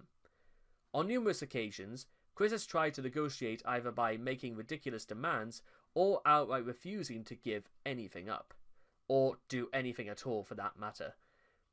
After he makes his case, his mind is theoretically closed on the matter, and he is unwilling to budge. When further pressed, he often shuts down completely and walks away from the table, into the waiting arms of his PlayStation 3. Other times, Chris just asks whoever he has bothered if both of them can just forgive and forget. Chris, this is not Care Bears and it's definitely not Sesame Street, so no, they won't just do that. Chris burns down an entire children's hospital and tells the parents to forgive and forget. He said this to Michael Snyder when asking about being unbanned from the gameplays 2 years after his original ban. That may be somewhat understandable, but Chris also tried the same excuse a day after he doxed Mr. Smith. It's worth stating that Chris once claimed Bob was a very strong negotiator, and that Bob used to have better negotiation skills. Given their history of feuds with authority on Chris's behalf, it's safe to assume where his approach to conflict solving, and that's putting it charitably, had come from. Or we can point out where it sort of came from, and where it didn't sprout and eventually died somewhere in the darkness, presumably in the same closet that Chris was locked in, surrounded by toys in darkness. Some say Chris is still locked in that closet. Sorry, moving on. Chris's attempted negotiations. 1. Mary Lee Walsh. Mary, I've slept on it, and I have realised that note hanging is not the way to get attention, and I don't really want to meet with either you nor Susan, no offence. I'll tell you what, let's forget the meeting, and if you allow my newsletter to stay in distribution, I would do all of the following. I will never hang notes on the wall again. I'll consider stopping my silent treatment on Susan. I'll consider, by the way, that I would stop him immediately and say that, Chris, you kind of have to, you'll mature and you'll apologise to Susan. Notice how Chris does not even say apologise for anything like that. It's more about how can we get Chris to worm his way in without actually having to say anything was his fault. I'll consider knocking you and Susan up my scale of respect, each by 2 points. 0 equals no respect, 10 equals respect. Outside of, the phrasing of knocking up, but let's get to the crux of this. One of the earliest examples of Chris's attempts at negotiations are in emails between Mary Lee Walsh and himself. Shortly after she arranged a meeting to discuss his relationship soliciting on campus, Instead of just apologizing, Chris vowed to never hang notes on the wall again, and to consider stopping my silent treatment of Susan Hannifin, a PVCC guidance counsellor. In exchange for letting him continue distributing his newsletter and cancelling the meeting, to further sweeten the deal, Chris offered to knock Walsh and Susan up my scale of respect each by 2 points. Ignoring the horrible choice of words in regards to knocking up 2 of his female superiors, Chris believed that an imaginary measurement of his personal opinion was a extremely important bargaining chip. This is an example of how Chris behaves in negotiations, where he wants something from another person by offering minimal effort on his part, but expecting full returns from the other party. About 5 years later, after the conflict resulted in temporary expulsion, Chris expressed interest in putting aside his differences with Walsh. After graduating 3 years prior, mind you, but, let's say the 4 counts, I guess. However, rather than admit to repeated misconduct on campus, up to and including aggression towards her, he focused squarely on designing a villain bearing her name as something to be remorseful of, leading to Chris personally delivering a hand-framed apology drawing to the PVCC, when he could have easily tried contacting her by email, provided she hadn't blocked his address. I mean, there's that. To make a long story short, Chris expected someone he had previously made into his own personal target of revenge fantasy to graciously accept this ludicrous attempt at reconciliation, and when she inevitably did not do this, his hatred of her instantly reignited. Even that was not the final time he demanded she make peace with him, and repeal his ban from the PVCC.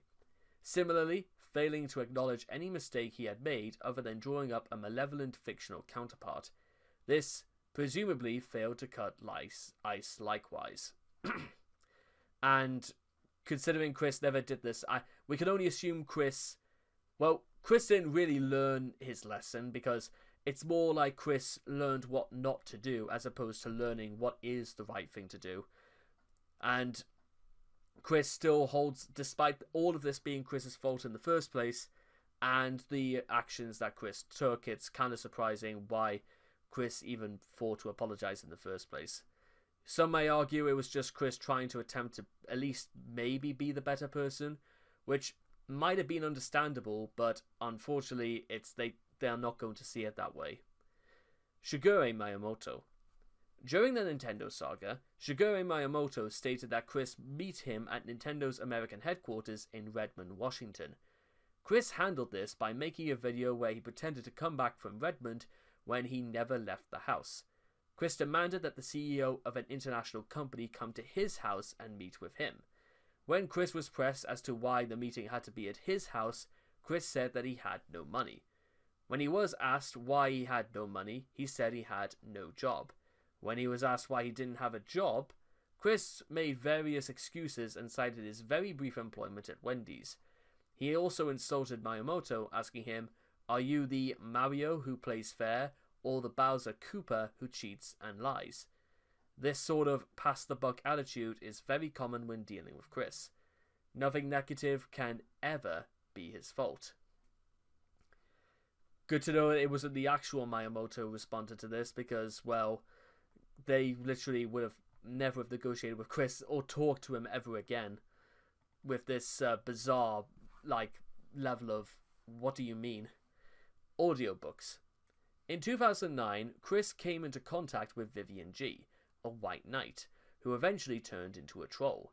Vivian was very helpful to Chris at first, but Chris refused to hear any of her input. As a result, their relationship soured, and Vivian started a popular Sonshu parody audiobook that Chris despised. Chris ranted and raved, demanding that the audiobooks be removed, and when they were not, as they never were going to be, 1 month later, Chris quickly changed his tune. After taking out a copyright on the name Sonichu, Chris believed he now had magical copyright powers, and demanded that Vivian give him 25% of all the profits she made from the audiobooks, which was $0, by the way. Overnight, something that he made death threats over, because not only Well, because they were not only welcome, but highly sought after. And Chris, again, never suspected the idea that they were just lying about this. Because I don't even know, or even can begin to guess what YouTube monetization was back in 2009, if it was even a thing. When was, actually, I'll tell you what, I'm gonna look this up right now. I'm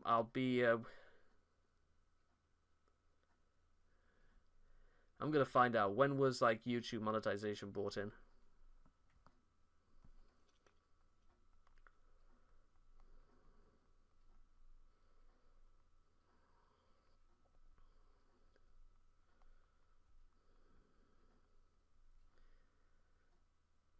December 2007, with the launch of the YouTube Partner Program, allowing channels. Okay, there we are. And then in 2012, it opened them up to all parties, not just those at the very top of the tree. Okay, fair enough. Jack Thaddeus.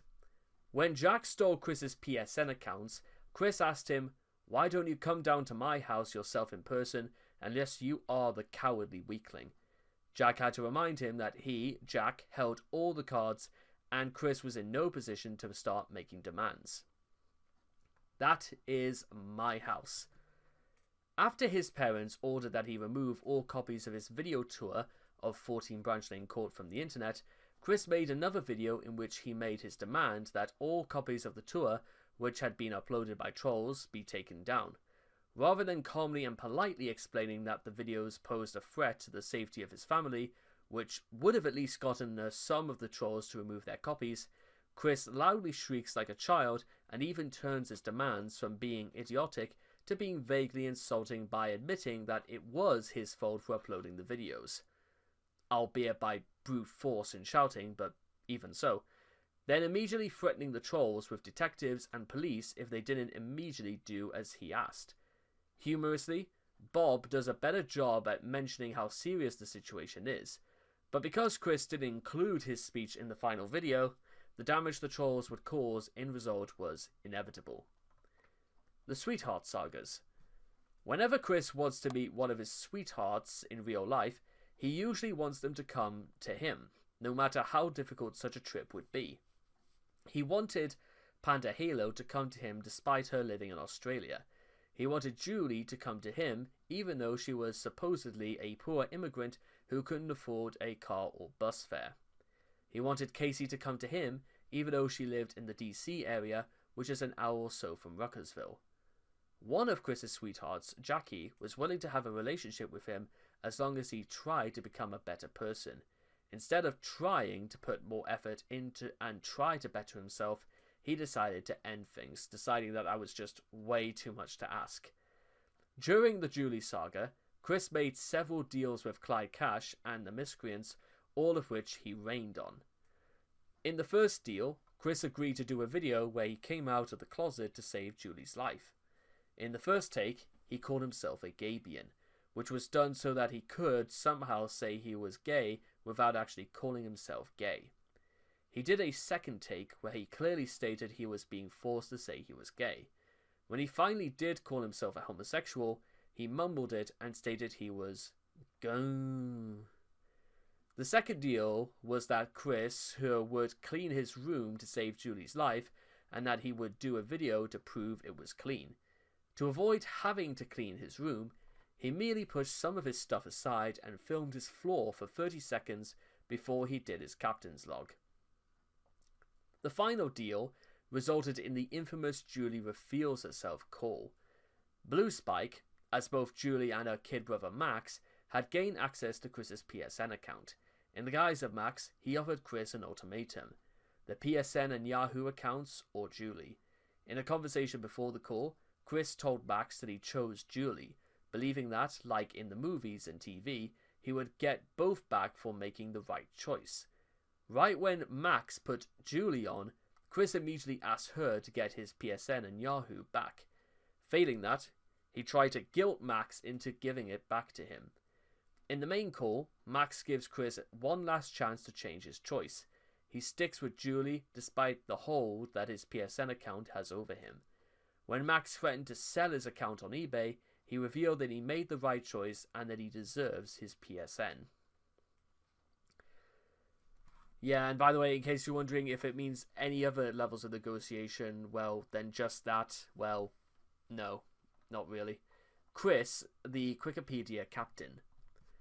When Chris was given his own wiki for free, he demanded complete executive control from day one.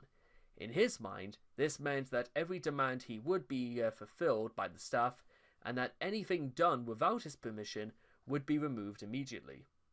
He insisted on a gaudy background and threatened to stop working whenever the webmaster displeased him. Later, when Jack Thaddeus graciously paid for the Wikipedia's web space with ads featuring homoerotic images, Chris went on a tirade and immediately demanded that they all be taken down, yet refused to even consider paying for his website. When removal failed, as it inevitably did, he said that he wanted them to be smaller, as if he had some say in how large advertisements were. Chris had no concept of how advertising worked, but merely assumed that he had the final say in everything. Later, during the popularity contest between Sonichu and Asperchu, he tried to make amends with Alec Benson Leary to remove Asperchu ads from the front page of the Wikipedia. However, instead of making reparations, Chris demanded, take a shot every time you hear that, by the way, that Alec tell his fans to go back to Sonichu. Chris, who was in no position to start making requests, attached several clauses to his apologies. Chris's list of demands was larger than the apology than they were bundled with. Because that's exactly how you do an apology. You immediately start by attacking the person you are apologizing to. All of this came after Chris drew a comic where he broke into Alec's house, stole a dating game from his Xbox 360, blew up said Xbox, and freed a group of Rose Chews that he implied were the victims of sexual abuse. After finally fulfilling most of Alec's requests in a substandard and slapdash manner, Chris graphically killed him, his webmaster and two other comic artists in Sonichu issue 10 as some sort of childish form of revenge. Michael Snyder is cold-hearted and mean. Less than 2 years after getting banned from the gameplace, Chris wouldn't take no for an answer. So he decided to try and persuade Michael Snyder to let him resume patronage. When an apology letter was met with point-blank rejection, as well as an anti-Semitic insult and a call to the police, Chris demanded his fanbase harass Mike in retribution on his behalf. Unfortunately for Chris, his decision to record the altercation as evidence in case he needed to prove he was faced with aggression led to his fans praising Mike for sticking to his guns against Chris. Again, why Chris didn't... Again, because of Chris's lack of self-awareness, Chris never really seemed to have the precognition or even the post-cognition to stand back and realize, wait a minute, I've been here before and it didn't work out for me the last time, so what's different about doing it now? The PlayStation Network. Chris's PSN account was victim to getting hacked by trolls numerous times, who'd made various demands. The most common of these demands is that he sell or throw out some of his beloved toys or games.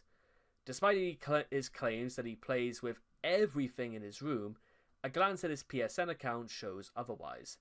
Most of his PSN activity is divided between Little Big Planet, God of War 3, and Mod Nation Racers, which leaves most of his vast collection of games untouched. Even though he doesn't use the majority of the toys and games he owns, he refuses to sell any of them.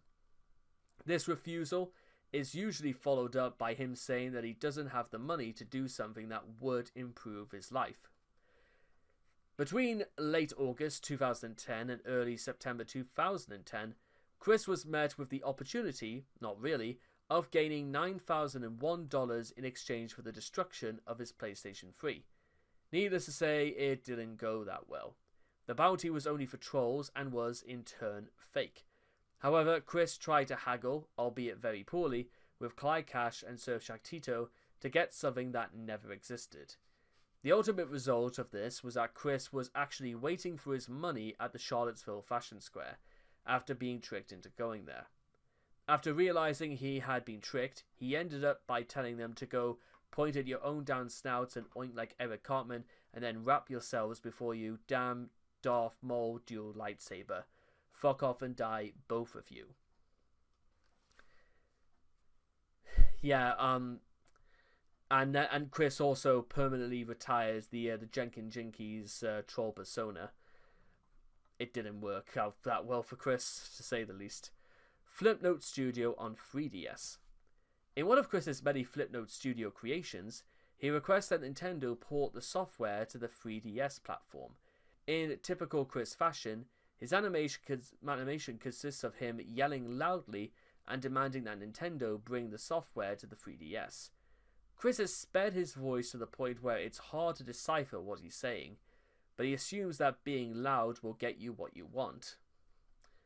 Throughout the entire animation, his tone of voice... You know what, actually, to be honest, can we see, is there any way we can actually see any of this? Well, probably not, but his would suggest that he's under the impression that he's some sort of spokesperson for all Flipnote users. Nintendo eventually released a Flipnote Studio 3D in February of 2015. Whether Chris technically ever used it is something that is, well, questionable, without any evidence. The Calling Out Saga. Returning to YouTube after an 8-month hiatus, Chris decided to confront two of his trolls, Surf Shack Tito and Forg, over what they've done, and demanded that Tito apologize to Sony over the hackings and to the Wallflower, using her real name, too, for breaking them up.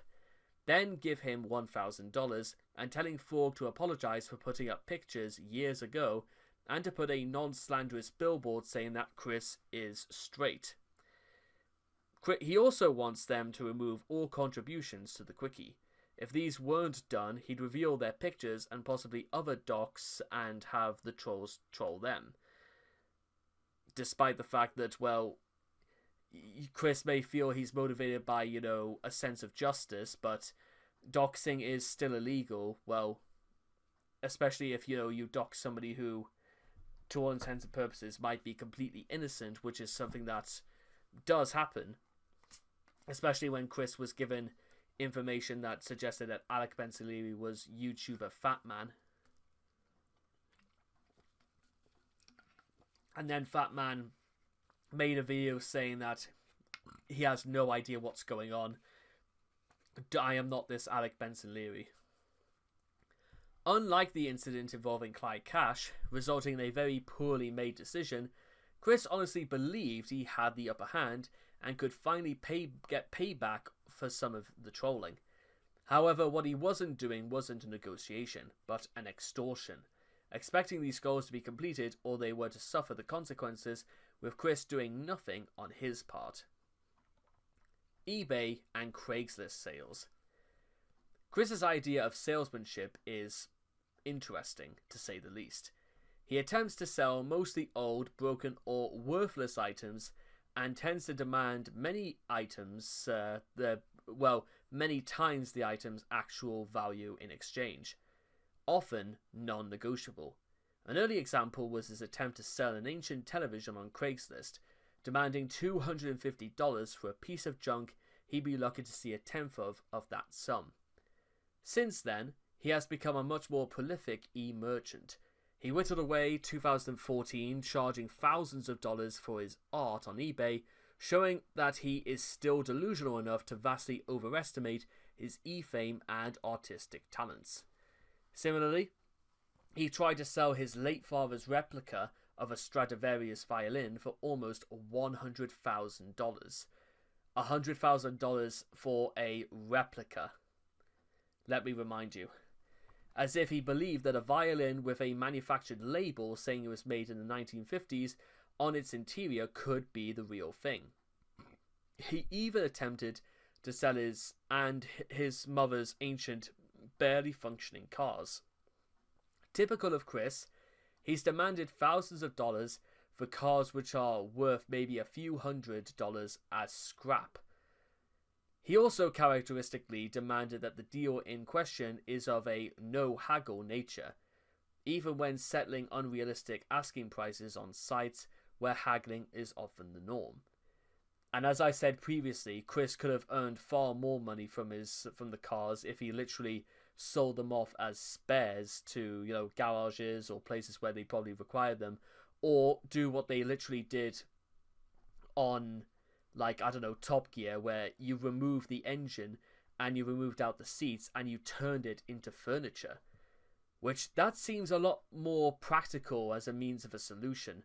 Because who wouldn't want a V8 engine as the basis for it's almost like an art stand as well. I mean, it's certainly far more practical and useful than, well, try to sell the whole. And you know what? While we're here, let's. I've got a better idea.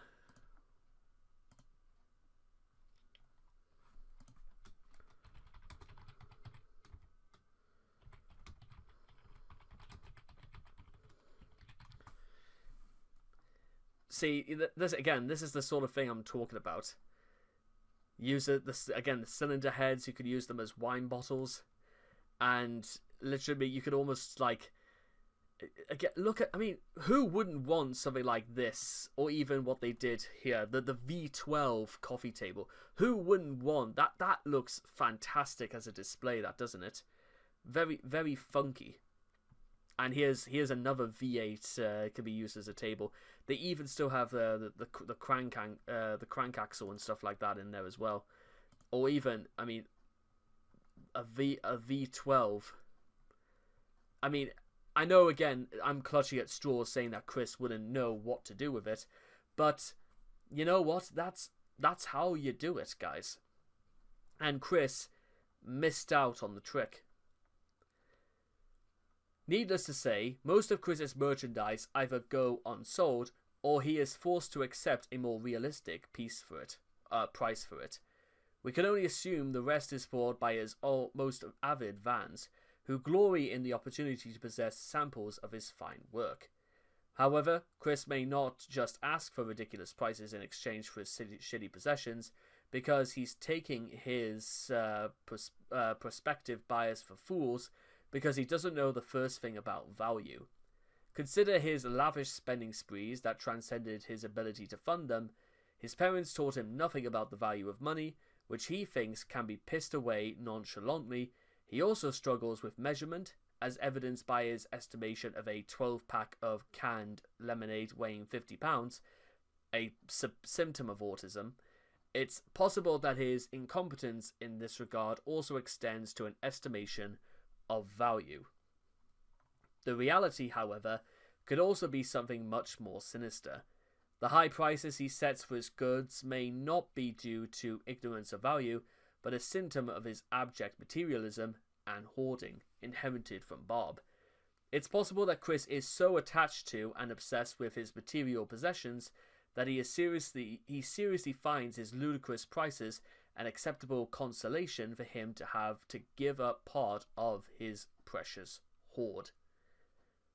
Unbanned contracts. In October 2016, Chris delivered contracts to at least 2 stores, GameStop and Best Buy, from which he was banned. In these contracts, which were likely not signed, he puts in a clause stating the stores in question couldn't call the police against him, which is illegal, by the way, because contracted laws can only be enforceable if the contract is legally forcible. Saying, what a person can and cannot do is, well, especially when it comes to matters about why do you not want the police to be involved, would render this null and void, because, again, in the Constitution, it's something about, they more than have that right, making the contract null and void since contracts can't protect against prosecution. He also wants the managers to forgive and forget, and claims that not signing proves they are the most uncompassionate and lacking of heart and the soul of any person. Sonic World. If, for whatever reason, you needed further proof that Chris hasn't learned from previous failures at negotiation, the trouble he got into with the Sonic World Discord server in late 2020 is a perfect example. Chris took a Serious Fire's Sonichu character mod and reposted it with considerable alterations, i.e. replacing the soundbites and character bio with what he had made, and absolutely zero permission from the modder whatsoever. After he was rightfully kicked from the Discord server for his unwanted misuse of someone else's hard work, as well as an egocentric tirade on his Twitter, with more expression of his delusions, he went on to have a word with Sirius Fire himself. Instead of acknowledging that he had done something wrong and offering to work things out, which no one would expect from Chris by that point anyway, he opted to berate Sirius Fire. Not only was he under the impression that him crediting the modder and Sonic World being a non-profit fan project would justify meddling with data unauthorized, but he also proceeded to claim he was hurt by the so-called act of generosity to help Sirius Fire be made famous, and outright accuse him, along with others in the server, of being ungrateful and selfish. Well, they were told alright. In fact, they were told so badly that Chris was banned from the server, so just so that they can wallow and continue on with their lives as normal, and pretending that they even had ever heard of the name Christian Weston Chandler. Sure enough, Chris was eventually banned from the server, no closer to getting what he wanted than every previous conflict he failed to amicably resolve by his own fault. In court, when Chris was arrested in August 2021, he found himself before the courts to be arraigned for his charges. After being reminded that said appearance was to determine if he would be given bond or not, based on his likeliness to appear on trial if he, the defendant, constituted a danger to himself and others, Chris made demands that he be let home to collect his things, but not before risking contempt of court by doing things such as stomping his feet in anger and interrupting the judge several times with inane outbursts such as, "I'm famous on the internet." And these weren't even released by trolls or anything like that, or this was released by the jail. Needless to say, the judge was not impressed with this petulant behaviour, and ruled that Chris would be held without bond until his preliminary hearing on the 16th of September 2021. I will cover these things in more detail when I come to part 86. Attempting negotiations with Chris. Simola. Evan created Simone Chu as a joke, giving permission to use him in the comic. But then, Chris decided to instead make his own female version named Simone the Rose Chu. This, along with Chris openly lying that he was given permission to alter the character, roused Evan's ire considerably and started a long fight for the future of a recolor OC. Evan demanded that Chris remove Simola from the comic, and Chris naturally was tenacious in his attempts to prevent Simola from meeting her untimely demise. At first, Chris simply ignored Evan's orders.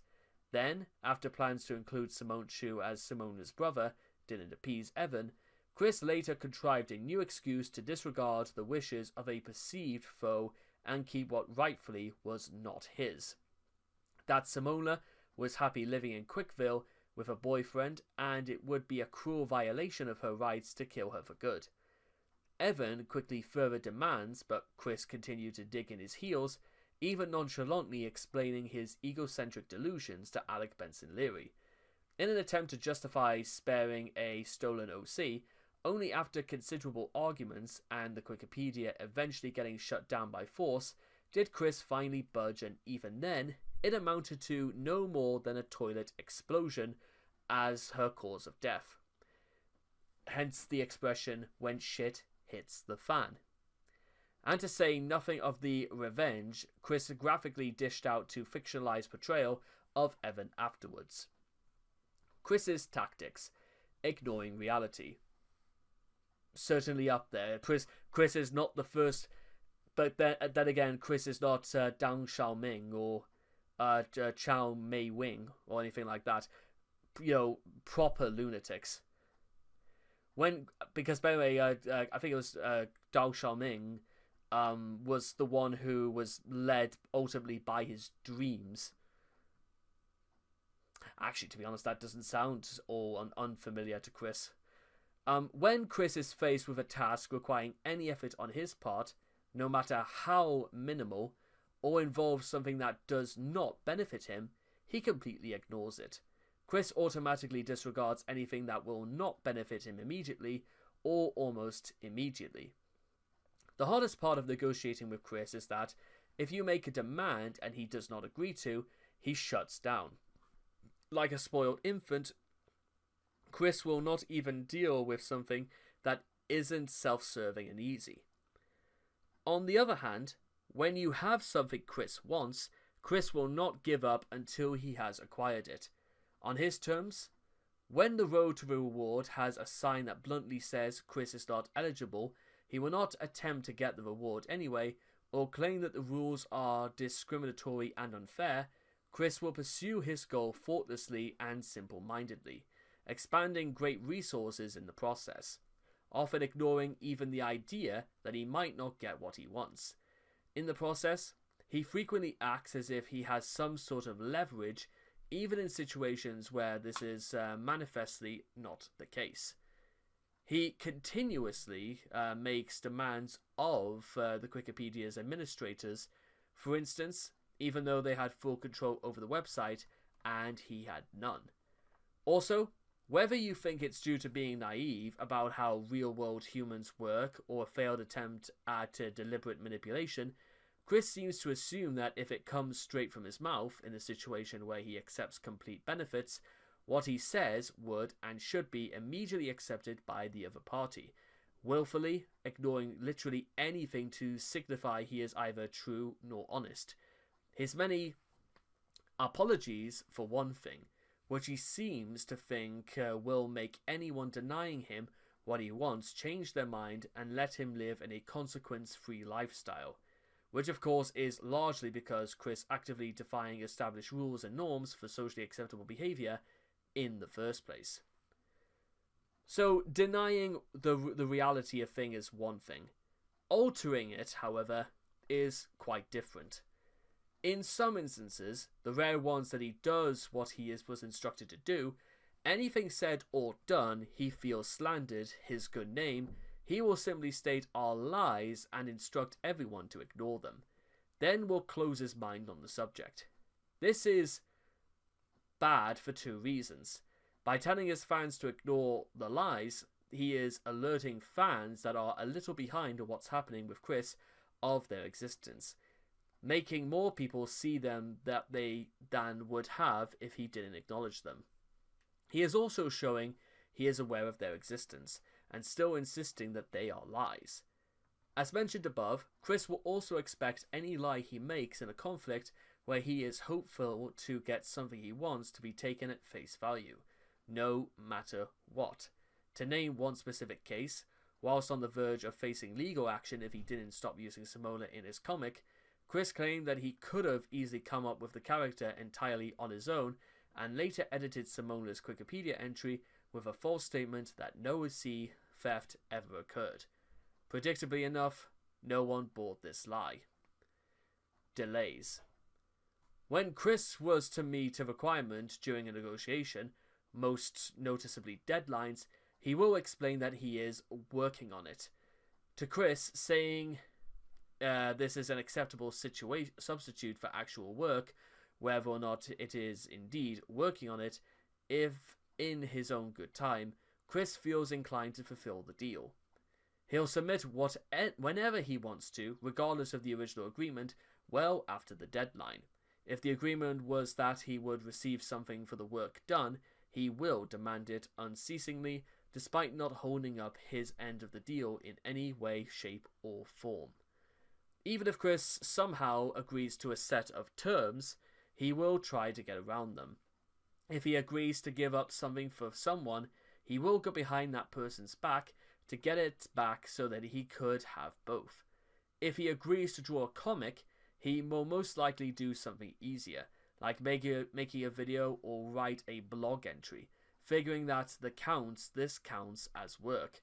If he agrees to willfully slander himself, like calling himself gay for instance, he'll either mumble it so that it's incomprehensible, or he'll hide his face. So, the most we can certainly gather, now that we've brought negotiation to a close, is that, well, to sum up, if you really do want to get Chris to do something, but Chris has other thoughts on his mind, then you have to remind Chris that you've been paid, or this is not how it works in the real world, or Chris will just throw a tantrum, because even though Chris wants to be involved in the real world, has no concepts or anything beyond whatever he wants, and as long as he doesn't have to do any work for it whatsoever. It's only if it makes his life easier, and that's about it. And with all that being said and done, I will make all of your guys' life easier by leaving you for another video. So take care, and bye-bye for now.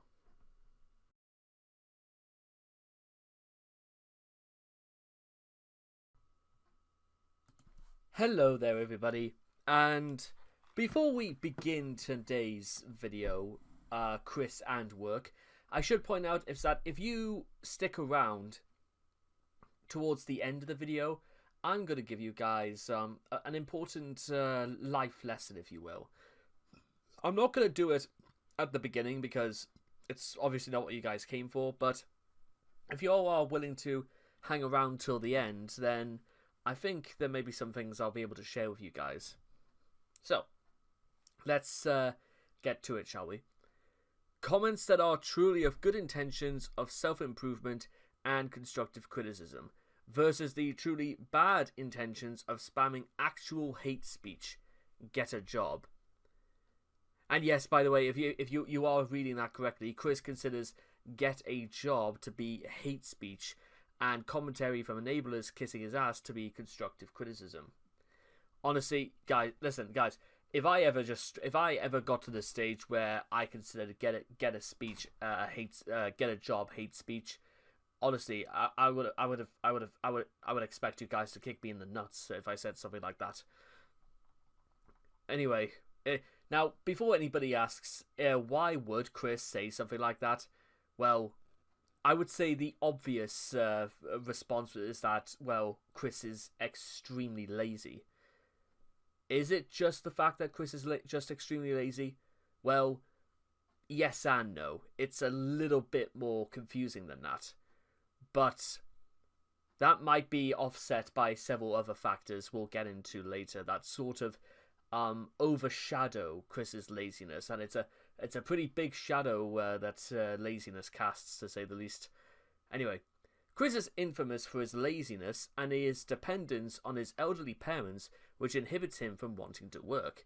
He briefly held one job, two if pushing it, in his early 20s, but was unsurprisingly fired from them fairly quickly. Despite his crippling debt, Chris has vehemently refused to even attempt to obtain any kind of employment whatsoever. And this is even due in part where Chris was basically at the very end of his tether financially, and through really stupid reasons, which we'll be getting to at some point, due to wanting to perpetually live like a child, a stance that has become so potent that he believes that suggesting it to him should be deemed as hate speech. So, why is this so? Reasons for Chris's refusal to work. External factors. 1. His criminal record. Like many of us, well, Chris, like many of us, has had at least one run-in with the police.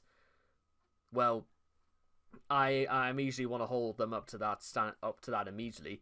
Again, yeah, I'm going under the assumption that this was written by an American because, well, I've never had any runs-in with the law or anything like that. So, but for better or worse, it's one of the. But then people may have had runs-in with the law where they've been victims of a crime or something like that. But that's not really the same thing. However, not only has Chris managed at least 6 runs-in with law enforcement, but at least 2 wobbler felony charges, which got downgraded to misdemeanor status or got dismissed due to an alternative sentencing program. Multiple misdemeanors, an EPO, and a lengthy stay in jail for a charge of incest. Now, even having one of those things would have been an immediate red flag for an employer. Let's not beat around the bush, but consider this, guys. I've worked alongside people who've done bird in their time. Hey, hell, when I was working down the Royal Mail six years ago, One of the guys that I was working with who had done time for drug dealing, and guess what? He's not exactly one of those jacked up 7-foot monsters you'd see on Breaking Bad. He was a very scrawny, very skinny lad. He was 27 at the time, and already had 2 kids. And well, he was a character in himself and stuff like that. But I think he was. I think he was grateful for for getting the work, only because possibly there was a good person behind all his misdeeds and stuff like that. Not that he necessarily redeemed himself towards the end, but that's a different matter. Parental influence. Chris's parents, but more so Bob, had encouraged him to not be employed, which is the most incompetent. I would love to hear how that conversation went, because believe you me, guys, I don't really believe that. That's kind of ridiculous. Believing that his social security disability insurance is all he really needs to support himself, a belief that ultimately proved to be false with the advent of the financial crisis.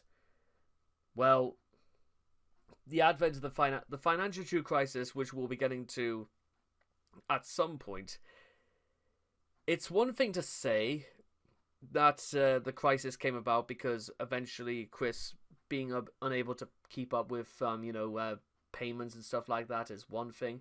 To suggest the idea that that is the sole reason is a little bit pushing it, because there is actually quite a lot more to this. Mostly down to the fact that Chris has, again, we spoke about this previously, Chris has no concept of the actual logistics of value. Chris does not view money as something precious or as a limited resource, because Chris does not look at it. Chris merely looks at money as a means to an end, and get in and get rid of it as fast as you can. Chris claimed that taking care of his parents is a full-time job in its own right. While Chris is not technically wrong, but instead of getting a job to support his mother, he slowly started off selling off toys that he didn't play with anymore.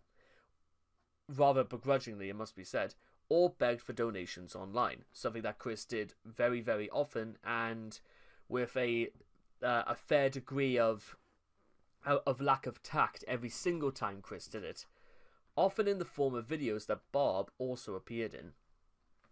This, of course, was not a substantial income, and the money Chris did get was wasted in the blink of an eye.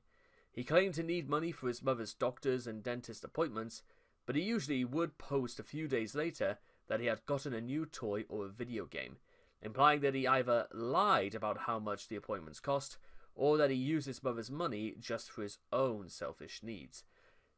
It kind of makes sense. Chris, of course, does have a pretty glitchy history when it comes to stealing from his parents. And yes, he does, by the way. Chris could say that that's not true, but we have evidence. I mean, well, the EPO was violated by Chris because Chris decided to steal $750 from his own mother. Negative experiences with workers and managers. While Chris has not lived a particularly good life unemployed, he has had some bad experiences with the employees and managers of several places he frequented, which further shows some of Chris's views on what it means to be employed. The way he has treated such people provides insight into Chris's delusional ideas about the role of an employee.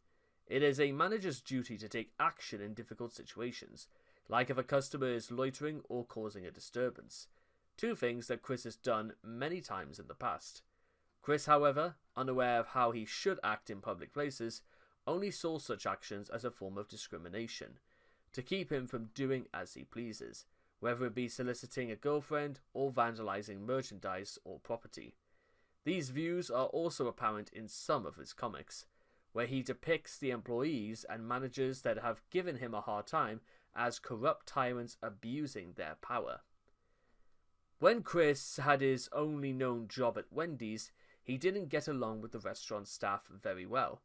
He claimed his manager had a spike on his shoulder against him, and stated a female co-worker would repeatedly criticize and insult him, which in reality might have been her simply giving him constructive criticism. At one point, Chris decided to draw an unflattering picture of an older co-worker as a Pokemon on a napkin, which was allegedly the impetus behind his eventual firing from his job. Chris also had negative experiences with mall security guards. Chris's runs-in with the law has never been pleasant, and even though Chris does not exactly view workers and law enforcement in the same light, law enforcers are still technically employed by some organization on various occasions. Chris has been shown to bolt out of a GameStop in fear when security is called, suggesting a fear of security guards, likely stemming from previous experiences. That's I can believe that. I mean, let's face it, even security guards are the physical superior to Chris because, well, listen, I as someone who's known security guards, various and many kinds, all throughout the last 10 years, I can tell you from first sight that again they know fine well just say no to people like Chris immediately, and they don't tolerate his BS for 1 second.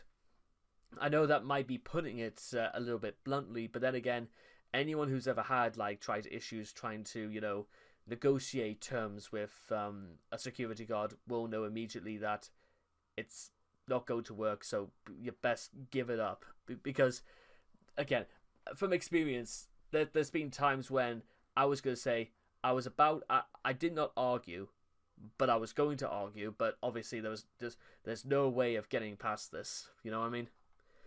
Financial enablers. In the wake of the idea, guys, Chris's enabling has gone far beyond just his mother. Chris now has admiring fans that are willing to give him loads of money in order to support him.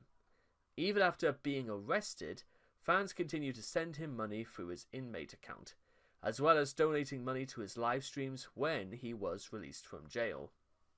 This first became an issue in early 2014, when their house burned down and his family had to move into a rental home, temporarily while it was being renovated. In response to all this, followers of Chris began to send him monetary donations as well as care packages. This quickly became something Chris depended on, and he regularly begged for donations for years to come, making this form of enabling commonplace. He would often beg for money to support his family, and then conveniently have new toys visible in his room. However, this stream of income never ceased. Also, I will say this for the record, in regards to the care package, one of the earliest signs that, well, it should have been Noel originally got a care package for Chris, which included, among many things, dry food, dog food, toiletry supplies like soap, shampoo, toothbrush, toothpaste, some Sonic the Hedgehog merchandise, and among many other things, and a $500 check. And accompanying with this package was a letter. It was a really thought-provoking and a really nice letter that Noel had done up for Chris, saying, "Chris, we know that sometimes life is just difficult, and nobody wants to see you get down, but your solitary friends are here because we still want to see you succeed. And there are ways out of this, even though you think life looks bleak." So it's probably one of the more selfless things that anybody's ever done for Chris. And bear in mind, Noel pretty much stayed by Chris's side to make sure that, well, Chris could handle certain situations in a particular way, up until the very day when Noel ceased all communications following Chris's arrest in 2021. But the point is that Chris, the very first thing Chris did when he got this care package was immediately reply to Noel via Facebook going, "Hey, Dodo Brain, you did not sign the order that came in the check in the sign to the big box. The bank is unable to do anything about it. Have them contact your bank or make up a new thing."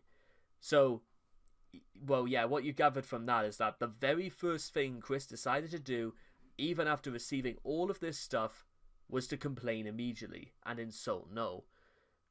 Now, if I was No, what I would have done if I was No, I would have gone all the way to Ruckersville and immediately taken the entire care package back and taken all of that stuff back home, and then literally have do a complete 180 saying do not give any money to Chris, whatever. In fact, I wouldn't even put it past people if they wanted to, petrol bomb the second house he was living in, because fuck him, he's just that rude and selfish. Now, of course, No did not do that, and immediately went to the bank to see if there was an issue regarding the check. As it turns out, there wasn't, and apparently Chris made a mistake anyway, but, well, and even after that was when Chris decided to, be grateful. But it's the fact that that was not the very first thing Chris did, and it's very telling that the very first thing that Chris did was to insult people, especially about the issue of money that you got for you got for the offense of nearly burning your own house down. So again, it's the sort of thing that you just sort of want to give Chris a bit of a slap, because think about this, Chris. This was your fault. So stop blaming everyone else for it. In fact, to be honest, it's kind of surprising that Chris didn't blame the trolls for this, but whatever. Anyway, internal factors. Egotism and delusions. Chris believing he is an omnipotent and omniscient goddess doesn't have much time for such frivolous things as working to make a living, like literally every other human being does. In October 2017, Chris claimed that he was too busy with Quickville and his imaginary friends, in addition to helping Bob and the pets. In June of 2019, Chris claimed that he was already employed by God to oversee the dimensional merge, which, when you think about when you say it like that, by the time Chris eventually started begging for money again, later on that year and up until her eventual arrest, you may say it's a little confusing why Chris is still, as a quote-unquote goddess, still needs help from other people that he considers less because they actually have to work to earn their bread. Additionally, ever since Chris's transition, he feels that finding a job runs the risk of being discriminated against his tomgirl gender. Despite the fact that discrimination on the basis of gender is illegal, especially as a result of a Supreme Court ruling on the 15th of June 2020. In a moment of self-awareness, Chris fears being incompetent at work. Right, okay, now we're getting to the truth of it. And he claimed in May of 2018 that he feared that Weens and A-Logs will harass him at work, similar to how they harassed the management at the Endgames and Anytime Fitness into banning him. However, even those significantly more mentally ill or otherwise disabled can find work, meaning Chris can quickly find easy work if he really wanted to. But again, this shows that Chris will pull any idea out of his ass to avoid having to get off it and contribute to society. The lack of marketable skills.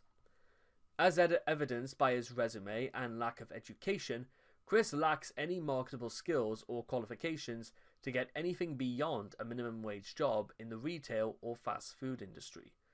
Given his aforementioned lofty goals for salary and demanding things like having an assistant, Chris grossly overestimates what kind of job one can find with an outdated associate's degree and a brief employment at Wendy's. General laziness. Chris, being as lazy as he is, would find trouble keeping a job for long due to his laziness. This is evidenced by his brief stint as a Wendy's employee, in which he is quoted as taking frequent breaks and not taking care of his uniform. When creating his magnum opus, Chris had no schedule set in stone, only taking time to write and draw pages when he had inspiration. Arguably, his most productive period was between 2007 and 2010, when he started to achieve online infamy and constantly fell for trolling schemes.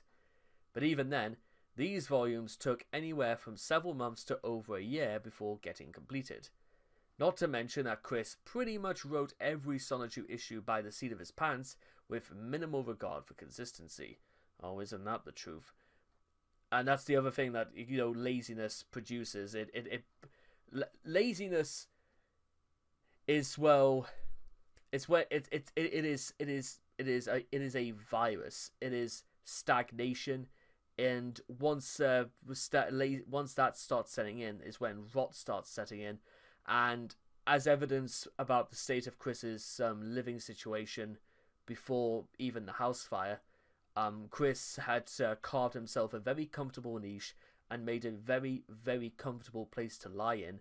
And the thought of any change to this whatsoever was the sort of thing that would have driven Chris to drive all the way to Cleveland, Ohio, and back, just to make sure that things would have stayed the same forever. Of course, that's not a reflective a state of reality, which that's always kind of been a bit one of the more consistent things about Chris's lack of foresight and acknowledgement of the situation, is that Chris doesn't think that these sorts of principles apply, and that he is somehow out of that sphere of influence that other people live, die, and work by. But it's because Chris doesn't work, or rather Chris does as little to work as he can. Does it go, do you think it goes further than that again? Because even though we're nearly halfway into this, I'm not exactly under the impression right now that it's anything else except laziness. Because, listen, the whole thing about having a criminal record and that people just give money to Chris is one thing, yes, but surely there must have been a little moment in Chris's mind where he thought to himself, you know what? If people pay me this much now, but can you imagine if I can increase my workload tenfold, and the rewards should be absolutely gigantic, even with someone with my reputation. But maybe that's clutching it, because Chris has always been under the impression that the very first draft of anything he does is perfection. So what is the incentive to make anything better? Outside of, Chris having limited resources as well. But then again, anyone can actually bring more things to light, even with Crayola magical markers or anything like that. And even as you heard me say it again, the state of Chris's comic could actually be vastly improved even with limited resources. Again, you've heard me say this a few times before, but even in the mountains and mountains of hordes of junk that Chris has in his bedroom, are you really trying to tell me that Chris doesn't own something as fundamental or basic as a ruler? Anyway, and of course, writing is not the only place where he fails at that, resulting in the self-insert fanfic clusterfuck we've known and loved since the late 2000s. Past stance on employment. In the past, Chris showed some degree of interest in pursuing a career, but only for his own personal gain, rather than so that he can move out of his parents' house and obtain a degree of self-sufficiency. For example, although he expressed an interest in becoming a comic book artist, working for either Archie or DC, he also stated, when he completes his love quest, that he would stay at home while his wife works, showing that Chris was somewhat hesitant even before then. Other sources point to Chris believing that obtaining a job is only necessary to pick up a girlfriend, which is evident when he decided to take up a job in Cutco Cutlery at the beginning of his love quest. Key insight into Chris's attitude towards job hunting is found in his resume from 2009, when Chris shows that he did not understand what constitutes work experience, let alone its importance. For example, he believes that doing volunteer work for the Pokemon Leagues at the game place counts as work experience. In reality, it comes across as mere volunteer work, and does not typically catch the eye of most employers. Also, Chris was not a gym leader as he claimed, but rather a substitute when the actual gym leader was not available. Finally, even if this could be taken into account, what experience he obtained is likely negligible, as he had no authority over the players and was in fact carefully supervised by the staff. In the same resume, he cites his production of comics as work experience, despite not doing this in a professional setting, and the project itself leaving a lot to be desired. The resume also shows that in his entire adult life, not even a fraction of his time was spent on an actual job, let alone one that was full-time in a professional environment. Counting all the positions he had that did not involve being a gym leader's assistant or working on his Sonichu comics, his total work experience amounts to a grand total of 5 months at most. This estimate is generous because, while he claimed to have worked at Wendy's for 2 months on his resume, he also claimed that he was already fired on the 11th of September to Casey's father. But please note that this was only across an entire 2-year gap between working each of the 2 positions he held. The list of jobs in Dimension 1218, Wendy's. The first place Chris attempted to work at was at his local Wendy's. While there, his primary duties were custodial in nature rather than food preparation or direct customer interaction. Despite painting himself as an employee that serves the customers with kind, understanding help, accounts from employers and customers have shown him to be a rude and difficult employee to work with.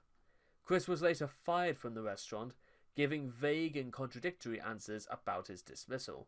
The motive for his dismissal was either the aforementioned Pokemon caricature incident or a time he allegedly frightened a kid to tears with his Donald Duck impression. Maybe the kid thought, wait, that's not Ronald McDonald. I want the real Wendy, or something like that. I don't know. Cutco Cutlery. The second and final job Chris claims to have worked at was through Cutco Cutlery, a multi-level marketing company that primarily sells overpriced knives. The company itself is deemed to be a notorious pyramid scheme and borderline scam that generally targets high school students, college students, and gullible idiots like Chris with no work experience. Chris claims to have lost this job after his boss left at summer's end.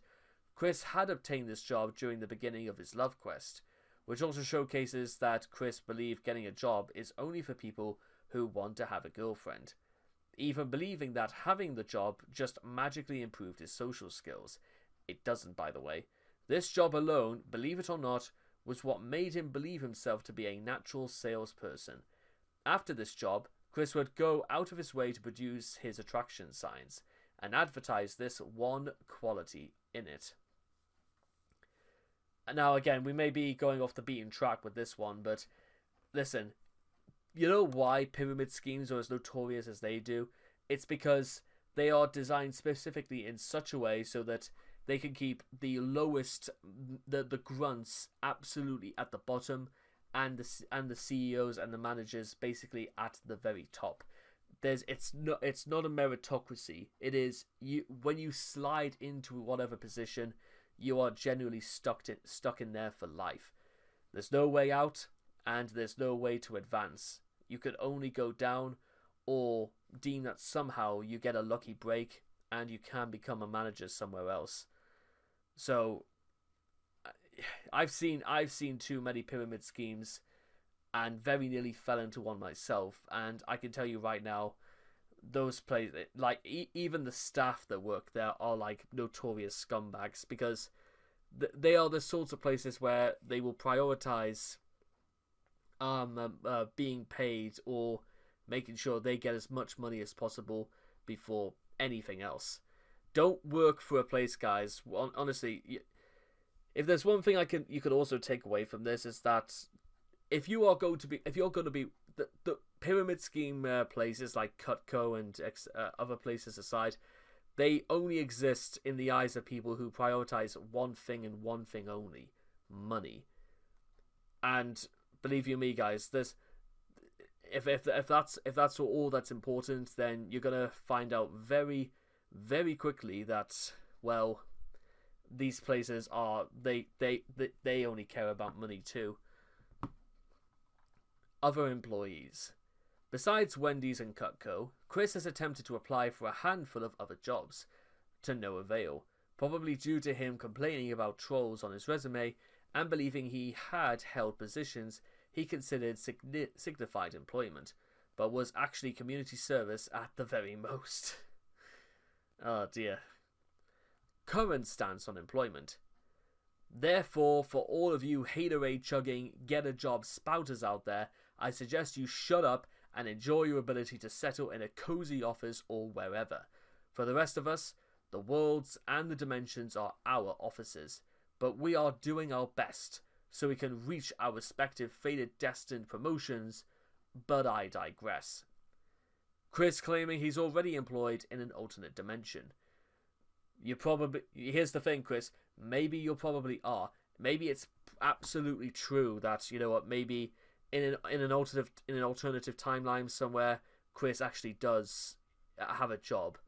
Unfortunately, it's not in this one. And whether Chris likes to admit it or not, right now, it's sort of this one you need to be concerned about. It's got nothing to do with... It's not going to affect me, but it's going to affect you, Chris. There you are. The position is yours. Considering how trolls, weens, enablers, and quite frankly Chris himself have completely mangled and destroyed his background check over the years, it is little wonder why he has lost any hope of obtaining a job. Chris even stated he was fully aware of this in a Facebook post he made on the 3rd of April 2017. In the same post, however, he also claims that he would still refuse to obtain a job. Even without all of the crazy shit that has happened in his life, he claims to fear the possibility of being discriminated against for being autistic, transgender, and having a lesbian soul. In the modern workforce, however, this misgiving is highly unjustified, as any kind of discrimination based on gender, disability, or sex is usually frowned upon in the workforce, and leaves the employer liable for legal action or federal/state sanctions/fines, besides the former two reasons. Chris claimed that gaining employment would be redundant, as he believes taking care of his aging parents actually counts as employment, despite not being paid for it. Now, here's the thing.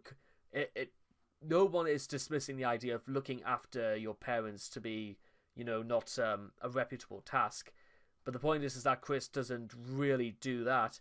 And also, you can say that as much as you want, Chris, but it didn't stop, quite a lot of bad things happening to you in terms of, well, your bad financial decisions. Jobs as a goddess.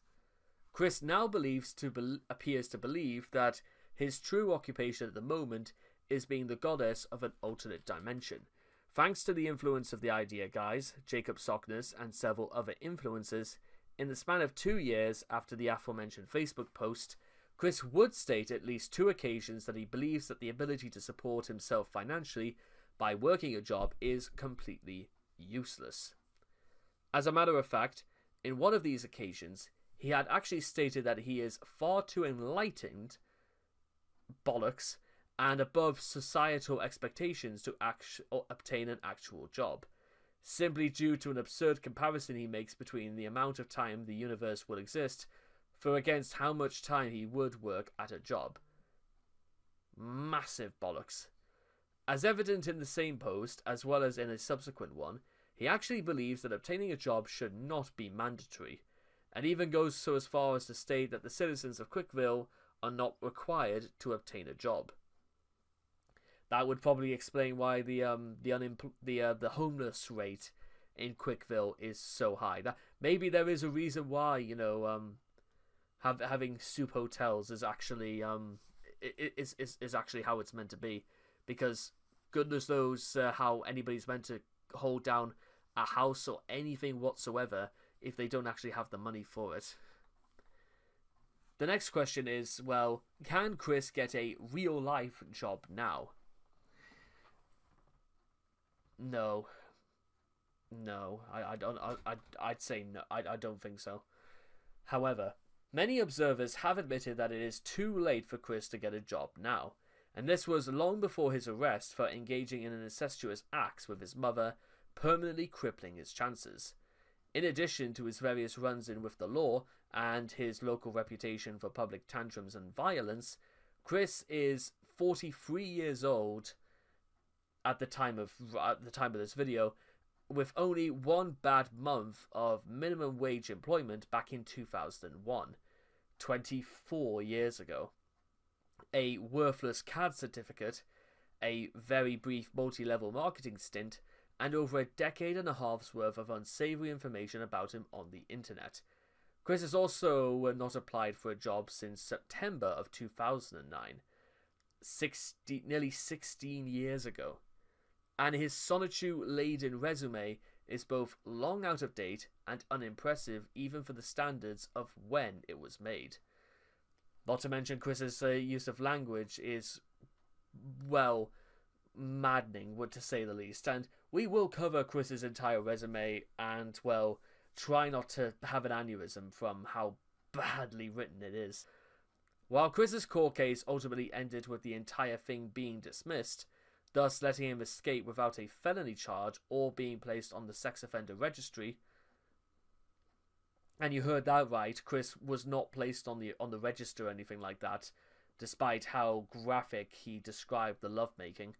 It's still likely this will be the final death blow to any sort of chance of him finding work in the future. Even if Chris does manage to miraculously turn his life around and get a legitimate job, there is a very, very significant chance that observers or obsessive weens and A-logs will harass his employers into terminating him as soon as they get wind of it. Similar to how they harassed the management of the Endgames and Anytime Fitness into banning Chris simply because he was there. They are nothing if not persistent in their approach.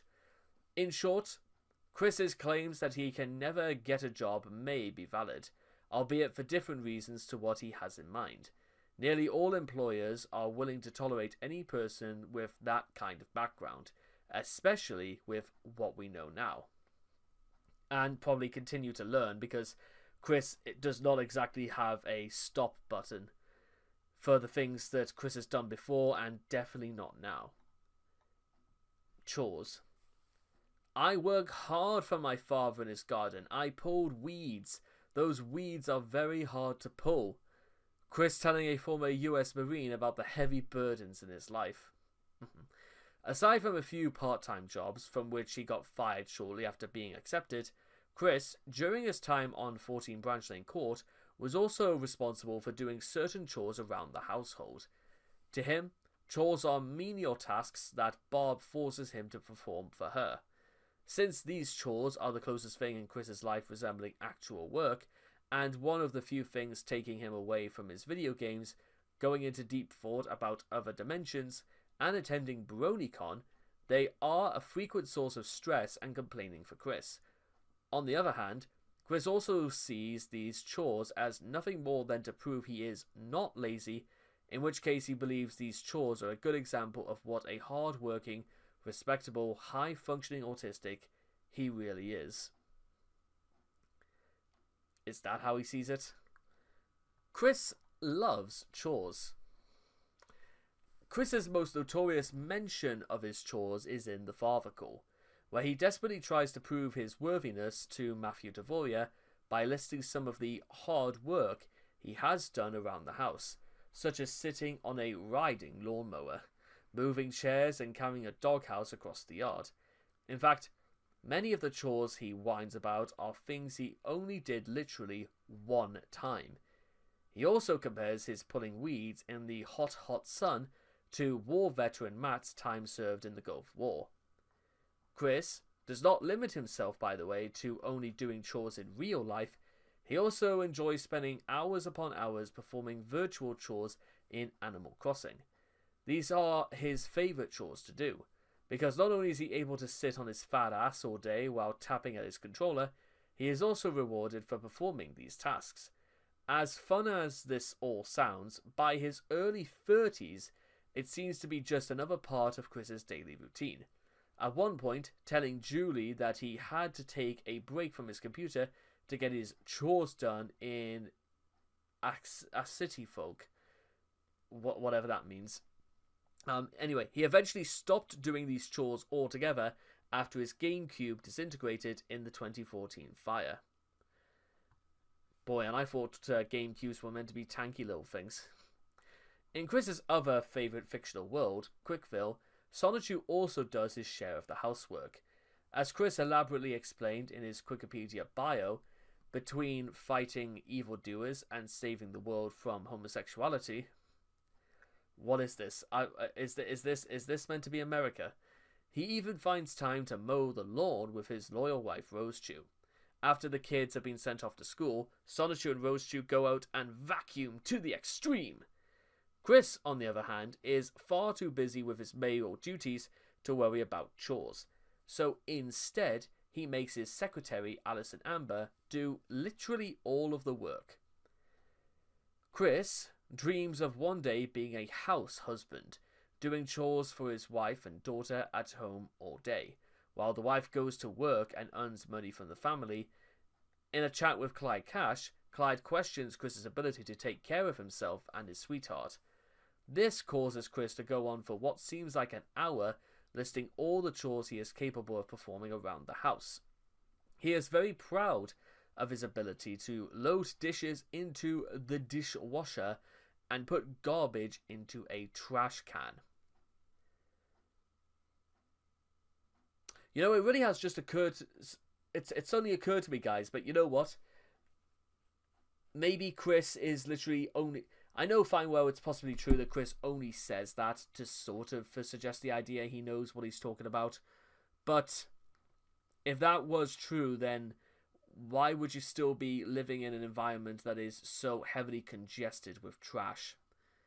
Now we know that because anyone with any semblance of common sense would have realized that this is neither safe, and again, because of the eventual fire, this was always going to become a very liable hazard.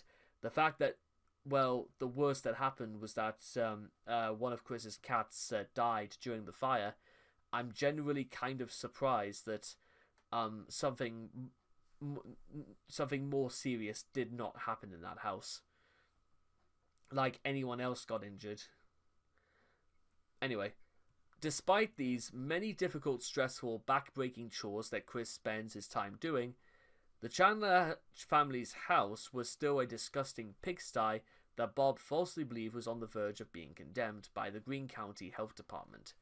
Before it was actually burned down, the fire was being exacerbated by the mountains of junk held inside.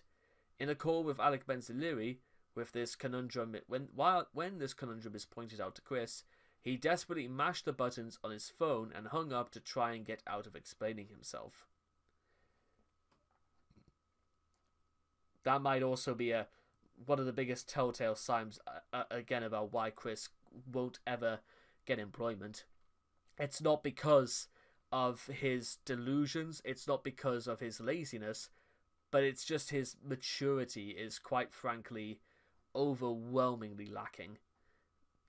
I would go so far as to say cavalier, because really, Chris, like, I know Chris claims to be an adult, but what does Chris actually do that could be considered adult? Not very much, it would seem. Because Chris hates chores. Chris spends a lot of time trying to avoid doing what he is so proud of. Barbara constantly got Chris to do things for her. This sometimes dragged him away from his friends, his love life, and other business. He also he has also hidden out at the mall for hours just so his mother's demands that he do a hefty chore won't disrupt his creative genius. He also blamed Bob for the Chandler household being so messy in the first place. His usual go-to excuse for the state of the house was to call her a pack rat, even having the balls to call her lazy for not cleaning anything up. Barbara apparently left junk lying all over the house. but Chris would rather go days without showering than figure out how to move some of Barbara's junk to another room, claiming he doesn't know what to do with any of it. His room itself was extremely messy, with it being filled with thousands of Legos and toys that he simply refused to throw out or sell for some level of profit, probably before cleaning these things. Chris's parents also made him pay for the family's bills, possibly as an attempt to make him feel like a real adult. Chris, of course, complained about having to give up a large percentage of his tugboat for these bills. He put off paying them for as long as possible so he could use his hard-earned money for more important necessities. In one of her rare mumble appearances, Chris lied to Barbara about paying the bills for that month, at first whining that he was being honest, but eventually gave in to the fear of being punished by his mother and admitted he did not pay all of them, but he will be sure to pay the remaining differences next month.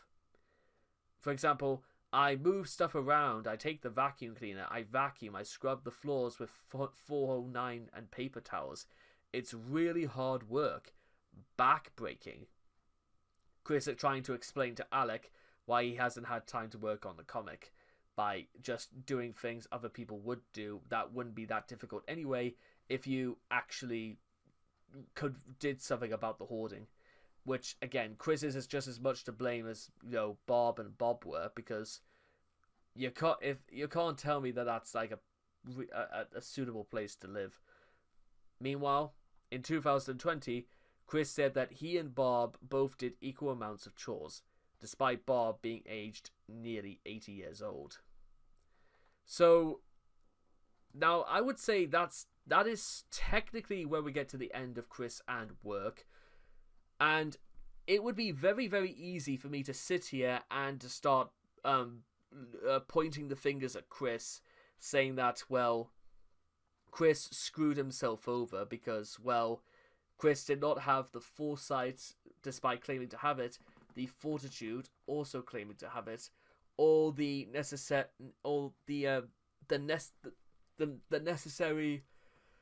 cohesion of precognition to understand that you still need money to be able to, survive in terms of, keeping a roof over your head, keeping food in your belly, water in your body, actually being able to clothe yourself, to clean yourself, to get from A to B, to buy stuff you need. Chris is always, I think Chris is sort of maybe just one of those people that he thinks that if other people can do it and he'll get money for it either way, then there's no feasible point. And this culminates, as you've probably worked out, in Chris going to very, very large degrees of trying to say why he doesn't need a job or he doesn't need to work. Now, obviously, this is the sort of thing that completely goes over people's heads because it's absolutely ridiculous, and, well, quite frankly, people just don't listen to him, which, fair enough. I mean, there's a lot of great reasons why you should not be taking Chris as legitimate advice, because not even Chris will take his own advice, which has also been proven time and time again. But I do want to say this, and if you've gotten to the end of the video, hello, and allow me to explain just very, very briefly something I want to tell you guys. Despite all of this, it still would have been absolutely possible for Chris to have actually succeeded, even if he didn't have a full-time job, or probably will never get a job ever again. Because, here's the thing, Chris still makes money one way or another through selling Solitude merchandise on Etsy, and still through donations via the streams that he does. Yes, I wouldn't recommend it, but that doesn't stop people, and it's probably not going to stop to people unless Chris did something completely monstrous, like murder somebody on camera. But I don't think Chris is the sort of person who, even though Chris is not exactly the brightest Sonichu in the world, I think that's one step a little bit too far in that direction. Something that even Chris wouldn't fall into doing. which is kind of a bit of a distress.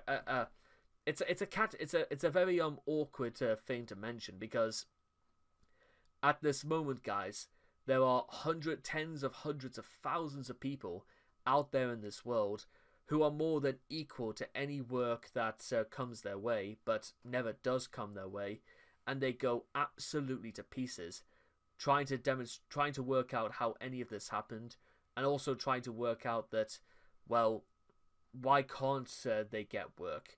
Like, why doesn't, when an employer, like, and I've applied for jobs in my own time, guys, where there'll be like dozens of people applying for one position, and yet by the end of it, the like 3 weeks later, when it appeared as if nobody got it because they still advertise it. And but I suspect Chris will never get to the stage of trying to work out like how big the struggle is, and things about unfair regulations, and about how places will try and take advantage of people if they absolutely can, if you will. Not so much if they want to, but more if they can afford to do it. Because like I just said, when a business advertises a job and 25, like, must have been more than 25 people go for it, and they still don't hire anybody, believe you me, there's something not quite right going on. Because if they really did want somebody to work for them, they would have just accepted it. They would have just accepted the best person for the job, and there you are. That would have been the circle of life would have been fulfilled. And yet, well, it's sometimes I feel like people well, there are like businesses out there that are under the impression that they can look down at people saying, "Oh, so you want to work for us then? Well, why do you want to work for us?" Like, it's sort of like they can get their own back by trying to be snobbish about it, by saying, "Well, it's because you're out of work and you need the money, but you also need the work. Oh, so there we are. So you want to be paid for what you do." I wish it. Now, guys, here's the thing. Even if that's not 100% true, then, well, the problem is that it's the perception people have, and, well, whilst the aspect of, you know, a fair treatment and stuff like that is never really going to be necessarily found upon Chris, because, well, I don't think Chris necessarily is that interested, because, as I mentioned before, Chris seems to be more interested in, you know, money or being paid for what he does, thinking that he is good enough before anything else. Which, if you think that's pushing it a little bit, then maybe it is, but at the same time, why, if Chris, if you thought you were that good, you would have tried harder, because I still think it would have been absolutely possible for Chris to have solved a lot of his issues if he just, you know, got a job and just because he could have put more effort into the little time he did get. You know what? You make time. But don't be surprised, guys, when I say that, you know, men out of work actually lack energy, probably in more ways than not. One of these days, I want to be able to actually cover my entire story of, well, what it is to really be unemployed. But, well, that's a story for another day. And until then, I hope all of you guys enjoyed the Chris and Work article on the Cwiki, and I'll see all of you guys again next time. So take care, and bye-bye for now.